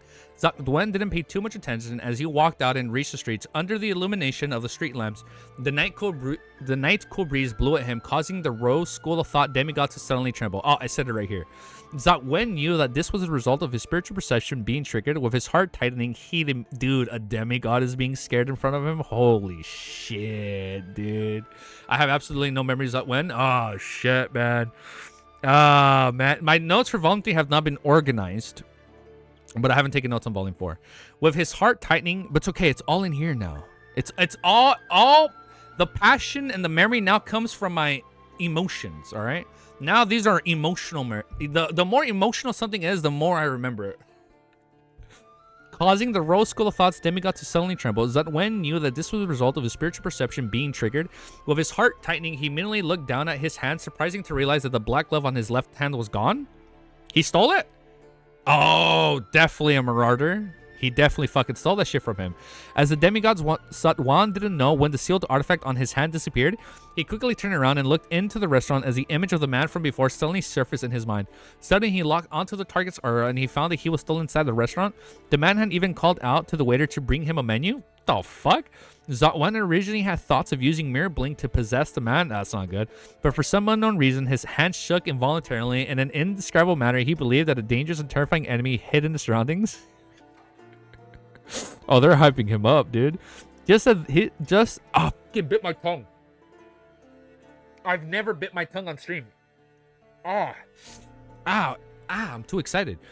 Just as this thought flashed past his mind, Zatwan subconsciously took a step to the side, walking to the end of the street as though nothing had happened. In the apartment in Sherwood Borough, so he's just asking for a menu? That was hype. Forrest was reading the latest issue on the Lady's Aesthetic when she suddenly heard a key turn at the sound of the door opening. Why are you so late? She looked towards the door where Shio stood. Shio ruffled her short blonde hair and said, when I was almost home, I was met up from an MI9. It was urgent. What happened this time? With piqued interest, Forrest lowered the magazine in her hand. A continuation of Mr. X's assassination. Shio bent down to switch her home slippers and said in passing. The look on Forrest's face froze as her eyes started about slightly. Any clues? Not really. Back then, a hurricane at demigod level appeared. It's not common outside of the Church of Storms. And just earlier tonight, there was a small-scale hurricane that attacked the dock of Prince Harbor. A pharaoh mummy was stolen away in the chaos. Shio explained simply. MI9 suspects that the two cases were done by the same group of people, so they are pressing informants like us to work harder and gather intel on finding clues. My layman's travel still has hurricane. Mr. Gurmansborough, why is he stealing a pharaoh mummy? Forced a smile. Perhaps it was done by the Church of Storms. Shio rolled her eyes at her and quickly walked into the kitchen in search of food. Early morning, 160 Butland Street. Imagine Shio walking in with a Monica on her. It's fuck. That would fuck me up. It was her all along, dude. No, I'm under the... There's artwork with Susie wearing a monocle on the main YouTube channel. I'll look at it right now. Moments after Klein finished washing up and before he could open a door and let Richardson in, her spiritual perception was triggered. He saw Miss Messenger and Headless Body walk out of the void with 4 heads in hand. One of them was biting down on a rather thick envelope. Opening its mouth, a large pile of gold coins was spat out. I can finally repay my debt. Klein glanced at Renette's tanker's 4 necklace heads and said in relief, I recommend still owing you 3,413 gold coins. You can take the last installment away. Meanwhile, he had the baffling feeling that the pile of gold coins looked familiar. However, he didn't think too much about it because all the gold coins looked familiar. Why Gurman stole a mummy? To make mummy powder for... That's what I'm thinking, man. Ever since I read that chapter titled Mummy, he's definitely gonna make mummy powder. I was so wrong. I was like, maybe it's a heist because they wanted to stockpile mummy powder and then they can use that in the black market and gain more money. I thought that's what was gonna happen. Clearly, I was wrong. Say it faster. It's Leymano. It's easy. He did it. Oh, did I finally say Layman's Travels correctly? Is it Leymano's Travels? Leymano's Travels. Leymano is a dude, and the book is his travels. I got it.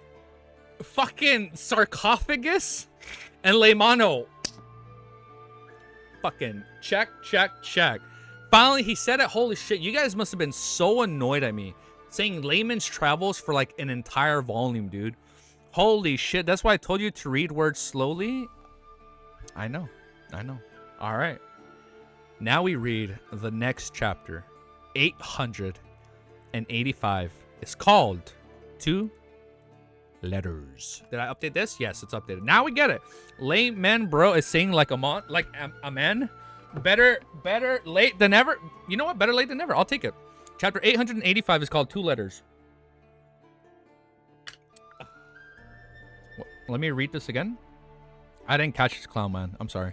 Did you realize that when the Rose School Demigod used the same ability of moving objects that was also used in the volunteer... Oh! Remember? Oh, yeah, right, because all the freaking inanimate objects were, like, suffocating Klein. Ah, the Demigod from MI9 used the ability and said, possession is prohibited here. This means that the ability of a Sequence 4 puppet is probably the ability to possess inanimate objects. I did not piece that together. I did not catch that. Oh, dude, thank you, Clownman. Oh, wait, did you catch up? He probably caught up. Wasn't it said at the beginning of Volume 4 by Sharon, though? I don't remember if it was. I didn't piece that together, though. Finally, yes, I did. Thanks for catching up. Chapter 885 is called 2 Letters. Upon hearing Klein's words, one of the 4 heads with which Renette Tinkers held immediately said, all right. It opened its mouth and immediately sucked back most of the gold coins. Where it was stored was an unknown. Taking a look at the dozens of shining gold coins left, Klein reached out to receive a rather thick envelope. He quickly opened it and scanned the opening. Indeed, it was detailed information regarding Spirit World Plunderer. After Miss Messenger returned to the Spirit World, he put away the gold coins, drew the curtains, and sat down under the morning sun, seriously reading the net and the tidy handwriting. Thank you once again for your help. Stalling is prohibited here. Never have we ever stalled. Not on this stream. We're definitely not stalling on this stream. I'll tell you that much. Thank you once again. Unless Wiz comes in and he does his best to make me stall, then it's cool. That's part of the rivalry between us, so that's okay. Thank you once again for your help. The Tantante's second mummy is part of the advancement ritual for me. It holds deep meaning for me. Spirit World Plunderers lives in the depths of the Spirit World. They're extremely rare, rich in intelligence, and very aggressive. They can capture, kill creatures, and make the soul avatars. Their souls can turn into the true souls, appearing, giving them similar performances and traits. They can also disguise themselves as other Spirit World creatures. When encountering them, perhaps all the Spirit World creatures around belong to them. Perhaps all the Spirit World creatures around belong to them. They might be the soul avatars that mustn't be neglected. This creature can effectively influence the thought process of their prey, causing them to enter a desensitized state. I know what the word... Oh my god. desensitized state. Their true body soul has potent spirituality. In clashes of such nature, they are often at a noticeable advantage. They're very difficult to find. At present, there's only one place with signs of their activity. The Spirit World's Calandrian City. The Spirit World City? The Spirit World's Caladron City. This is a legendary city of mysterious and unknown origins. On this front, there are 3 theories about them. One is that it was once Death's residence, the entrance to the... Holy shit, the entrance to the underworld. 2 is the divine kingdom left behind by the dead ancient. Okay. Deity for the second epoch, attracted by the spirit world, and sank and slowly transformed into a real yet illusionary city. There, it's a real city that was devoid by the spirit world during the cataclysm. Regardless of the theory, it elucidates one point: the city is very dangerous. It has many special, strange aspects about it. I do not have the mysticism coordinates of Calandron City. Most high-level spirit world creatures aren't aware either. I can provide 2 suggestions. First is to use the special secret deed ritual to pray to the red light Arir Moria to receive the corresponding answer. I won't describe in detail what red light is. If you aren't aware, you can write to ask me again.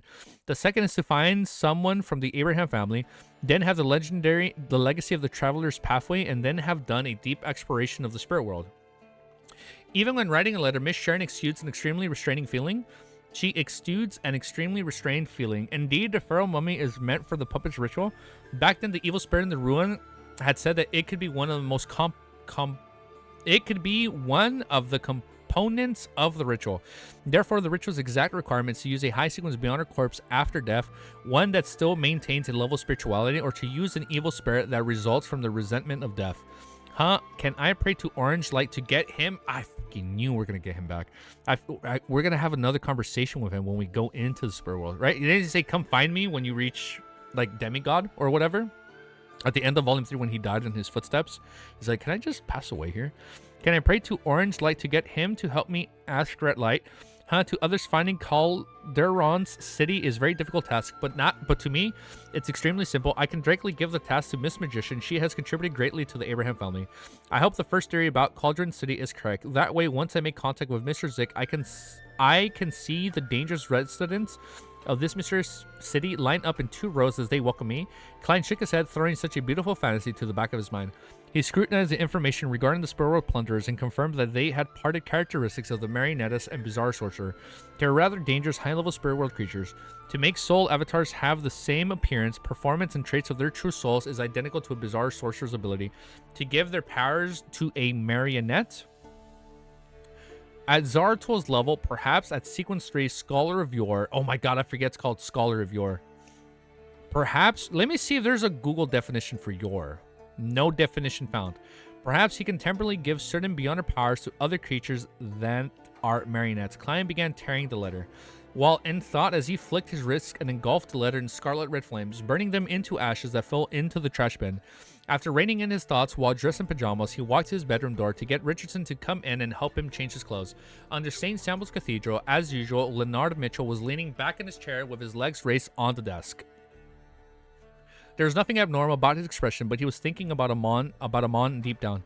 Ever since he knew that the angel had arrived in Backland, Palazzo Ross inside him had become abnormally silent. Oh shit, he's fucking stressing.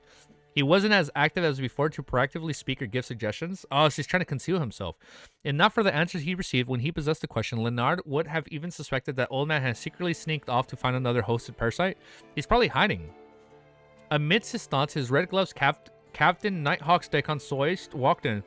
How was the interrogation? End results, the red glove in the room who were dealing with their own matters quickly cast their gaze to the door. Late last night, they had just finished the mission. They had captured the numerous Episcopate members that had been tracking them for quite some time. Now they were awaiting the results of the interrogation. Soy sternly surveyed the room and said, "We have contributed greatly in this, but the results are something good. Based on the testimony of the 3 numerous Episcopate members, as well as the information of the church previously gathered, we can come to a preliminary conclusion that the numinous Episcopate has fractured between reviving death or creating artificial death." I wouldn't even be able to figure that out. So they're stuck between reviving death or creating artificial death. The latter has already achieved some progress and benefited significantly from it. It's not mysticism? Have I been saying mysticism wrong for like 900 chapters? You are making C into a K instead of... Man, fucking... I hate English. Son of a bitch, man. The language of... The language of the free is a fucking stupid-ass language sometimes. You have no fucking way. But, like, mysticism sounds so natural. It just rolls off the tongue so... So how the fuck is it pronounced? I'm about to spend 30 minutes on this fucking word. I'm gonna sip my coffee. I need to read this really clearly before we continue. 3 languages and a trench coat, I told you. Americans. Why am I making him aware? Bro, I don't think no one's ever brought that shit up, Mick. English is the worst language, to be fair. Okay, how do I pronounce it? C is pronounced as S. First try, here we go. Let me just find it on screen so I can read it correctly. Mysticism. Wait. Just spell the word regularly so I can read it. One sec. I want to hear the word. So, mysticism, the C is pronounced as a S. Mysticism. The fuck is this word? Mysticism? Mysticism? Mysticism. Mysticism? Perfect mysticism. Oh my god. UK? Mysticism. Whoa, hold up. That's the improper pronunciation. I'm not here for the UK pronunciation. I need the freedom pronunciation. US. Mysticism. The fuck? Mysticism. Mysticism? Mysticism. UK is wrong. The US was the right one. Mysticism. It's mysticism?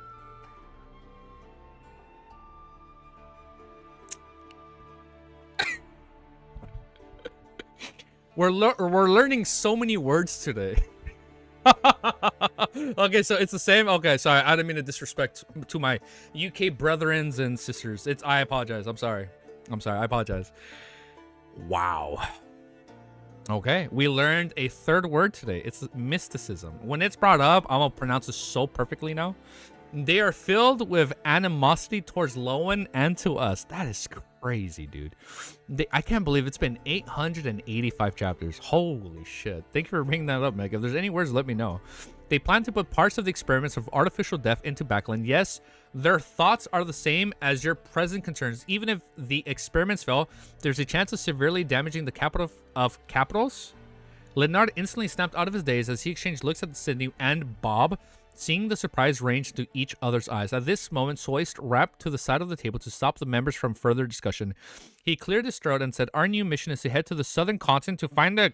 What? We're going there? We're going to the southern continent? Oh, this is good for Leonard because he gets to leave. Yeah, he cleared his throat and said, "Our new mission is to head to the southern continent to find the key members of the numinous Episcopate artificial death faction. Based on the clues gleaned from the testimonies we received, we need to figure out how many remnant thorns are left in Backland before uprooting each and every one of them. We will receive the help from Mam Dally on the mission, and the church will give her the potion as an advancement payment, helping her prepare the ritual so that she can become a gatekeeper before she heads off. In addition, the high-ranking decans in charge of the southern continent, Her Excellency the Goddess's Eye, Aila, and the local Nighthawks will provide us with help, giving us the corresponding sealed artifacts and helping up with the preliminary investigations. Ladies and gentlemen, head back to rest for the day and prepare yourselves. We will set off tomorrow." "Yes, Captain." Cindy, Bob, and company stood up and replied. Leonard stood up as well, but he didn't say a word. The first thought that flashed in his mind was, "I can use this opportunity to leave Backland to escape the threat of AMON." After returning to 7 Pines Street, he asked her surprised tone after closing the door and drawing the curtains, "Old man, problem solved. We gotta leave." "Okay.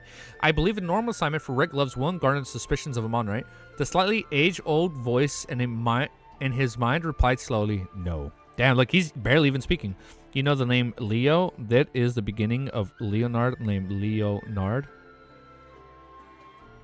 Try searching of your meaning." We'll look it up right now. I got you guys. The slightly aged voice in his mind replied slowly, "No." Leonard could tell that the old master's voice appeared much more relaxed. As his mind stirred, he considered for a moment and said, "Should I write to climb already?" and told him that we will be leaving Backland. Should I write to climb already? Yeah. Aw. Should I write to climb already and tell him that we will be leaving Backland for a very long period of time? After all, he was the one who warned us that AMON is here. Palazzo replied in the same tone. Write it if you wish. Leonard exhaled, pulled out a piece of paper, and picked up a fountain pen. He deliberated for a moment and lowered his wrist to write. I have a mission that will require me to leave Backland. This is so sweet. Looking at this short sentence, Leonard put down his pen and folded his paper. Soon he finished preparing the ritual. I got a tear in my eye. This is so sweet. He actually gets to speak to him again. Soon he finished preparing the ritual to summon the messenger. He lit the candle, took a step back, and said in ancient Hermes, I summon my name, the spirit that wanders about the unfounded, the friendly creature that can be subordinated, the messenger that belongs to German's Sparrow. The howling of the wind sounds in the room as it turned intense. The candlelight burgeoned as it was tainted in paleness. A beautiful blonde red-eyed head appeared from within. Leonard pricked his brows, and just as he was about to speak, he saw what was followed the heads was a complete neck, but a hand grabbed by hair. Shit. Yeah, no, apparently, I used to say Leonard. It's actually Leonard, Mac. Yeah, no, dude, we spent like 30 minutes on that word once. I'm pretty sure, I forgot at what point, but we spent like 30 minutes trying to figure out how to pronounce that damn word.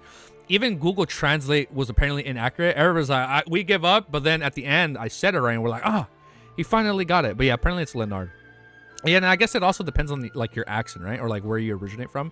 Renette Tanker in her dark and complicated dress quickly walked out. The four heads in her hand turned into unison. Look at Leonard Mitchell. As they spoke one after another, you want us to send a letter. The spirit creature looks powerful. It's the perk that Klein has for joining the secret organization. As Leonard thought, he nodded and said yes. He's going to join soon, dude. He's definitely going to join soon, and he's going to be able to see him again. The four heads held by Renette Tinker spoke one after another. You need to pay 1 gold coin. 1 gold coin. Messengers from the mysterious world also collect money. Leonard was somewhat astonished, but was at a loss for a reaction. All he could do was search in his pockets and take out a gold coin. Only then did Renette Tinker raise 2 of her blonde eyes heads to grab the letter and gold coin. Okay, 1 for the head. No, 1 for the note and 1 for the coin. Following that, she stepped into the void and vanished.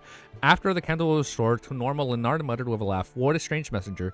Just as he said, the slightly aged voice of Palazzo Ross echoed in his mind. It's best that you do not speak negatively behind her back.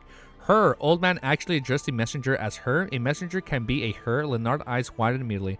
Palazzo coughed slightly. Her state is very strange. Not better than mine. She's in a strange state? Is she weakened? And oh, she would be weakened, because when we first saw her, she was like a big ass lady, right? She was like the size of like a tower in the spirit world. But I guess in here, or in Backland's world, she's like human size. Okay. Her state is a very strange, not better than mine. In short, the organization that believes in the fool is more when making contact or cooperating with Client Moriarty. It's best that you be more careful. After saying that, the parasite fell silent without saying their words. Leonard actually wants to use a mission to leave Backland so as to avoid the threat from AMON. This is an idea that Grandpa came up with. That's way too cowardly, no? Klein scanned the letter he received and solemnly muttered. He began seriously considering the idea of using the arm deals as an excuse to quickly leave Backland for a period of time. Bro got an angel as his messenger just to aura farm. I know, man. It's badass. He's like, oh, dude. Leonard's probably like, damn, man. How strong has Klein gotten? Next in chapter 888. I mean 886. My bad. I don't know why I'm up on 888, but we're on 886. My bad. Chapter 886 is called Preparations Before Leaving. After some consideration, Klein, who already had such a plan, smoothly cleared up his thoughts and decided on his plan of action. He flicked a piece of paper in his right hand, looked up from the soaring scarlet flames at Renette Tankers. He planned on taking out a low-end gold coin to continue to provide payment. Everything is not updated. 886. Whoosh! We're getting a little scuffed already. To provide payment. However, Messenger had already left. There was no one in front of him. Not collecting payment, Klein was first taken aback. Before he made the connection, he suspected that Renette Tanker had proactively asked for payment after being used to collect gold coins from non-contractees.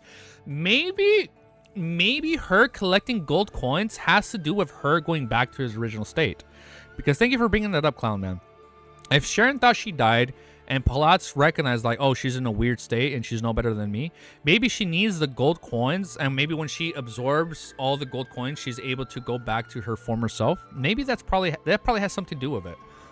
Okay. Perhaps Miss Messenger didn't say anything. She just stared at Leonard with those 8 eyes of the 4 heads of her, which while waiting for him to pay the gold coin. Yet this fellow didn't realize it at all, trying to forcefully end the summon only to have his neck snapped. Klein hissed in alarm as he used the gold coin he had just taken out to do the divination. He received the result that Leonardo's messenger was still alive and doing fine. He breathed a sigh of relief, put away the gold coin, and called out Richardson. The half-open room's door opened without a sound as Richardson walked into a polite ask, "Sir, how may I be of service?" "Please bring the butler here." As Klein instructed, he sighed inwardly. He had really been spoiled by the lictor's life. Even when getting someone at home, he wouldn't take even half a step. He had to do it through his valet. "Well, this is an acting requirement," he said silently to himself. Minutes later, the white-gloved Walter came to the third floor and let his arms hang to his side. He stood in the standard posture to the side of Dwayne Dantes, awaiting his employer's instructions. Wow, I was about to read that, Varsh. No, it's okay if it was a spoiler. I didn't see it. D took it away just in case. It was a spoiler. Sorry. I apologize. I almost read it, but it's okay. Klein had already considered his words, so he unhurriedly said, "Got to the Member of Parliament Mosh Place to inform him that I've prepared the first installment. Also, prepare a carriage. I'll be heading to the Bercy Foundation in the morning and will return in the afternoon. If Members of Parliament Mosh doesn't have time for me in the afternoon, head over to Dr. Aaron's place, saying that I'll pay a visit in the afternoon." Klein had already taken out 10,000 pounds from above the grey fog and had stored it in a tiny leather briefcase. He was waiting for the opportune time to complete the preparation work and the arms deal transaction, and to the air the cache of the grey fog smell, he had deliberately teleported to the sea, feeding creeping hunger in passing. He was afraid that AMON, who also knew of the grey fog's existence, would detect the special smell while being in the same city, thus seeking out the location of the treasure he was yearning for. "All right, sir." Walt didn't ask his employer how he had gathered the first installment. If memory served him right, Dwayne Dantes hadn't been to the bank recently. Of course, this wasn't something to be bothered with. Often, foreigners, especially tycoons from the desert Mitzi-Shire, would prepare briefcases filled with large sums of money ahead of time. 22 Phillip Street, Low and Charity Bercy Foundation headquarters. Klein walked through the main door and went straight to the second floor, where he found the reception room for directors. As an honorary director who occasionally participated in certain works, he didn't have an official here, but he can use the reception room. He clenched his right hand into the fist and held it to the room, deliberately coughed before stepping into the reception room. In there, he sat on the sofa. Must have been a good sofa. After a short wait, he stood up again and said to Richardson, who was waiting beside him, "I'll first head to the washroom." After butting his coat with his kidney problem, there you go, Klein stepped out of the room and happened to meet just as Audrey walking out of her own office. This noble lady was wearing a rather simple dress today. It was white adorned with dark green. Her sleeves and collars had frilled, and her chest was layers with intercrossed laces that formed a bow tie-like flower. She didn't even wear any jewelry. She had a girdle, which he couldn't tell, but near her left arm, her clothes clung to her skin when the wind blew, allowing a slight protrusion to appear. "Good morning, Miss Audrey." Klein wore a look of pleasant surprise, as though it was a chance encounter. Audrey glanced at the good-looking Dwayne Dantes with gray sideburns and replied with a smile, "Good morning, Mr. Dantes." I thought she was about to say Mr. Fool. I was like, what the fuck? Okay, never mind. "Mr. World, bro, this ain't reading 14 chapters a day." No, we're gonna make it work. No, we're already at 20 plus chapters, dude.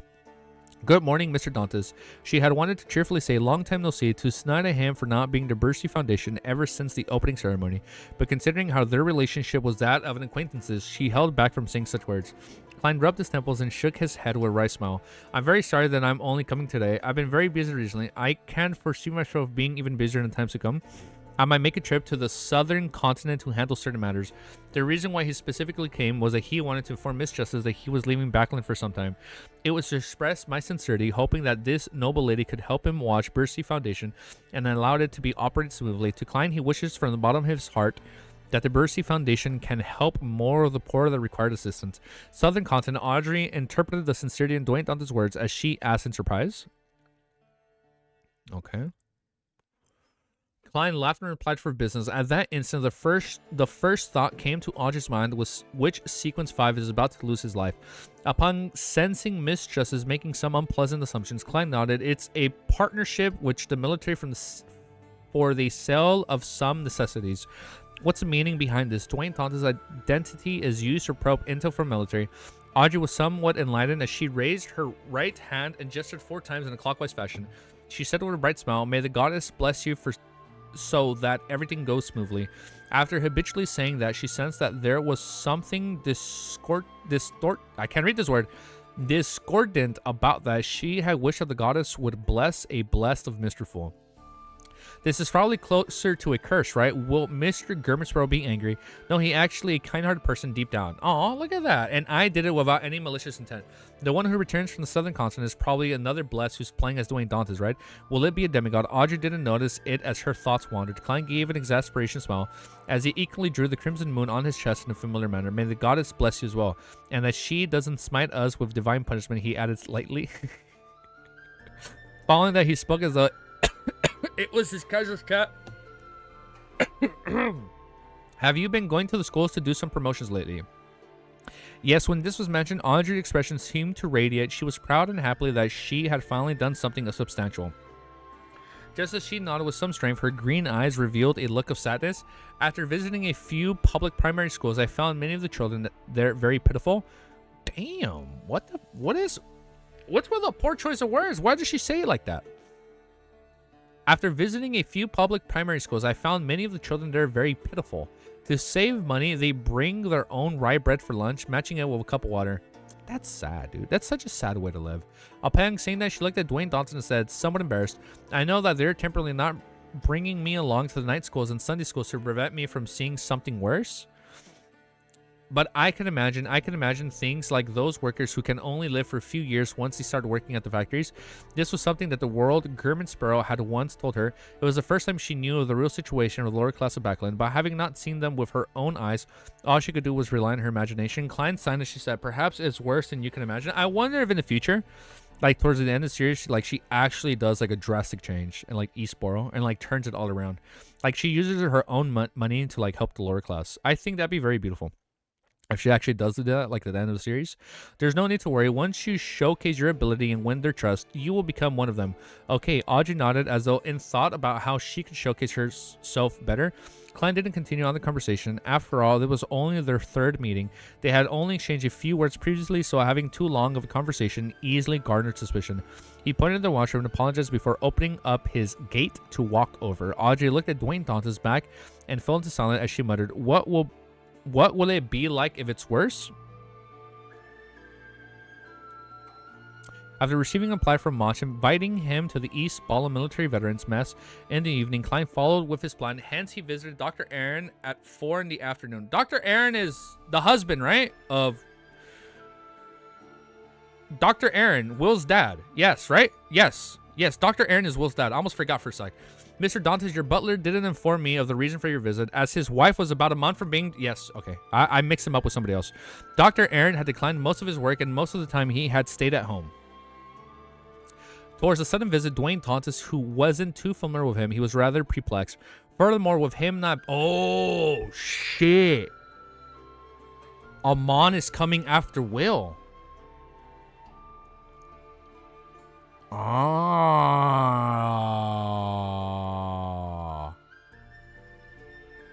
Oh, he's looking for Will because I'm that good. Towards a sudden visit of Dwayne Dantes, who he wasn't too familiar with, he was rather perplexed. Furthermore, with him not being good at interpersonal relationships, he posed a question after exchanging some pleasantries. Klein smiled. This is the thing. I might be heading to the southern continent soon, and as you know, the weather there is humid and hot. There are all kinds of insects and diseases there. I wish to prepare some medicine ahead of time to prevent any accidents from happening. I wonder if you have any suggestions. I'm really sorry, but you're the only excellent doctor I know of. Dr. Aaron accepted his explanations and began seriously thinking before giving him the names of some medicine. Towards the end, Klein, who had written a note filled with his words, used the excuse of his stomach ache to use the washroom on the first floor. Definitely I was going to the washroom. Definitely I was using the washroom. I lost my place. The washroom's mirror suddenly darkened as though it was covered by a thick shadow, and in the middle of the shadows, a black pram slowly steered near. It was a blurry child wrapped in silver silk. What is it this time? Will Austin questioned using his bright voice. Klein coughed dryly and forced a smile. You should have heard that I'll be heading to the southern continent. I don't wish to miss your birth, so I would like to know when you plan to have your birthday. What the fuck? Will Ossipton sucked at his thumb and said, I don't know. Even an angel can't control when he will be born. Klein asked in surprise. Will Ossipton replied hesitantly, you don't understand. I've already identified 3 dates. They have unique meanings when it comes to fate, but I haven't decided. I still find it blurry. Perhaps only when the time comes will I suddenly understand what I should do. Is this dysiophobia? Is what? It also gives the strong vibes of a charlatan. Klein crossed his hands and indiscriminately rubbed them. Then how would I be able to receive notice in time so that I can return in time to complete the transaction with you? Oh, the paper crane can no longer be used. All right, next chapter, familiar figure, 887. Did I say 358? Chapter 887. Why did I say 358? We're not on 358. We're on chapter 887, 3 hours and 54 minutes into our recording. Upon hearing Klein's question, the Infinite, wrapped in silver silk, raised his fleshy arm and threw them up. I can't do anything about it either. I'm still in my mother's womb. Although you can no longer write out on the paper crane, it still helped me locate you. If there's anything, I'll inform you. Klein had already expected such an answer from Will Ossipton. He maintained his smile and explained that paper crane is already damaged. I think it will have problems locating my position. Following that, he gave a suggestion. Perhaps we can do this. You can summon my messenger when you're born to write for me. He wasn't too worried that Will Ossipton's birth will result in anything abnormal, causing the snake of fate to have changed locations while in baby's body that would prevent him from contacting him again.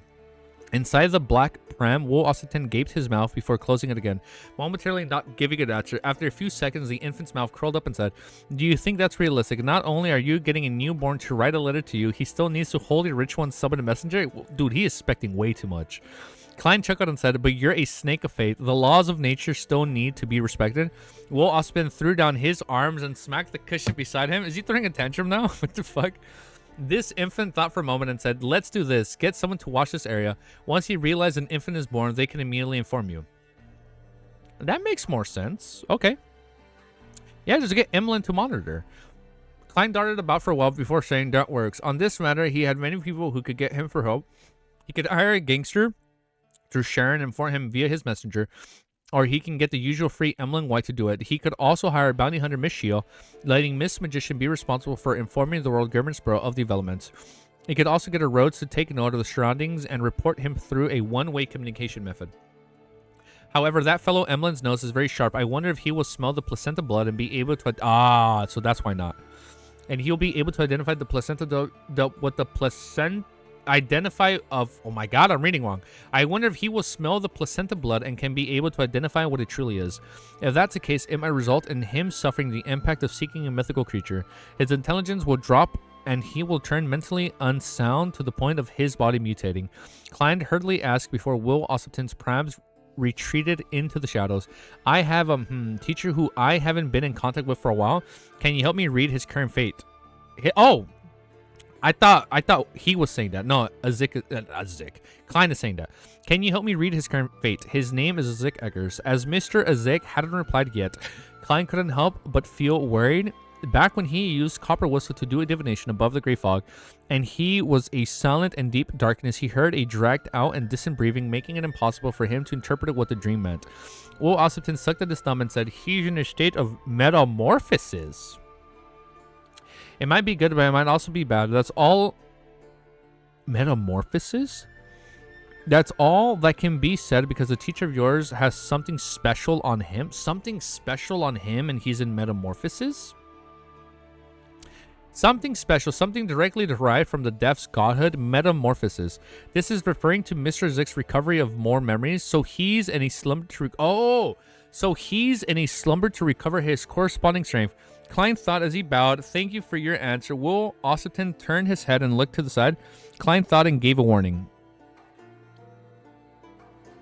"Based on what I know, Blast AMON is here in Backland. Of course, it's most likely an avatar. I wonder if Azik is going to help him against AMON." Will Ossipton was taken aback a moment before chuckling. "It's a bane for you, but a boon. What's a boon? I know it's a... There's a bane and then there's a boon. It's a bane for you. A bane is a cause of great distress or annoyance, and a boon is something of great value. But a boon for me. A thing that is helpful or beneficial." Got it. Okay, bane and bone. But a boon for me. AMON. Oh my god, not among. I keep trying to say Among Us. AMON is often... I skipped a sentence. AMON gets repeated in the second sentence, okay? Bane is just opposite of boon. Oh, I didn't know what boon was, so that's why. But now we know. I figured. I was able to deduce that with my Sherlock Moriarty high IQ. So we got it. Amon and Ouroboros are absolute enemies. No, a more accurate description is that he hates the true creator. Amon is often thinking of means to pull him down from his throne as a god, while Ouroboros is loyal to that evil god. Is Amon gonna fight Ouroboros? Okay. After saying that, the Black Pram retreated into the shadows as everything restored to normal. Amon hates the true creator. I'm increasingly convinced that the true creator was one of the participants in the sharing of the ancient sun god. I'm increasingly convinced that the true creator was one of the participants in the sharing, the one eating, the one consuming. He was one of the participants in the sharing of the ancient sun god. He is the black... I knew he was the freaking evil baby. He is the black infant in the middle of the storm angel, white angel, and wisdom angel. Klein breathed a sigh of relief. He took 2 steps forward, turned on the tap, and washed his hands. I told you the true creator was the evil-ass looking baby. That came out of the ancient sun god's stomach. Stop lying. You said the ancient sun god reviving as the black baby. In and of itself, it is the same thing. Okay? I still said that. I still said he revived as the true creator. Did I not say that? I'm pretty sure I said that. I said that. I know I said that. I said he was being reincarnated, but then he became. Now you did it? I did. The only true... I did say that. No, the hell it's not. Did I not say that? Unless you did last stream that I missed. Doubt? No, I'm pretty sure. Fucking shit. I thought I said that.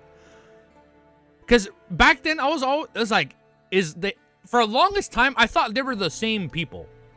You know what? I'll shut up. Maybe, you know what? I'm thinking out of my ass. Sorry. Somebody implanted a mysticism memory into me. Somebody implanted a false mysticism memory into me, leading me to believe that I said that. Sorry. I caught that. I caught that pretty early on. He is the black infant in the middle of the storm angel, white angel, and wisdom angel. Klein breathed a sigh of relief. He took 2 steps forward, turned on the tap, and washed his hands. In the evening of the East Spalding Military Veterans Mess, Klein did immediately meet the long-faced Colonial Calvin. After he placed a briefcase with 10,000 pounds into a heavy safe deposit box, he followed Mosh to have a buffet meal at the high-end club. The dishes here mainly served Southern Continent cuisine. There was the cream bread made of the tapioca flour ice cream, dripped into the berry juice of a lilac tree, assorted seafood, broth with coconut milk and palm butter, cow innards that was cooked. I almost said something else. That was cooked with pepper, tomatoes, and onions. Hagenti, seared roasted meat, broth made from Paz Valley delight, as well as steak and roaster squid. Compared to other places, the ingredients used here were rather high-end. The flavors were also an authentic Southern Continent style, leaving Klein rather satisfied. If not for his need to maintain his image, he felt that eating a mouthful of seared roasted meat and having a mouthful of ice cream would be an excellent feeling. Indeed, I prefer food that has stronger flavors. The thing that satisfied me the most today was the aperitif. If Member of Parliament Mach hadn't mentioned it in passing, I wouldn't have thought that it was a lightly flavored fruit juice. The pale gold liquid with 2 lemons soaked in it and a few pieces of ice makes it sweet but a little sour. There's no alcoholic taste. You old Tim got tapicute. I don't know what that means. Boba tea? I like me some boba. To it, and it is refreshing. It instantly just draws away the heat from the body. Klein placed his napkins on the place as he recounted the feeling he just had. At this moment, Mach returned from the washroom. He smiled as he bent down and whispered into Dwayne Dante's ears. Same room as before. All right. Klein got up, went to the room with his safe deposit box, and he took out small leather briefcase with 10,000 pounds before heading over to activity room, where he had previously met Colonial Calvin twice. Calvin, with his long face, was already waiting inside. When he caught sight of the briefcase in Dwayne Dante's hand, he got up with a smile. You really are a gentleman of action. I like such attitudes when handling matters. As he spoke, he extended his right hand and shook Dwayne Dante's hand. Klein then handed the briefcase to him and said with a humbled smile, as a merchant, if one isn't decisive and fast when facing an opportunity to make money, that means that they aren't suitable for this occupation. Calvin sat back down and opened the briefcase in front of Dwayne Dante's and marched. He roughly counted the neat stacks of cash. He quickly completed the confirmation check, closed the briefcase, and looked up at Dwayne Dantes. What other thoughts do you have towards the exact details of transaction? Klein deliberately wore a look as though he was organizing words. After a few seconds, he said, I'm planning on heading to the southern continent soon, to West Balam.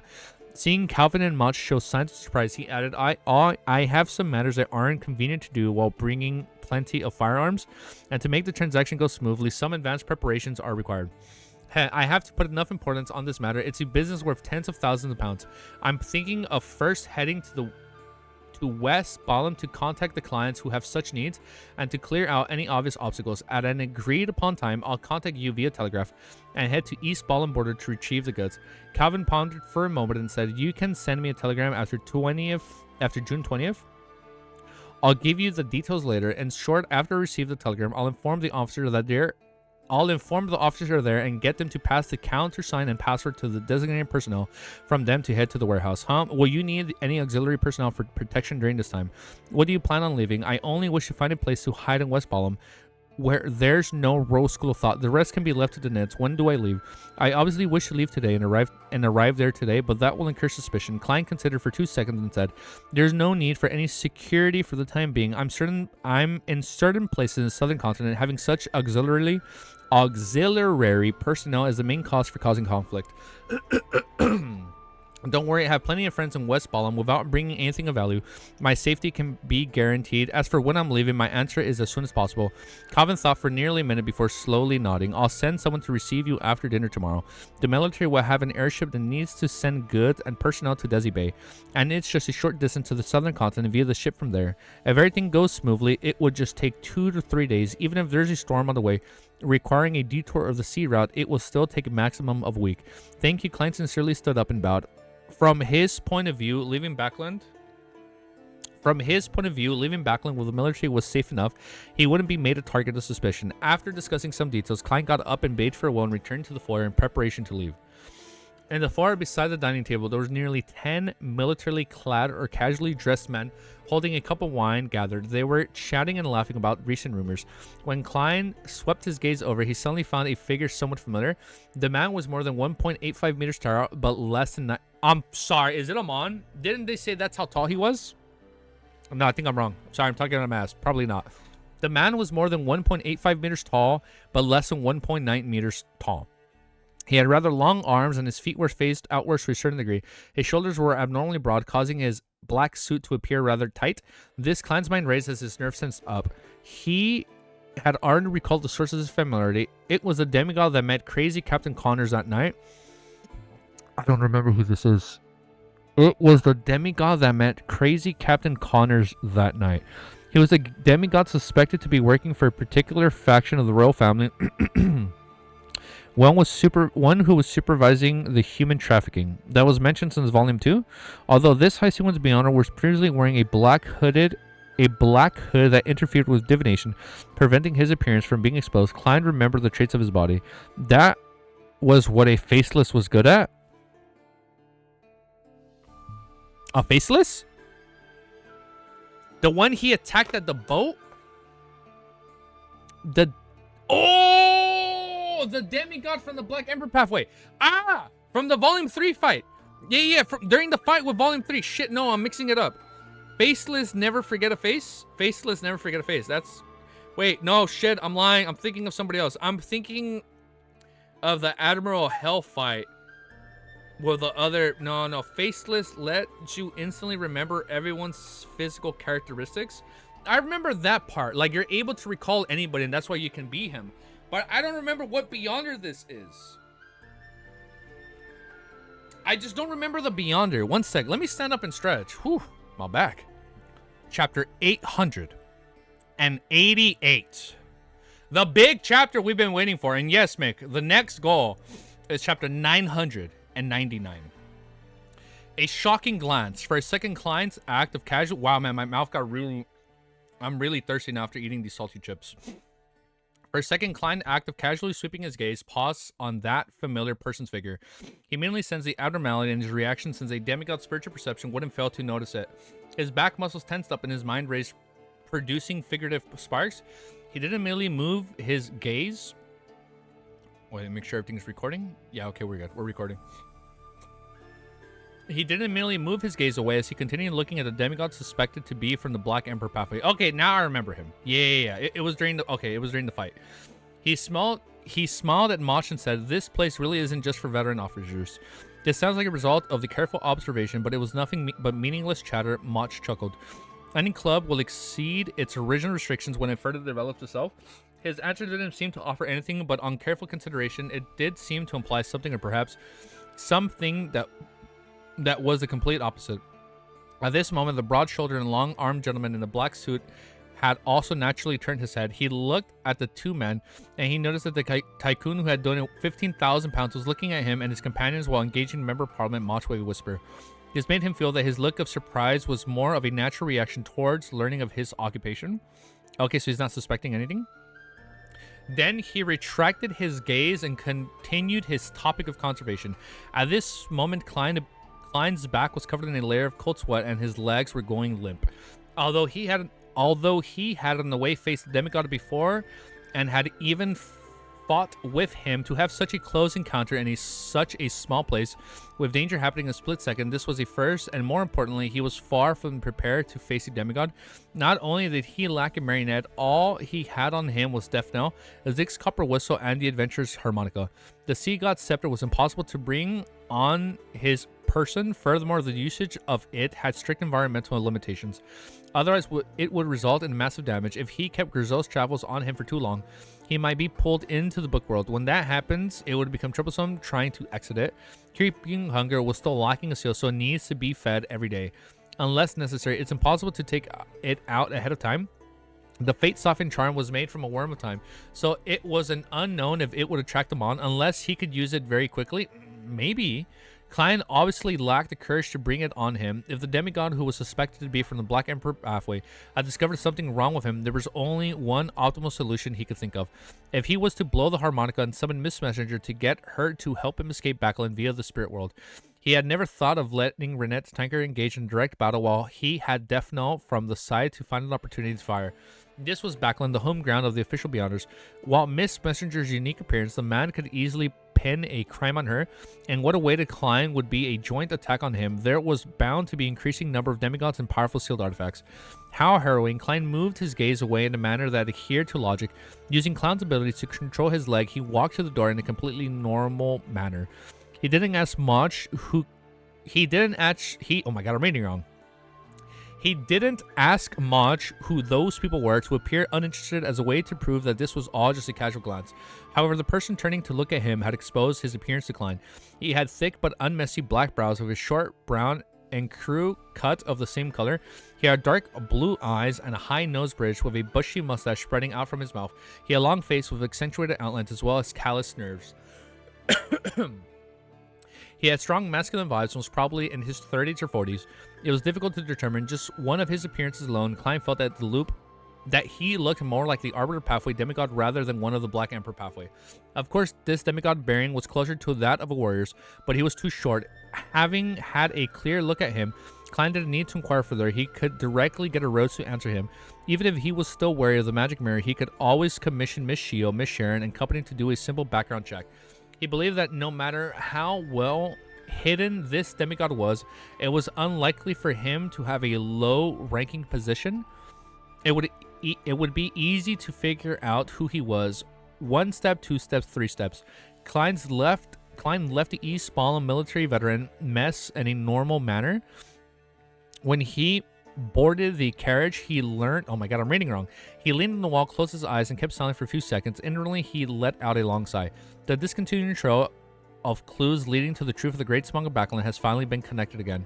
It has? Wait, I haven't been able to piece this together myself. Hold up. He didn't open his eyes or say a word, as though he was recounting the business problems he had previously discussed.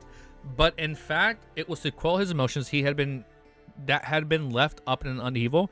During this process, Klein realized that Richardson had tried to speak a few times, only to shut his mouth again, doing so as though he was stumped. Ultimately, he didn't say a word, focused on preparing Marquis' black tea for his employer. Due to the previous encounter, Klein momentarily didn't have the capability to be bothered about him and had pretended to not notice it. He was protecting the demigod was protecting the ship of the human traffickers. They did fight on the ship with the slaves. Oh. The same one connected to the case of the Black Hero Bandit. And that led back to that one gang we fought in Volume 2. And there was one escaped Beyonder that... There was one Beyonder that left that made it out. Okay. Okay. The brain is jogging. Amidst the silent atmosphere of grinding wheels, they returned to 160 Butland Street. When he reached the third floor, Klein was just about to head for the bathtub that had been prepared by the lady maid when Richardson, who was holding his hat and cane, took 2 steps forward and respectfully said, "Sir, are you heading to the southern continent soon?" Yes, Klein replied frankly. He had even prepared £500 in cash to hand to housekeeper Tane Joe for daily expenses needed for Dwayne Taunton's residence during his time in the southern continent. Meanwhile, he had a deeper understanding of the importance of having a butler in Valetan high society. There were many things that a master couldn't keep from them. Therefore, any conflict in faith and political inclinations necessitated a change. Richardson hesitated and said, "Sir, I was born in the southern continent and am fluent in Duntanese. I'm also very familiar with the various local traditions. I should be of help to you." Duntanese was a common language of the ancient Balam Empire. In present-day East and West Balam, the citizens still used this language. Only people of the middle and upper class knew of foreign languages like Ancient Phasic, Loas, and Intis. Klein felt unlucky with regards to this because the ancient Balam was once a unified empire with a true god existing in it. Therefore, although the different states had different accents, they all used Duntanese. The written languages was likewise the same. This saved him plenty of trouble. If I were to encounter dozens or even more than 100 dialect and languages, that would be a headache. However, Duntanese and Ancient Phasic doesn't belong to the same person. Duntanese? Am I saying it wrong? I'm pretty sure I'm saying it wrong. I'm unable to easily grasp the various branches and learn the latter. Finding an interpreter is necessary. Oh, Anderson seems to be fluent in Duntanese. Duntanese. Oh, I'm saying it right. Duntanese. Okay. Duntanese. He never seemed to mention that having any problems with communication in West Balam. Klein finished listening to Richardson when he suddenly realized what was stumping him. As a valet, he needs to follow whenever his employer heads out. There was no need for a butler to do so. This also means that a valet was likely a secretary for the master's daily life. In certain cases, they would also play a role as a business secretary. Clearly, Richardson enjoyed his life in Backland and everything it had to offer. He didn't wish to return to the southern continent to see the scenery or matters that would make him recall his past. Therefore, when he got into the carriage, he had tried to mention that his traits was unable to voice it out. He wished that Dwayne Taunton could find a better candidate. Klein thought for a moment before saying, "I can tell that you don't like the southern continent. Why are you telling me this?" Richardson slowly bowed his head and looked at his toes. "You gave me a chance to gain experience and mature. I believe I can help you." Very, very simple feelings of gratitude. If you hadn't said no, no one would know that you knew Duntanese. After all, you were born and raised in East Balam Colony Manor. Klein carefully sized up Richardson, chuckled inwardly, and made some silent, poignant comments. However, he didn't plan on letting this valet of his follow him to the southern continent. Firstly, it would make it inconvenient for him to carry out certain operations. Secondly, if he was recognized by some nation reestablishment society member of the numinous Episcopate, it might end up affecting the rest of his life. Klein laughed and replied, "I have plenty of friends there. They are fluent in Duntanese and are aware of the traditions there." You have more important things to do. Stay in Backland. Help me deliver some gifts to my friend at fixed periods of time.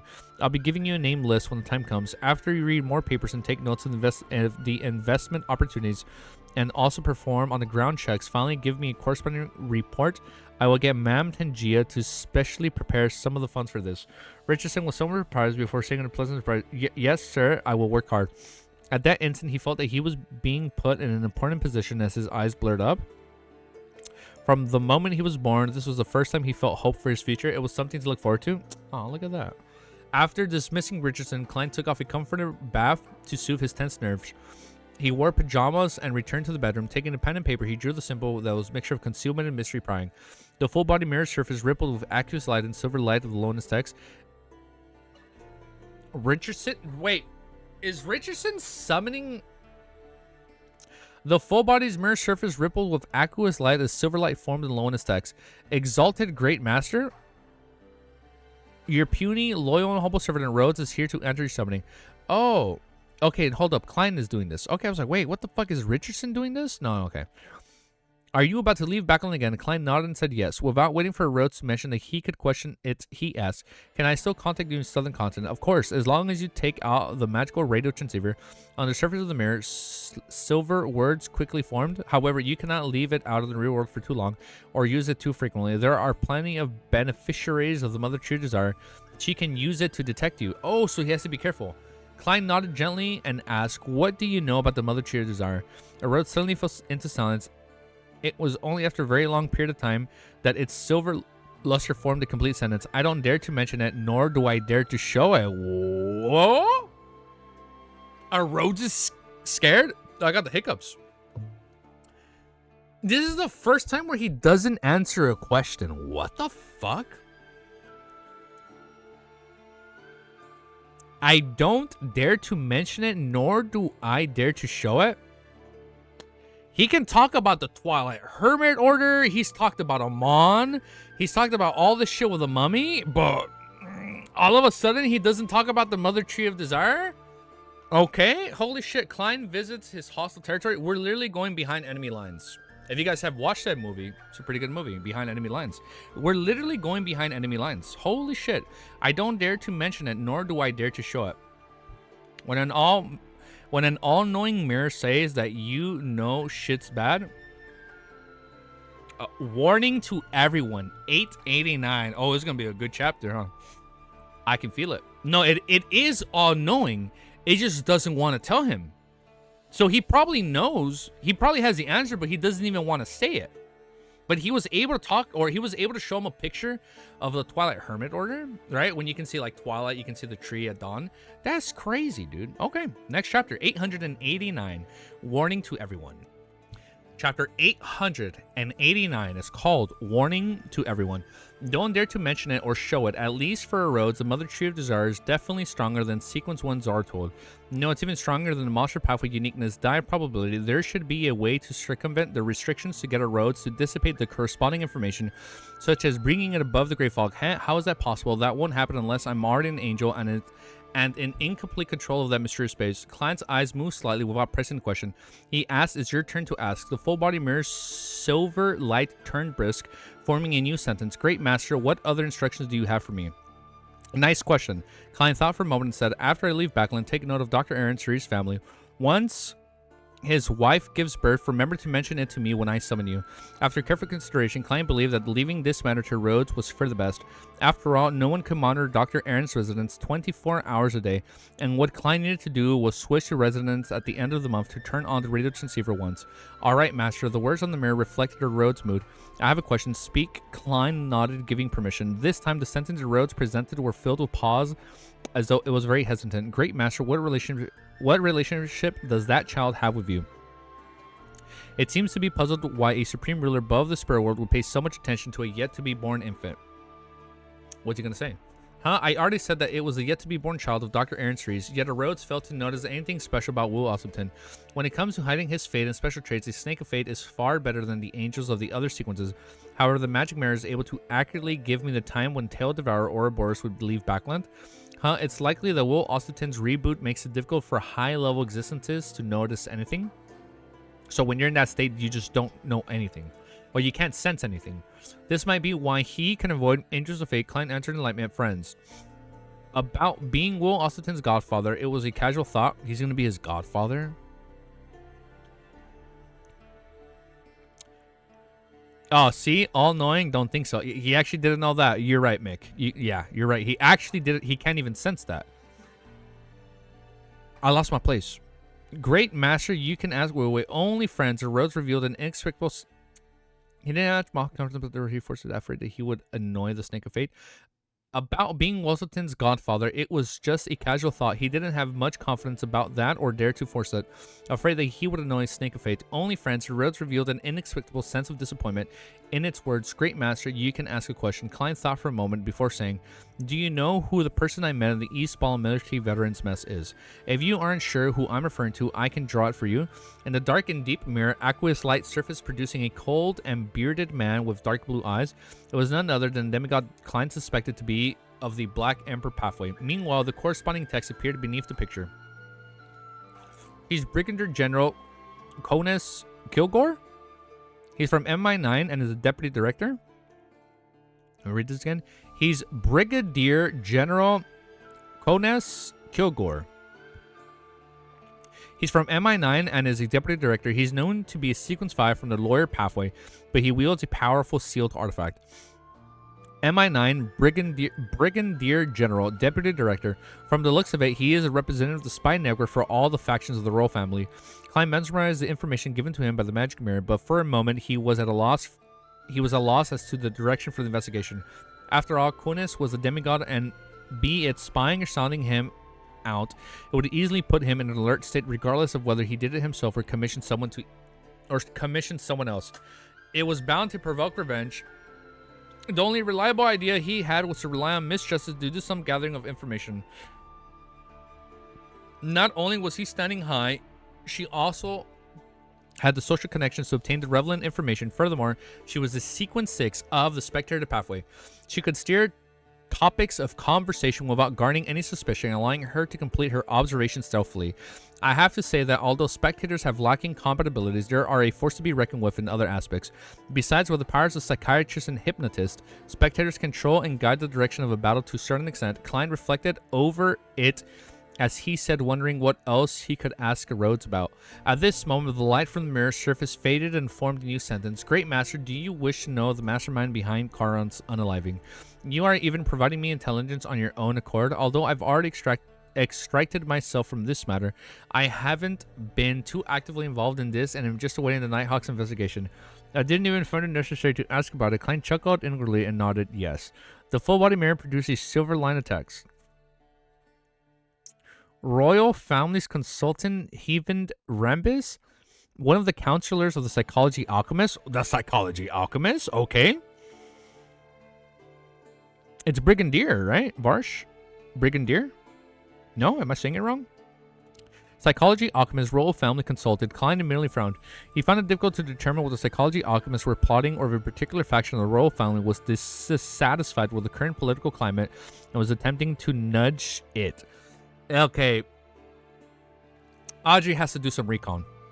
She's gonna have to do some recon into the Psychology Alchemists. The Psychology Alchemists isn't, like I imagined, being focused on academics and exploration of ancient ruins.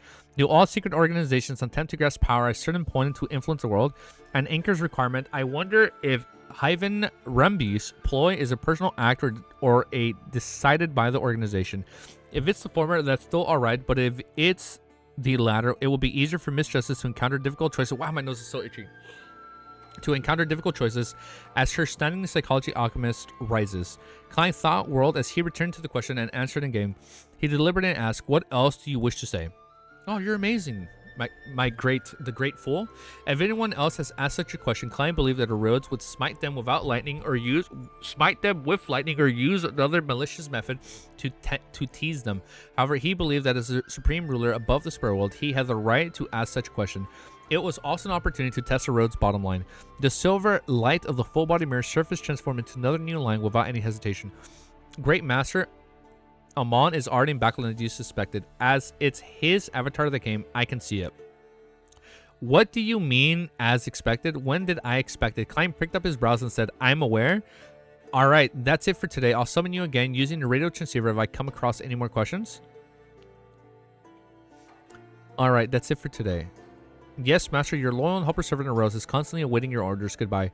The mirror's surface depiction an emoticon of waving a handkerchief. He's waving at him goodbye.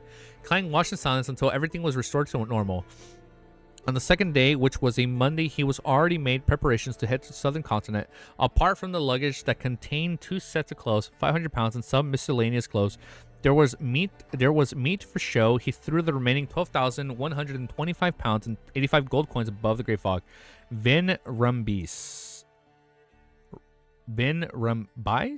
and Brigadier. Am I not saying Brigadier? I thought I was saying Brigadier. Was I mispronouncing? Oh shit, I probably I know, I'm trying to say Brigadier. Imagine Arrodes pulling up with Monica. Oh, fuck, that scared the shit out of me. The reason why he was so careful was because Klein held a deep impression on his last death and resurrection. If he hadn't had an anonymous account with a few hundred pounds of misjustice, he had no idea how long he had to wander the streets. Perhaps he had to really get a job at the circus to be a clown, or he'd have to head to a certain gangster leader to place to borrow some money. Seeing that it was almost 3, Klein headed up to the Grey Hawk prepared to have this week's terror gathering. Okay. He had previously done a divination here, and he received the conclusion that unless they were in the same building, Blasphemer Amon was unable to detect a Tarot Club member being pulled up into the mysterious space above the Grey Fog. Before long, dark red beams shot up into the Grand Palace, materializing into a blurry figure. Having confirmed that she was restarting her psychology lessons this week and having restrained the contact with the psychology alchemist, Audrey looked towards the end of the long bronze table in a relatively good mood. She stood up, raised the corners of her skirt, and bowed. "Good afternoon, Mr. Fool." Opposite of her, the hangman also got up and bowed, but he had another question on his mind. He had originally promised the world German Sparrow that he would give him the mystical item made from the ocean songster beyond her characteristic last week. He did say that. Like, I'll give it to you no matter what. But to his dismay, something happened to the artisan, preventing him from handing it over in time. Regards to this, Olger planned on explaining the reason to the world at the Tarot Gathering before personally taking action to resolve the problems of the artisan. After the bow and exchange greetings, Leah was just about to say something when she saw Mr. Fool wrap the edges of the model table.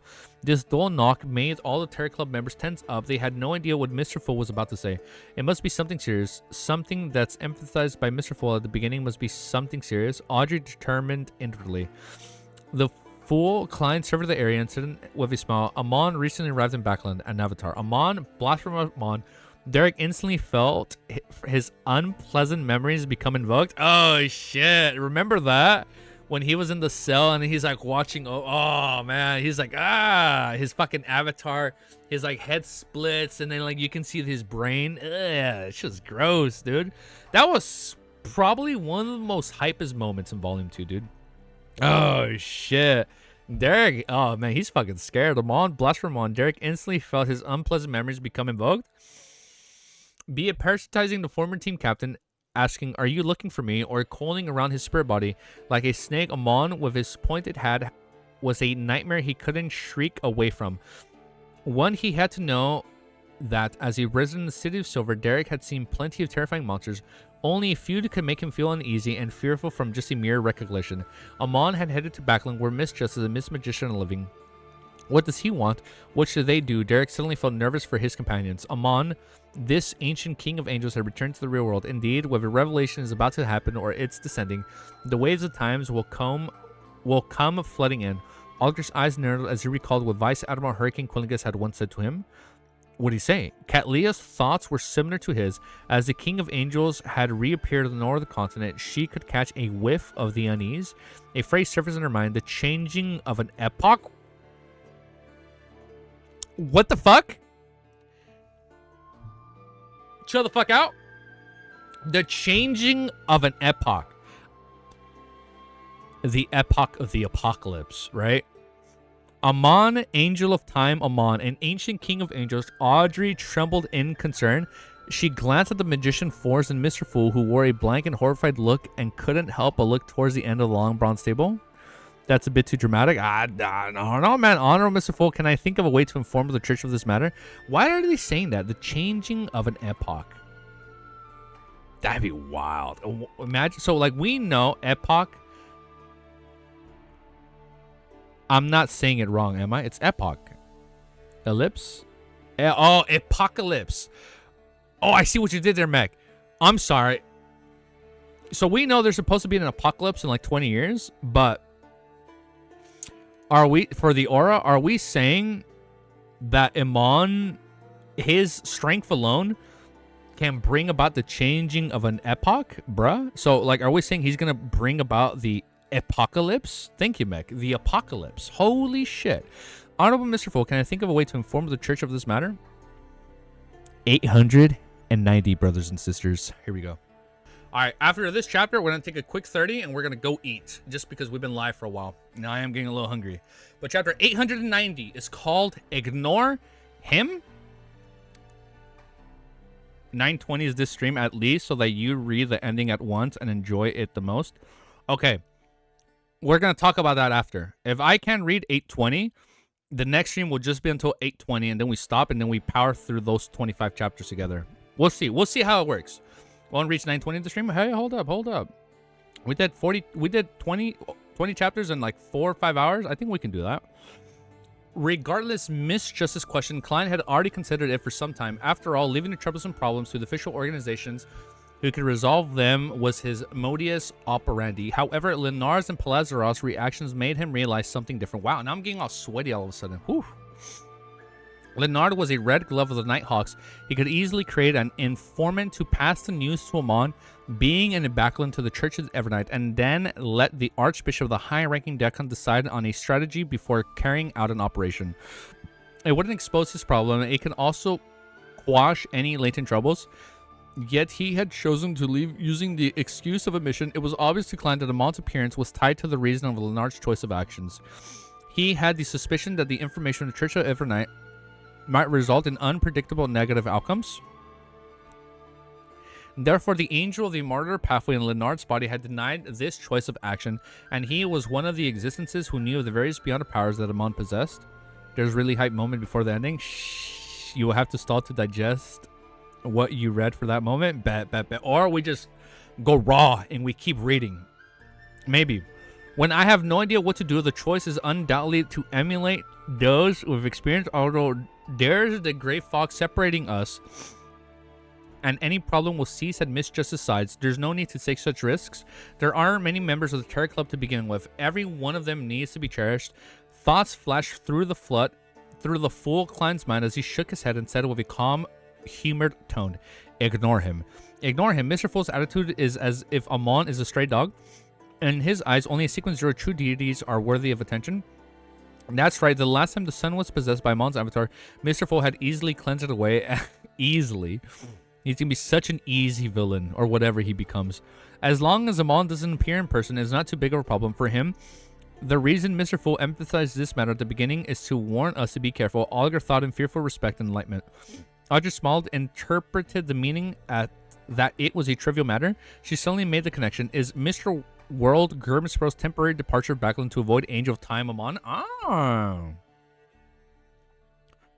To me, Mr. Fool, although he is still slowly recovering his standing level and powers, it's not difficult for him to deal with Amon's avatar.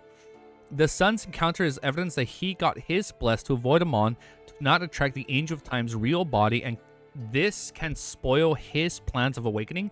Yes, he emphasized it to use us as a warning. Worry that we wouldn't react properly when chancing upon Amon, Mr. Fool really shows us his concern for us. At this moment, Emlyn had just disguised the matter of a king of angels, blasphemer Amon's appearance in Backland. Although he was arrogant, repeated terror gatherings had allowed him to understand what the king of angels was. It was the existence of the second to the sanguine ancestor Lilith, second to the true deities that sat at the pinnacle of the sequence. They were the strongest ones who walked the real world. What's going to happen this time in Backland? When the time comes, there will be dead people, the wounded or the sick everywhere outside. I'll become busy again because of Father. Emlyn recalled his life after the Great Smog of Backland as he showed signs of fear that such matters would happen again. Force also felt that the problem was significant. This was because if Angels of the Time Amon really wanted to do something, it was very likely that he would inflict damage on a large scale. It was something that she could avoid by hiding at home and not heading out. She silently drew a breath and looked at the end of the long bronze table, wordily asking, Honorable Mr. Fool, why is Amon sending his avatar to Backland? Klein deliberated over his choice of words and looked around the table with a smile. To look for all of you? Oh, shit. To look for us. The sentence sent to send bolts of lightning that struck Force and company awake. It left their spines numb. Right on the heels of that, Audrey made the connection and replied to ignore him from before. She found that Mr. Fool, like the boundless ocean, the mere avatar of the blasphemer, was just a rock. It could only cause a tiny stir and nothing more. Oh, shit, dude. Although Amon's avatar came to find us Terror Club members, Mr. Fool had said to ignore him, so there's no need to bother about him. Praise Mr. Fool. Praise Mr. Fool. Audrey's nerves had just tensed up, instantly relaxed. Audrey's nerves that had just tensed up instantly relaxed. Emlyn, Forrest, and Derek also figured out something similar. They either leaned back into their chair seats, exhaled openly, or praised Mr. Fool from the bottom of their hearts. Kat Leah hadn't joined when Amon possessed the son Derek, and she had only learned of it during a few subsequent discussions. Therefore, she knew little and didn't have deep thoughts about it. She felt worried over the situation where Amon, a king of angels, was seeking out the Terror Club members. Why would a king of angels like Amon target Terror Club? He likely discovered organizations from the sun. What goal does he have, and why is he so confident? He is targeting Mr. Fool. He can sense the abnormalities of the Grey Flock. But Mr. Fool said to ignore him. That means that under normal circumstances, Amon is unable to tell who is a Terror Club member. With King of Angels appearing, is the fifth epoch coming to an end? What the fuck? After Alger relaxed from his tense state, he began thinking about something else. Back when he informed the Church of the Storms about the Banshee Harbor's problems, his excuse was that he had heard someone at a bar mentioning it, and he had described this person using Blaster Amon's image. Yeah, I remember that. Thankfully, even if the Church were to encounter Amon with the way they handle things, they wouldn't verify any question of this matter, and regardless of Amon's performance or because of his identity, they will definitely find him extremely suspicious and place weight on the situation. Alger wasn't worried that he would expose himself from the trivial problems. He only believed that it was best that he should be careful not randomly use high-ranking Beyonders, especially angels and above, as scapegoats. Hence, he warned himself, although not every high-ranking Beyonder is at the level of any mention of it will be known or have similar powers, mentioning it is... Wow, my hands are super sweaty, dude. Oh my goodness. Or have very similar powers, mentioning it excessively might result in an encountering that existence due to the machinations of fate. I don't know. I can't pronounce that. I assume it's like the machine, right? Like the cogs of fate. Like the cogs of fate. I assume that's what it's referencing. The machinations of fate. After all, the higher one goes, the deeper the connections of fate will be. Seeing that the Terror Club members, especially the three who were in Backland, had already shown signs of wariness about Amon's avatar and had ridden off the thoughts of being rash and not plan on targeting the blasphemer, he calmed down and leaned back, leisurely looking at everyone in indication that the floor was theirs. Kat Leah reined in her words over the northern and southern continent of the 5 seas before looking to the seat of honor as the long bronze table. Honorable Mr. Fool, I have 3 new diary pages again this time. She remembered vividly that at the end of the last Monday's Tarot gathering, she had informed the meaning of the 2 Roselle characteristics to Queen Mystic. However, she only received the reply on Sunday. In it were 3 new diary pages and questions of the medium length. The place his mind and spirit calls home is on the island or the depths of the cosmos. When Leah ruminated over this question, she seemed to sense the emotional upheavals that were happening when Queen Mystic wrote it. Unlike her usual calm self, the place his mind and spirit calls home is it on the island or the depths of the cosmos? The island or depths of the cosmos. What is that referencing? The depths of the cosmos? With regards to this, she sighed silently based on their understanding of Queen Mystic Bernadette. In Her Majesty's hearts, Emperor Roselle is unresolved not. She is the reason why she ultimately doesn't dare to advance to Sequence 2. Client had no... Oh, so she's stuck at... She doesn't want to go to Sequence 3? She doesn't want to go to Sequence... She purposely chooses to stay at Sequence 3 and not go to 2. She ultimately doesn't dare to advance to Sequence 2? Client had no idea what Madame Herbert was thinking. All he did was nod an indication that she could conjure the new result diary pages. Soon the 3 yellowish-brown goatskin pages appeared in his palm. Home refers to the depths of the cosmos. March 10th, I participated in that ancient and most secret organization gathering, the Twilight Hermit Order. After many observations, I'm increasingly puzzled over a problem. What does it mean to be the trend of the times? Who defines the trend of times? If it time, Amon, time, Adam, time, or Boris is more no. Snake, Devourer, or no. If it's really as he claimed, when everything ends and the original creator is resurrected from the dead, awakening from his slumber, he would gather everything back into his body to create a new world and new history. Then there's no need for them to let the times develop according to what they expect of the times. They can quickly come up with all kinds of schemes, such as triggering a world war, a war between angels, or even a war between deities. Would that accelerate their goals? Or they literally act like the Bene Gesserit from Dune. Holy shit. Like they're the ones scheming and plotting everybody's like bloodline and whatnot. Okay, take a shot whenever time is mentioned. Take a shot whenever time is mentioned. Take a shot. Or could it be that the case that the Times Take a Shot is part of the original creator? Only when the Times Take a Shot develop according to a certain exception can he draw energy from it and revive. This isn't scientific. Of course, whatever I see and participate in now isn't scientific at all.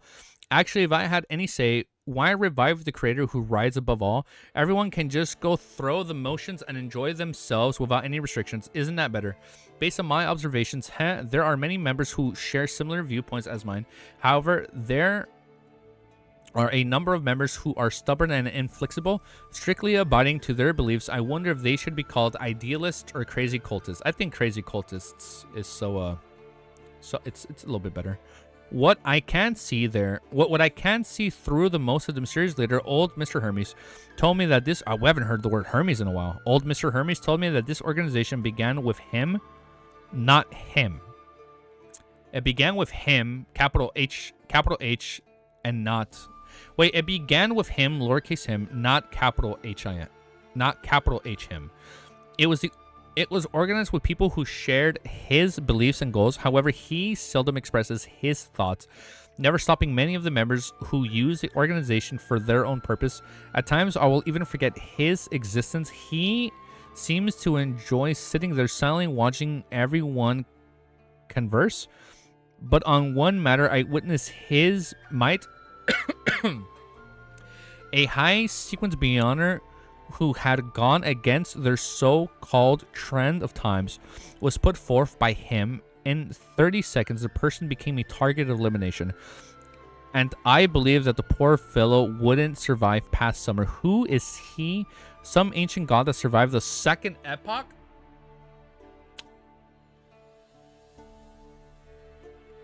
Hearing it outlined without the text is hella confusing. I can see how that'd be confusing. Like he, who, we, you, me, who? Rousseau had used 2 question marks at the end of the sentence to express his strong doubts. This was something he seldom did. Hence, Klein suspected that he was the reason why Bernadette had chosen this diary entry. Ah.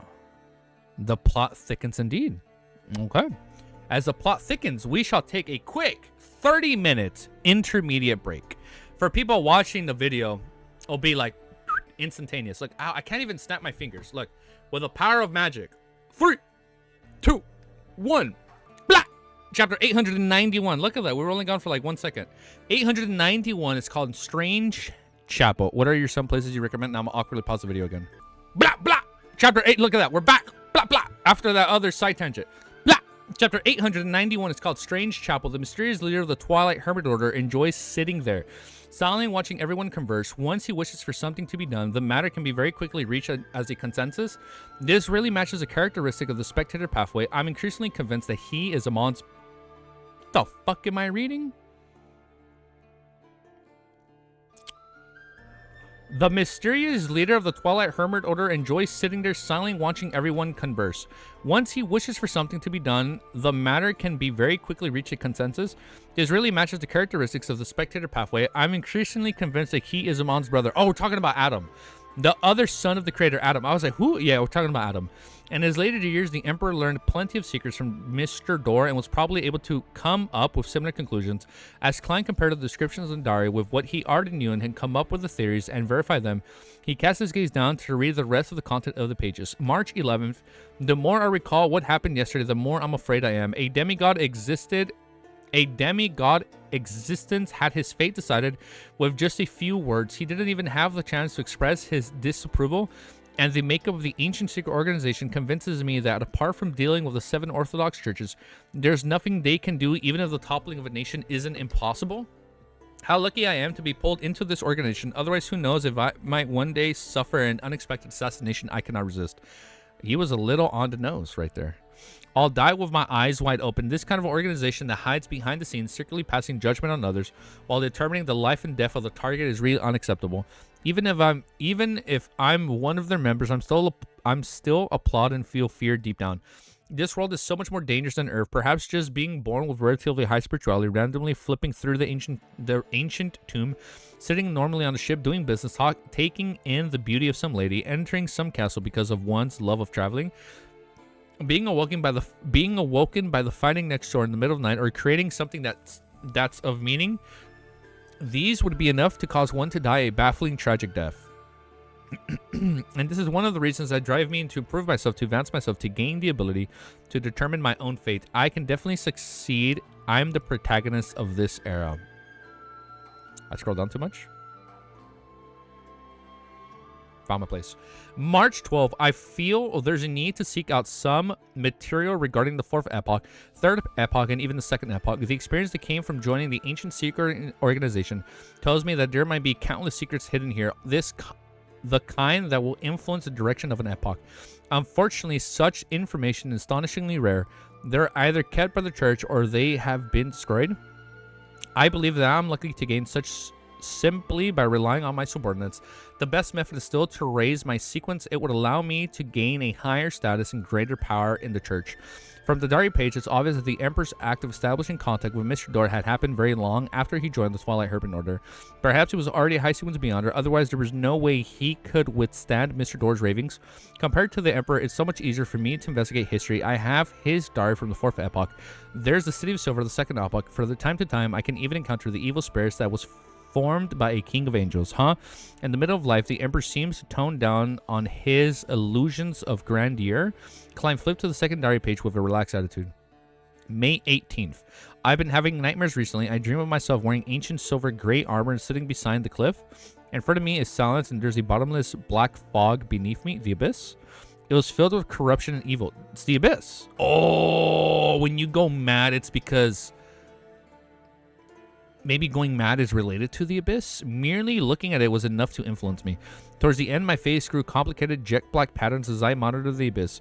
My skin turned hard and I had the feeling that sticky liquid was flowing across the surface of my body. My eyes completely lost their reason. It was a reflection of the abyss. It was a reflection of the abyss which I saw and attempted to enter last month. Oh, out in the ocean. As the nightmare became... This was mentioned like volume 2.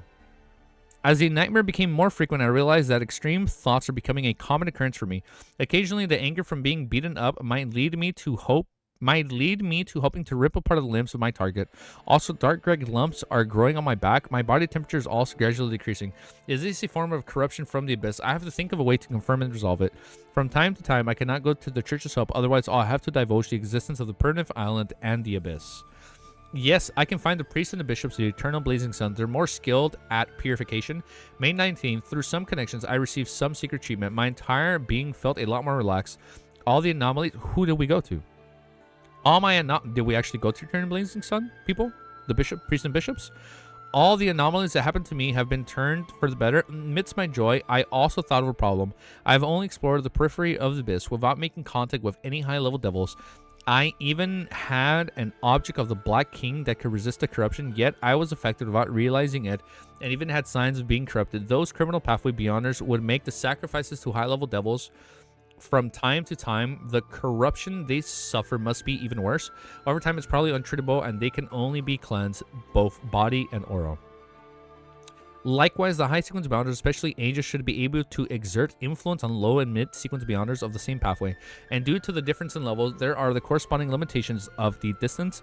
When one becomes a true god, there's a high probability that they can even communicate across the whole world and spirit world without any obstructions. This begs the question, am I being influenced to a certain extent by the god of craftsmanship? No, I should say the god of steam and machinery. This is quite scary. It appears that only by becoming a demigod will I be able to escape from this influence. Thankfully, since the 5th epoch, there hasn't been any examples of true gods leaving the astral world to descend upon the land. This is the first time we've had confirmation of them leaving. What? There hasn't been any examples of true gods leaving the astral world to descend upon the land. I'm sorry, that is new lore. So, this is new lore. What? So, the Orthodox gods reside in the astral world, and only someone at AMON's level would be able to help them descend. They have a party up there. They're definitely having a party up there. It's like the party at what's the movie called where all the Hollywood actors act as themselves? Something The End. This is the end or whatever. And then you just start seeing like the Backstreet Boys party in heaven. It's not mentioned that God do not walk the land anymore. It's not mentioned the God. No, so I know so I know the gods have not walked the land since the 5th epoch. Like once the 4th epoch ended, for some reason, no gods have descended to the world. Right? But this is the first time where it's been verbally written out. True gods like reside in the Asteroid and then they can just descend into the land. And we found out that Amon, in some way, shape, or form, he can help them come down. No, you got it wrong. Amon is so dangerous that a deity will have to descend to kick his ass, not that he needs help them. Is that what it is? Oh, because he's such a because he's able to bring about a new epoch, right? Like that's the level of scale. Like that's how strong he is, right? Like he can bring about the apocalypse if he liked. So that's what they meant by like, oh, this is why a true god would descend. Okay. I get it. Thank you, Hope. Thank you for clarifying that up. Hope. Thank you. Likewise, I thought I said parties. Likewise, parties. Likewise, pathways without true gods do not have such severe problems. May 20th, after a period of being dispirited, I returned to the social... I thought it said social media. I returned to the social scene. Those bastards have been secretly mocking me, saying that the reason for me coming out recently has to be with me having too much fun and turning weak, just because my dark eye circles are more obvious because of my nightmare-inducing poor sleep quality. I want to let them know what it means to be different in one talent. I wonder what's an angel's influence is like on a low or mid sequence beyonder. The transmission of ravings over great distances, automatic characteristic attraction, regardless of where it is, as long as one's honorific name is chanted one. Time to get more XP. What's up, Walter? Will have the godhood to reply. When meeting each other, is it to direct? I'm going to take these headphones off. I'm going to take them off for a bit. When meeting each other, it is to direct acquisition and erosion of one's beyond characteristics. I can't hear the music, but I know what's playing already. If all of this is possible, it's equivalent to a mini deity. A mini deity. It's no wonder that angels in the second epoch are called subsidiary gods. Klein's thoughts raised as he flipped to the page in his hand to read the last RE page. October 12th, Edwards ran to me telling me that one of his knights discovered a strange chapel. It might have to do with the faith before the 4th epoch, a chapel from the 3rd epoch. This piqued my interest as I immediately rushed to the tiny city named of Bayman. October 13th, Bayam is a tiny town built on a mountain. The buildings all have protruded domes, just like a white straw hat. It's very special. Following the street and covering several flights of stairs, I finally found a strange chapel. On the surface, it looked like an ordinary residence with nothing special about it. Only by entering would one discover the difference. There was only one priest here. He was a genuine middle-aged man who wore a simple white robe. He had a pale gold beard that covered his half face. His light-colored eyes were clear like a child. He claimed that the place was the temple of the Creator. Any creature from any species, any believer of any deity could enter. Like the Creator? When I heard him mention this, it reminded me of a question I had. Apart from the 7 Orthodox deities, the other faiths are deemed as heretics. They are unable to openly build a cathedral other than that of the original Creator. However, there has never been any such church coming into existence. Even cathedrals are extremely rare. In front of the chapel was a simple baldachin. I forgot how to pronounce this word. I'm sorry. Baldachin. It was a man carrying a cross. This was likely the divine image of the so-called Creator. I sat in front of the few and idly chatted with the priest. He told me of many different stories. He said that when humans were first born, the ones that ruled the skies, lands, and seas were all sorts of crazy, bloodthirsty monsters. They were said to be the origins of the later species, dragons, giants, and elves. Okay, we did learn that when an individual can be in like a half crazy state. No, we've learned this. This is reestablished lore.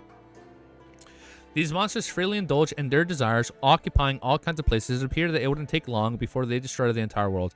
At this moment, it was a creator who had awoken, the true creator. He retrieved the special traits and powers that had been blessed with, and he had bestowed it to the humans. So, when the ancient sun god was Eden, this is a different myth than the 7 orthodox deities. He retrieved the special traits and powers they had been blessed with, and he had bestowed it to humans. After that, he returned to his slumber, leaving behind a prophecy. When madness, cruelty, greed, indulgence, coldness, and bloodthirstiness drowns the land once again, so the apocalypse, he would awaken and retrieve everything. This is talking about the true creator. Like the creator, when everything returns to him. Like, only when the world descends into apocalypse, then will everything return to him. As we spoke, the priest held a hanging cross by his chest and silently prayed. Such a myth is completely different from the church's canon. There are many interesting parts that are worth thinking about. October 15, I've been back in the tree for a day. Only then did I forget to ask the priest for his name. It's fucking Amon or something. Right? It's probably like Amon. Forget it. There will still be a chance in the future. My sixth sense as a man tells me that I'll definitely head to the chapel again. Isn't this the condensed version of the City of Silver's myth? The period around the end of the second epoch and the beginning of the third epoch, the priests seem to know a lot. Perhaps an organization that passed down such a myth over the generations know a lot. Maybe he's Amon and he's been alive since then. Klein's mind stirred as the diary pages in his hand vanished. Then he looked up and Ma'am Hermit, go ahead. Catleya immediately bowed her head. Honorable Mr. Foe, what I wish to know is if this plays the Emperor Rizzo's mind and spirit calls home on the island or the depths of the cosmos. That island, the primitive island that caused Grimm to die and had left the Emperor shocked. From the looks of it, the Emperor treated that island with great importance towards the end of his life. Even Queen Mystic Bernadette noticed it. What does deep in the cosmos mean? The astral world or some other planet? Some other planet?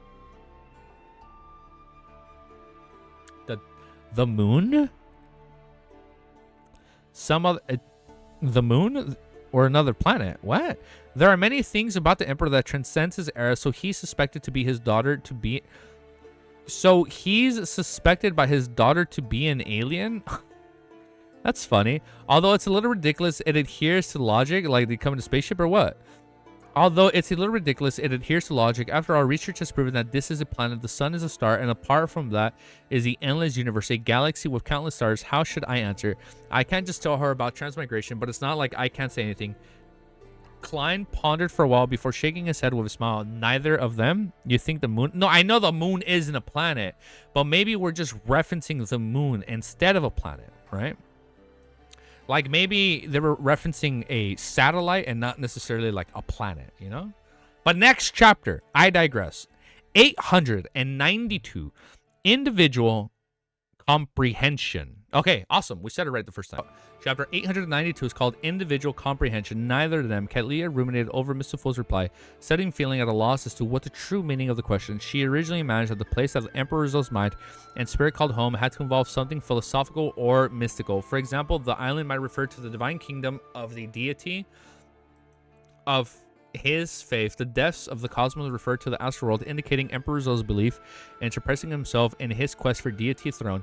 In the end, Mr. Fool answered that it was neither. This denied nearly every possibility, making it difficult for her to think of any other answer. Perhaps what Her Majesty wishes to ask is not something I understand. What Mr. Fool is saying is pointing on another explanation. It doesn't matter. If I understand, I'm only a communication tool between them. Catleya said inwardly as she sincerely bowed. Thank you for your answer.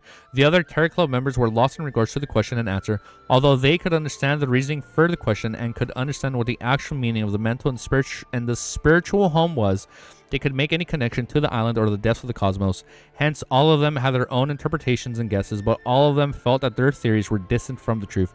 Subconsciously, Force believed that the island refers to the woman Rizzo loves the most. The depths of the cosmos refers to the Emperor's late years when he cast his gaze to what he deemed the Sea of Stars. That is a good game.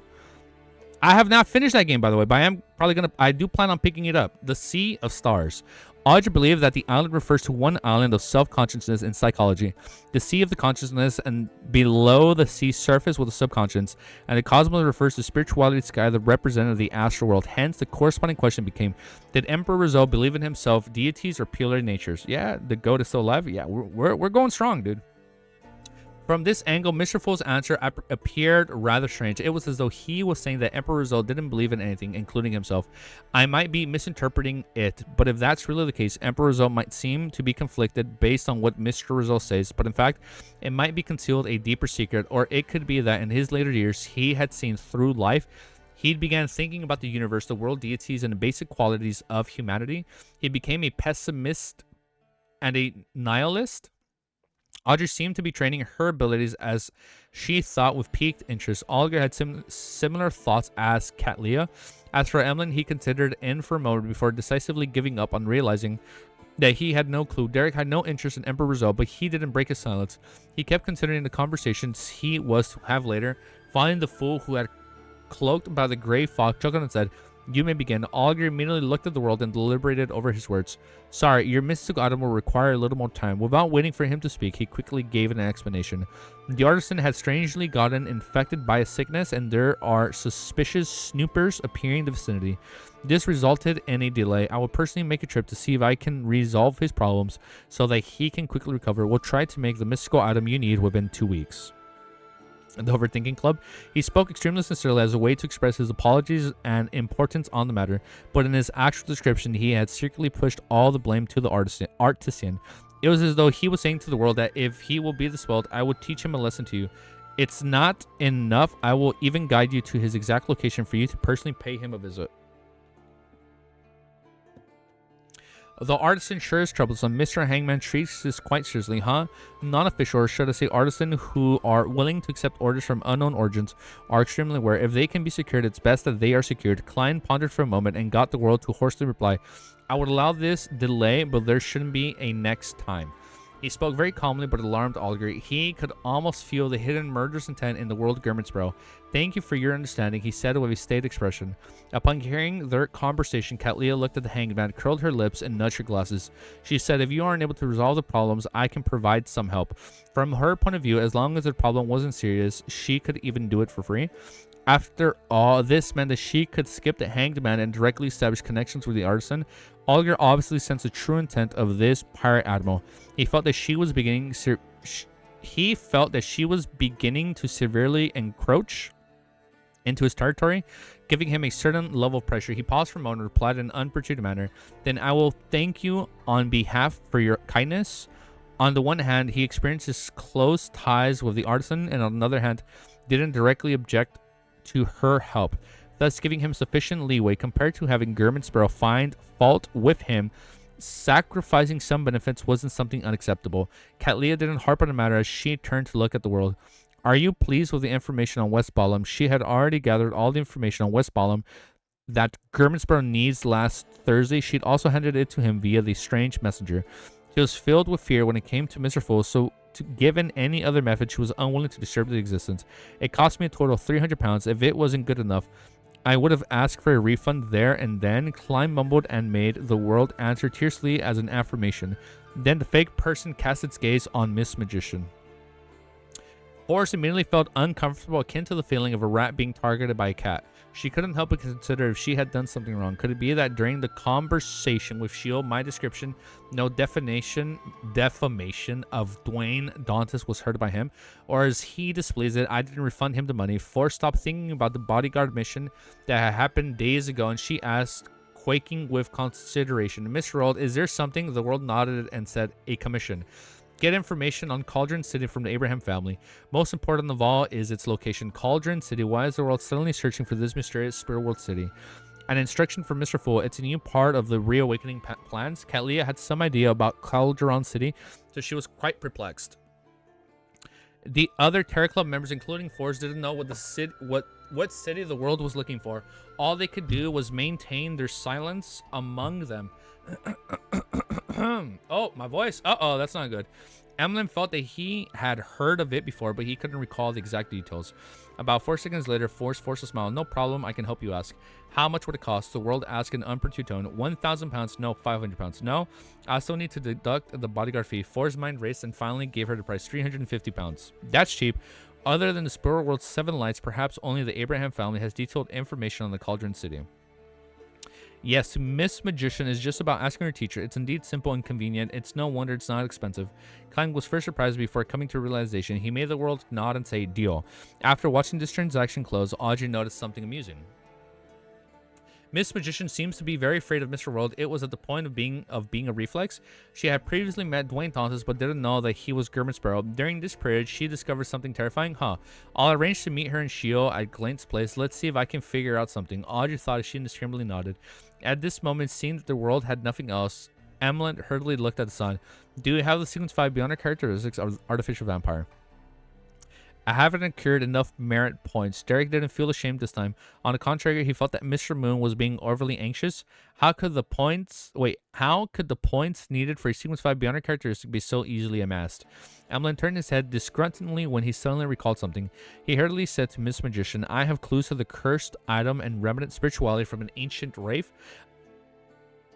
I'm waiting for more detailed information. Should I stop at 1025? Keep it going, dude. Walter. This might not be an item to give to you directly, but one to provide you with some information about where you can find an ancient wraith in the vicinity of Backlund. Upon saying that, Emlyn thought and said 300 pounds. This means that I have to find an ancient wraith myself. Based on the various mystical rumors, this is quite a powerful monster. After hearing what Mr. Moon had to say, For's first reaction was that it was a dilemma. Her second reaction was to commission the hunting mission to Mr. World. She was certain that he could quickly successfully completed, but upon the thought that hiring Mr. World might cost far more than what the ancient wraith was worth, she felt that it was better to attempt it herself. I'll wait until Shio becomes an interrogator. Together we would have a higher chance. Besides, I still have Lemanos travel. I still have Lemanos travels with me. On it is a demigod level high sequence beyond her powers and Angel's Embrace. There are plenty of unique beyond her powers and beyond her powers in it, and below that of a high sequence beyonders. It's practically a divine artifact. I have little actual combat experience since I'm fleeing most of the time. This is an opportunity. Force quickly made a decision and said to the moon, Emlyn, deal. Only one more message in Walter's reservoir. After confirming some other matters, the transaction segment came to an end. Klein got the world Gurman Sparrow to beat Mr. Hangman to punch by looking around and saying, my preliminary investigation regarding Backlund's Charon unaliving has borne fruit. Okay. Hair-Resembling plants. Okay, new chapter. Chapter 893 is called Hair-Resembling plants. Okay, let's go, dude. Stalling, never have we ever. Kami. Chapter 893 is called Hair-Resembling plants. The one that was most interesting Charon's unaliving was none other than Justice Audrey. However, she had long noticed that Forrest had some slight interest in the case. Hence, she didn't ask and had maintained her posture, patiently waiting for the particular best-selling author to pose the question. In just a second or two, Forrest looked at the borders of the table in front of the world and asked, after some deliberation, what's the truth? Klein had already rehearsed how he was to describe it, so without any hesitation, he got the world to say, the mastermind behind his royal family consultant, Ivan Rambis. He probably has another identity, counselor of the psychology alchemist. When you heard the first sentence, on your mind had already naturally produced the image of a genuine elder. This man came from the aristocratic background. He had graduated from Burf University and possessed profound knowledge and outstanding insight. He had been consulted to the royal family for more than a decade and was publicly recognized as a scholar, a good man, a gentleman. Audrey had previously suspected that Charon's unaliving might have been instigated by the royal family, but she never expected the mastermind to be the genuine, amiable, kind, and humorous Ivan Rambis.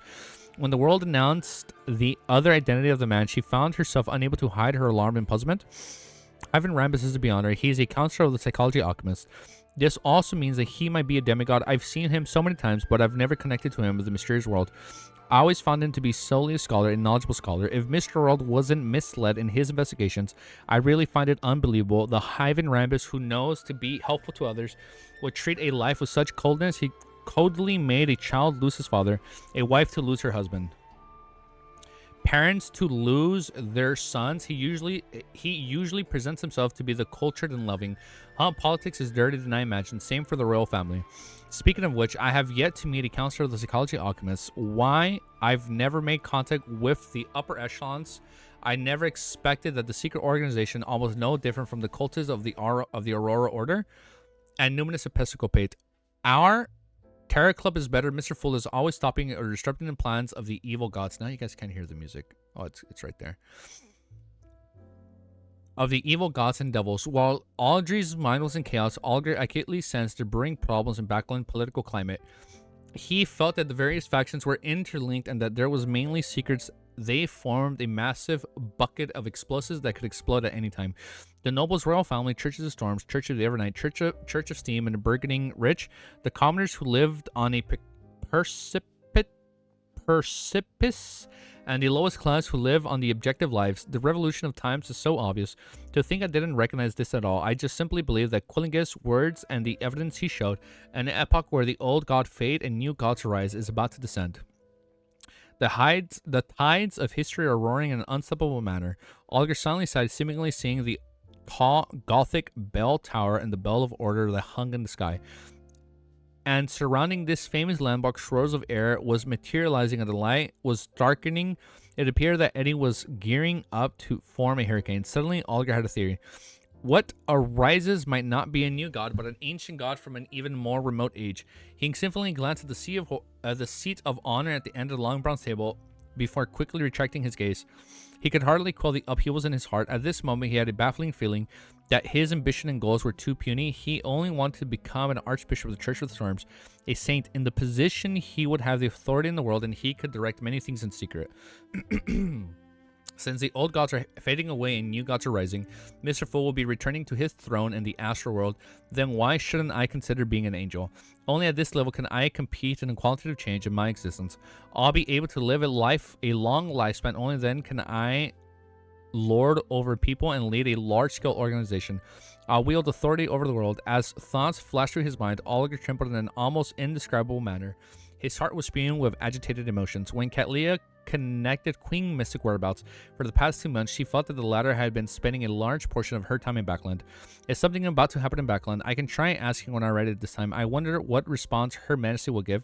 Catleya nudged her heavy glasses on her nose and swept her gaze across the Mist Justice as the other members from Backland. Forrest knew some of the details of the Caron unaliving case. She knew that the victim had acted on his own the entire time and that he was in control. She also knew that the witness believed without a doubt that everything was a result of Dwayne Dantes. Comparing this with the actual situation had induced a deep sense of fear towards the counselor of psychology alchemist. She didn't wish that she would one day find out that her thoughts of hobbies were all a result of someone else's doing. How is this different from being a puppet? A high sequence beyonder of the Spectre pathway is terrifying. However, this is really good writing material. Currently, the science of psychology already has hypnosis. In my next book, I want to write about a sick girl liking a gentleman. She uses hypnosis to make him fall in love with her. The ending climax is when she discovers that the gentleman is actually a master hypnotist. She uses hypnosis to make him fall in love with him. To make him fall in love with her. The ending climax is when she discovers that the gentleman is actually a master hypnotist. Damn, that'd be a good twist. Forrest escaped her mouth before closing it again. She didn't ask further about Hyven Rambus since she didn't know him at all. Klein's sharing of Hyven Rambus was mainly to warn Miss Justice. He wanted her to be careful and wary of the psychology alchemist counselor. Now, seeing that his goal had been achieved, he said, "There's another matter. Help me take note of the Brigadier General Conis Kilgore. He's the deputy director of MI9. On the surface, he's only sequence 5, but in actuality..." Force is so dumb. I like her. She's funny. She has her funny, quirky moments. He's a Black Emperor pathway demigod. He possesses rather potent spiritual perception and can share and sharply detect the others are observing him. Quenis Kilgore Audrey repeated this name inwardly and realized that she had no impression of this gentleman. Either we have little overlap in our social circles to the point of nodding at each other when bumping into one another without asking what the other is, or he keeps an extremely low profile. He doesn't attend such gatherings often. If I have a chance, I should ask Kance.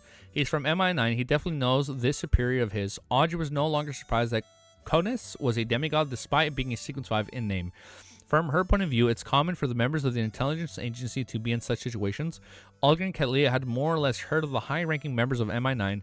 Conis, Kilgore, however, they lacked a deeper understanding of the matter, so all they could do was refresh whatever they knew and remind themselves to be especially careful when encountering anything to do with the person in question.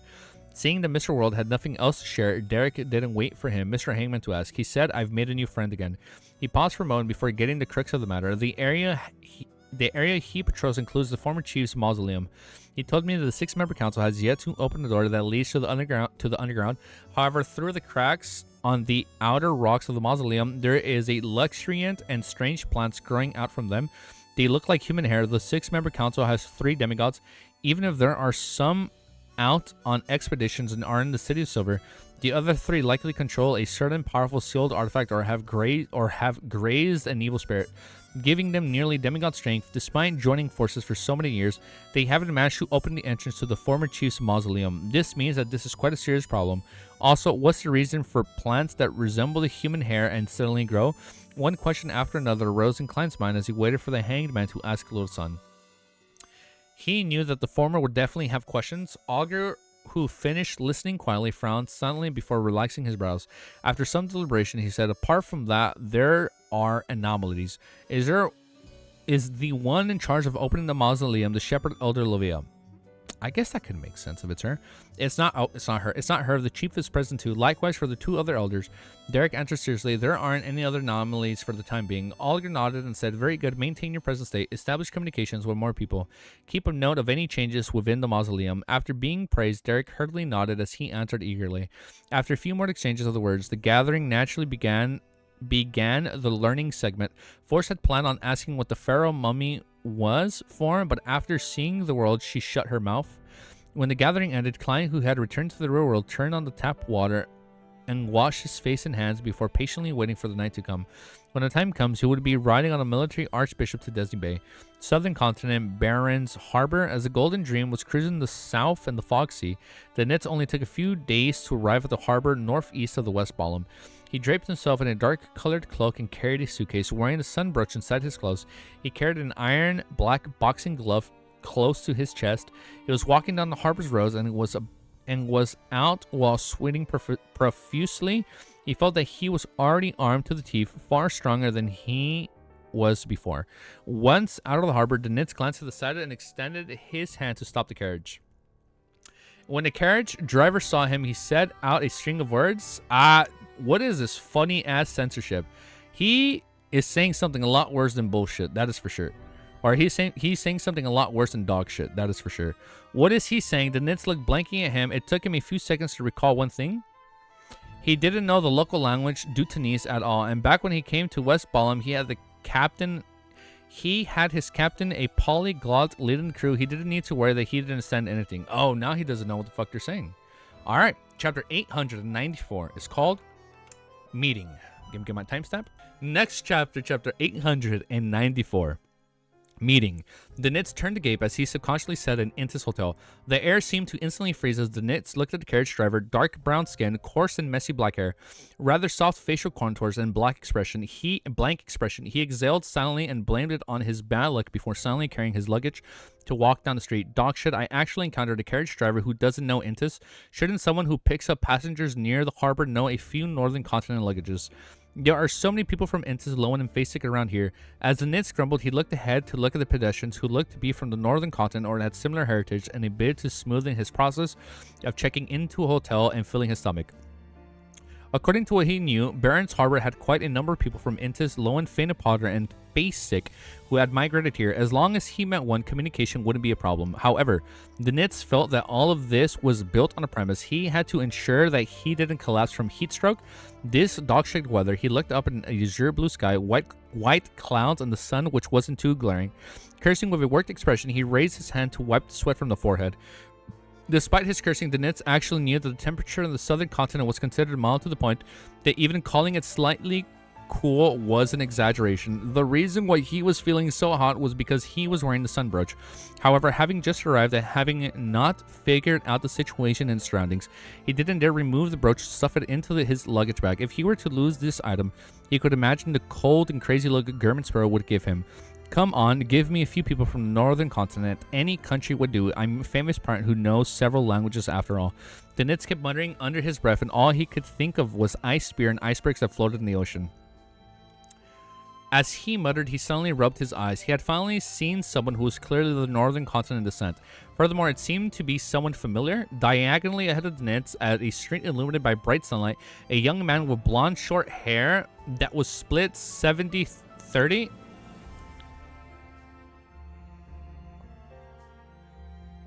Is it Anderson? 70-30 was leaning against a wall, blowing into a silver harmonica.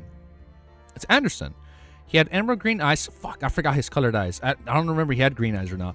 He had emerald green eyes, and he wore a white shirt that didn't have the top two buttons buttoned up. He wore a completely unbuttoned black vest, dark colored trousers, and a single black glove. He was none other than the strongest hunter of the Foxy. Yeah, it is Anderson Hood.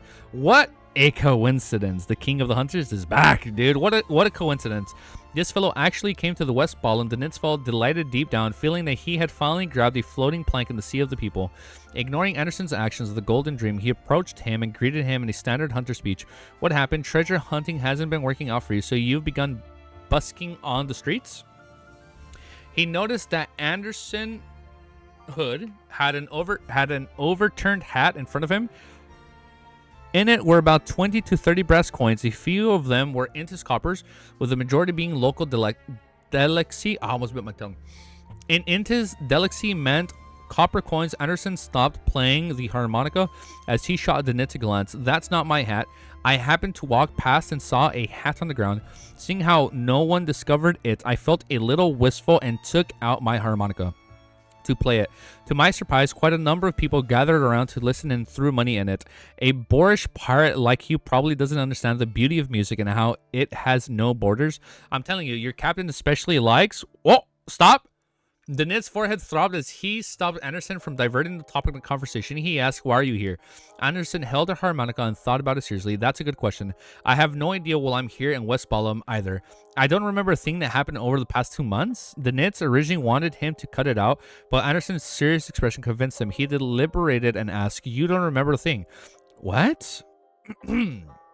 Fuck is going on? Anderson put away the silver harmonica, bent down, picked up his hat with quite a number of coins, and dusted it. My last memory was of me and Bayam with Gurmit Sparrow, and after going our separate ways, I had apparently gone somewhere to meet someone. When I woke up, I was already here in West Ballum. Don't be concerned over such matters. As long as I'm still alive, it's almost noon. Let's go have a meal. I heard... Did AMON do something to him? Anderson amnesiac plot. Did AMON make him a vessel? Probably not. Don't be concerned over such matters. As long as I'm still alive, it's almost noon. Let's go have a meal. I heard that Barron's is famous for its pork knuckles. While saying that, Anderson placed the hat along with the coins beside a tramp to his side. Already hot, hungry, and exhausted, the Nitz was invigorated upon hearing that. You know Dutanese? He made a spectator demigod in the end of Volume 3. I don't remember who he met. Shit, do you remember what chapter that is? Who he met? You know Dutanese, Anderson chuckled. Haven't you heard of my numerous adventures as a treasure hunter in West Ballum? He met somebody at the end of Volume 3? That's right, I have thought of seeking you out to get information on West Ballum. The situation here is chaotic, and it's rather dangerous. I'll definitely be safer with Anderson around. Also have interpreter. I'll have an interpreter. I can't say I'm hiring him. I can't afford him. The Nitz slowly revealed a smile. He can't afford him. That puts me at ease. Let's go. Holding his luggage, he and Anderson circled to a nearby main street and found a restaurant. Upon hearing the waiter speak in his native tongue and seeing the menu filled with indescribable text, the Nitz felt headache as he hurriedly said to Anderson, I'll leave it to you. As he spoke, he handed the menu to the strongest hunter of the Foxy. Anderson didn't reach out his hand as he replied with a composed expression. I can't read it either. Didn't you say that you know Dutanese? The Nitz blurted out in surprise. Anderson threw up his hands. I didn't say that. What has me repeated visits to West Ballum in search of the treasure have to do with knowing Dutanese? Without knowing Dutanese, how are you able to understand that the text is in the ancient temples and castles ruins? How do you seek out treasure? The Nitz expression contorted bit by bit as his tone sped up without him realizing it. Anderson picked up the cup severely by the waiter and gulped it down. Problems that can be solved with a dictionary aren't a problem. Besides, thus not knowing that Dutanese means that you can communicate with people from the southern continent. With that said, he turned to look at the waiter. Speaking in the Intis language, he said two specialty pork knuckles. The waiter obviously gave him a blank look as he kept the pointing at the menu. Anderson didn't fluster at all as he unhurriedly pressed his right hand to his nose and mimicked the grittings of a pig. The waiter was first taken aback before revealing a look of enlightenment. Then Anderson pointed at his knuckles and pointed it at the Baron's labels on the menu before using his fingers to show two. Shit. As the waiter spoke in an accent Dutanese, he repeatedly nodded to show his comprehension. By the side, Denitz was dumbfounded by what he saw. After a series of gestures mixed with a few basic Dutanese words, he finally finished ordering the meal. Turning his head to Denitz, he smiled. Dude, trying to order food in Japan was actually kind of hard. There was points, like you can order on the menus, right? On the machines, but when it actually came to person, I'm like trying to look up water, green tea, and all this stuff, man, in Japanese, man. Yo, long-time VOD watcher. Just wanted to say I love watching your reactions and can't wait for Volume 4 finale. Dude, thank you. That's so sweet of you. Thank you for the kind words. Man, everybody is hyping up the Volume 4 finale. Base VOD watcher? That is a base VOD watcher. Holy shit. Dude, thank you. Everybody's hyping up. You, Wiz, and everybody else says Volume 4 is just peak. And I'm so excited because we've been live for 7 hours, dude. All right, let's keep reading, dude. Dude, thank you so much. Thank you so much, man. A carriage drove out of West, but wait, where was the weird text that we couldn't translate? Found it. Our series of gestures mixture with few basic Dutanese words, he finally finished ordering meal. Turning his head to Denitz, he smiled. Volume 4 final art is art. Bet. I'm excited to see some of that final artwork. Get it? In this world, there's a common language, body language. Denitz watched with a frozen expression as he curled the corners of his lips as a response. A carriage drove out of Westboro and it headed south in the intersection. Soon it arrived at a military base with the Colonel Calvin's letter and a junior officer escorting him. Klein successfully entered the base and arrived at the square paved with rammed earth. Bereths on it was a dark blue and white behemoth. The airship was dozens of meters long, and its truss had solid and light composite metal frames extended from it. They were intercrossed with one another as they held an unimperishable cloth used as cushions. Beneath it was opening mouths with machine guns, projectile launchers, and cannons. At this moment, the ignition steam engine had yet to hum, and it corresponded to the propellers were still static. Everything appeared extremely silent. Klein handed his documents and proof of identity to the officer and guard of the gangway. After receiving permission, he walked up onto the airship with a suitcase in hand. It was like a ship with 3 sections. The uppermost section had complicated machinery and a cargo hall. The middle section had a hall for buffets and balls. Surrounding the hall were hallways that led to the upper and lower sections. These hallways included lounges. As for the lowest section, there were the rooms for machine guns, projectile launchers, and cannons. Damn, they got a whole fucking artillery, as well as soldier cabins. Walking by the guards equipped with rifles, Klein followed the instructions he received from the officer and found the lounge reserved for him. He placed his luggage beside his sofa-like chair. Then he picked up a cup of water on the table, walking to the window, and took in the scenery outside. To be frank, although he knew a little of everything, it was really only a little. Therefore, he didn't understand the design principles used for this new airship model. He didn't know how high it could go or how stable it was in midair. This left him a little uneasy. Before setting off, he had even done a divination above the great fog. He received a revelation that he would arrive at his destination rather smoothly. There seems to be a safety belt. This world's airship industry has plenty of years of history. They have quite a bit of experience accumulated in all aspects. Klein was just about to retract his gaze and admire the decorations inside the room and the candlelight when he noticed a group of people approaching airship 1345. There were men and women, all of them wearing thin black trench coats and red gloves. Okay, the red gloves are here. They were carrying leather suitcases of varying sizes. One of them wore a mysterious medium's robe. She had blue eyeshadow, it's Madame Dali, and blush, and she was none other than Dali Simon. And behind the lady was the black-haired, green-eyed Leonard Mitchell. While no one noticed it, Leonard's footsteps suddenly slowed down. Then he looked up at the midsection of the airship. His eyes reflected the gray sideburns of the blue-eyed Dwayne Dantes, who was wearing a suit and bow tie. This gentleman was standing behind the window, revealing a genuine smile as he raised the cup in his hand.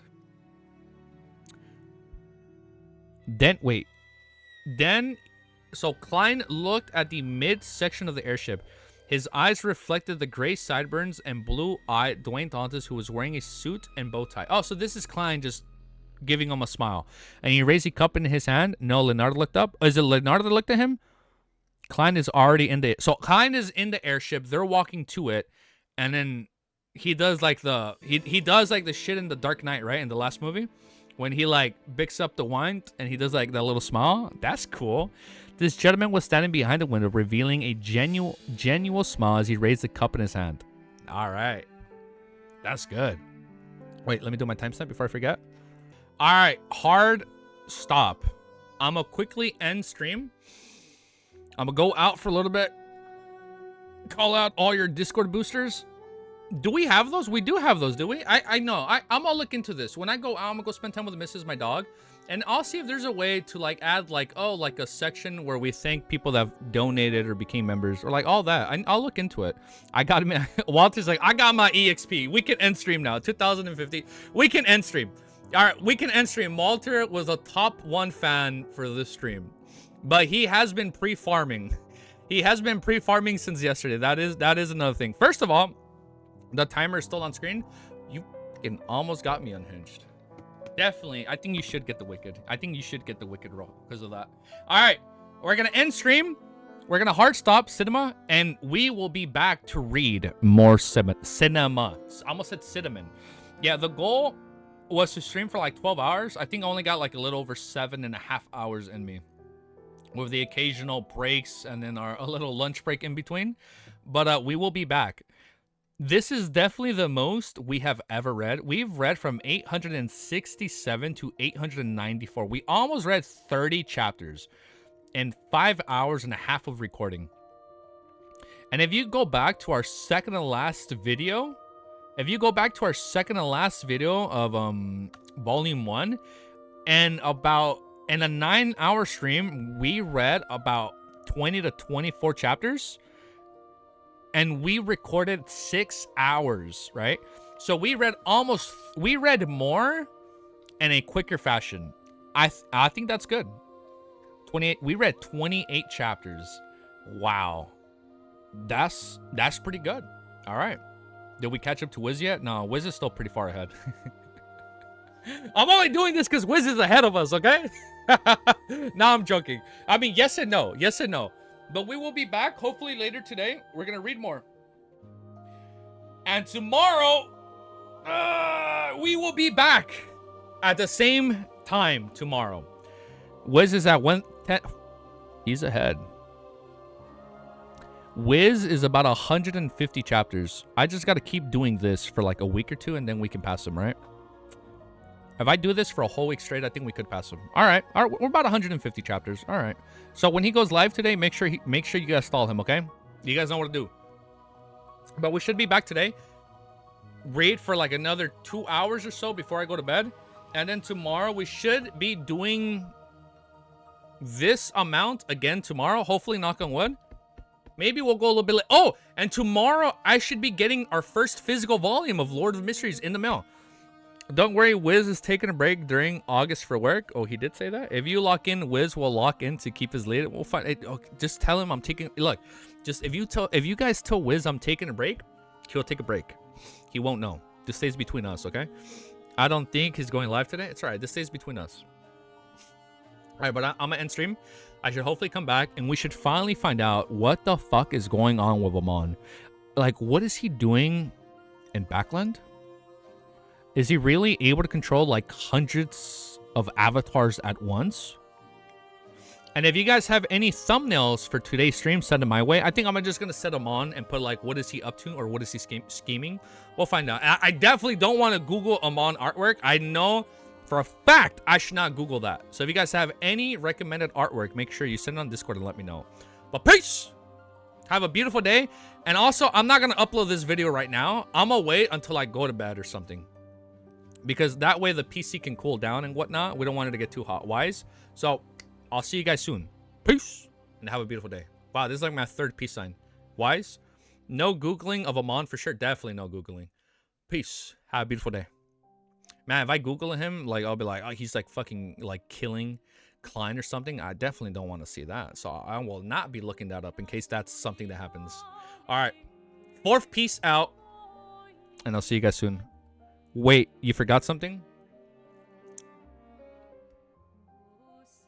I forgot to end stream. Later, guys.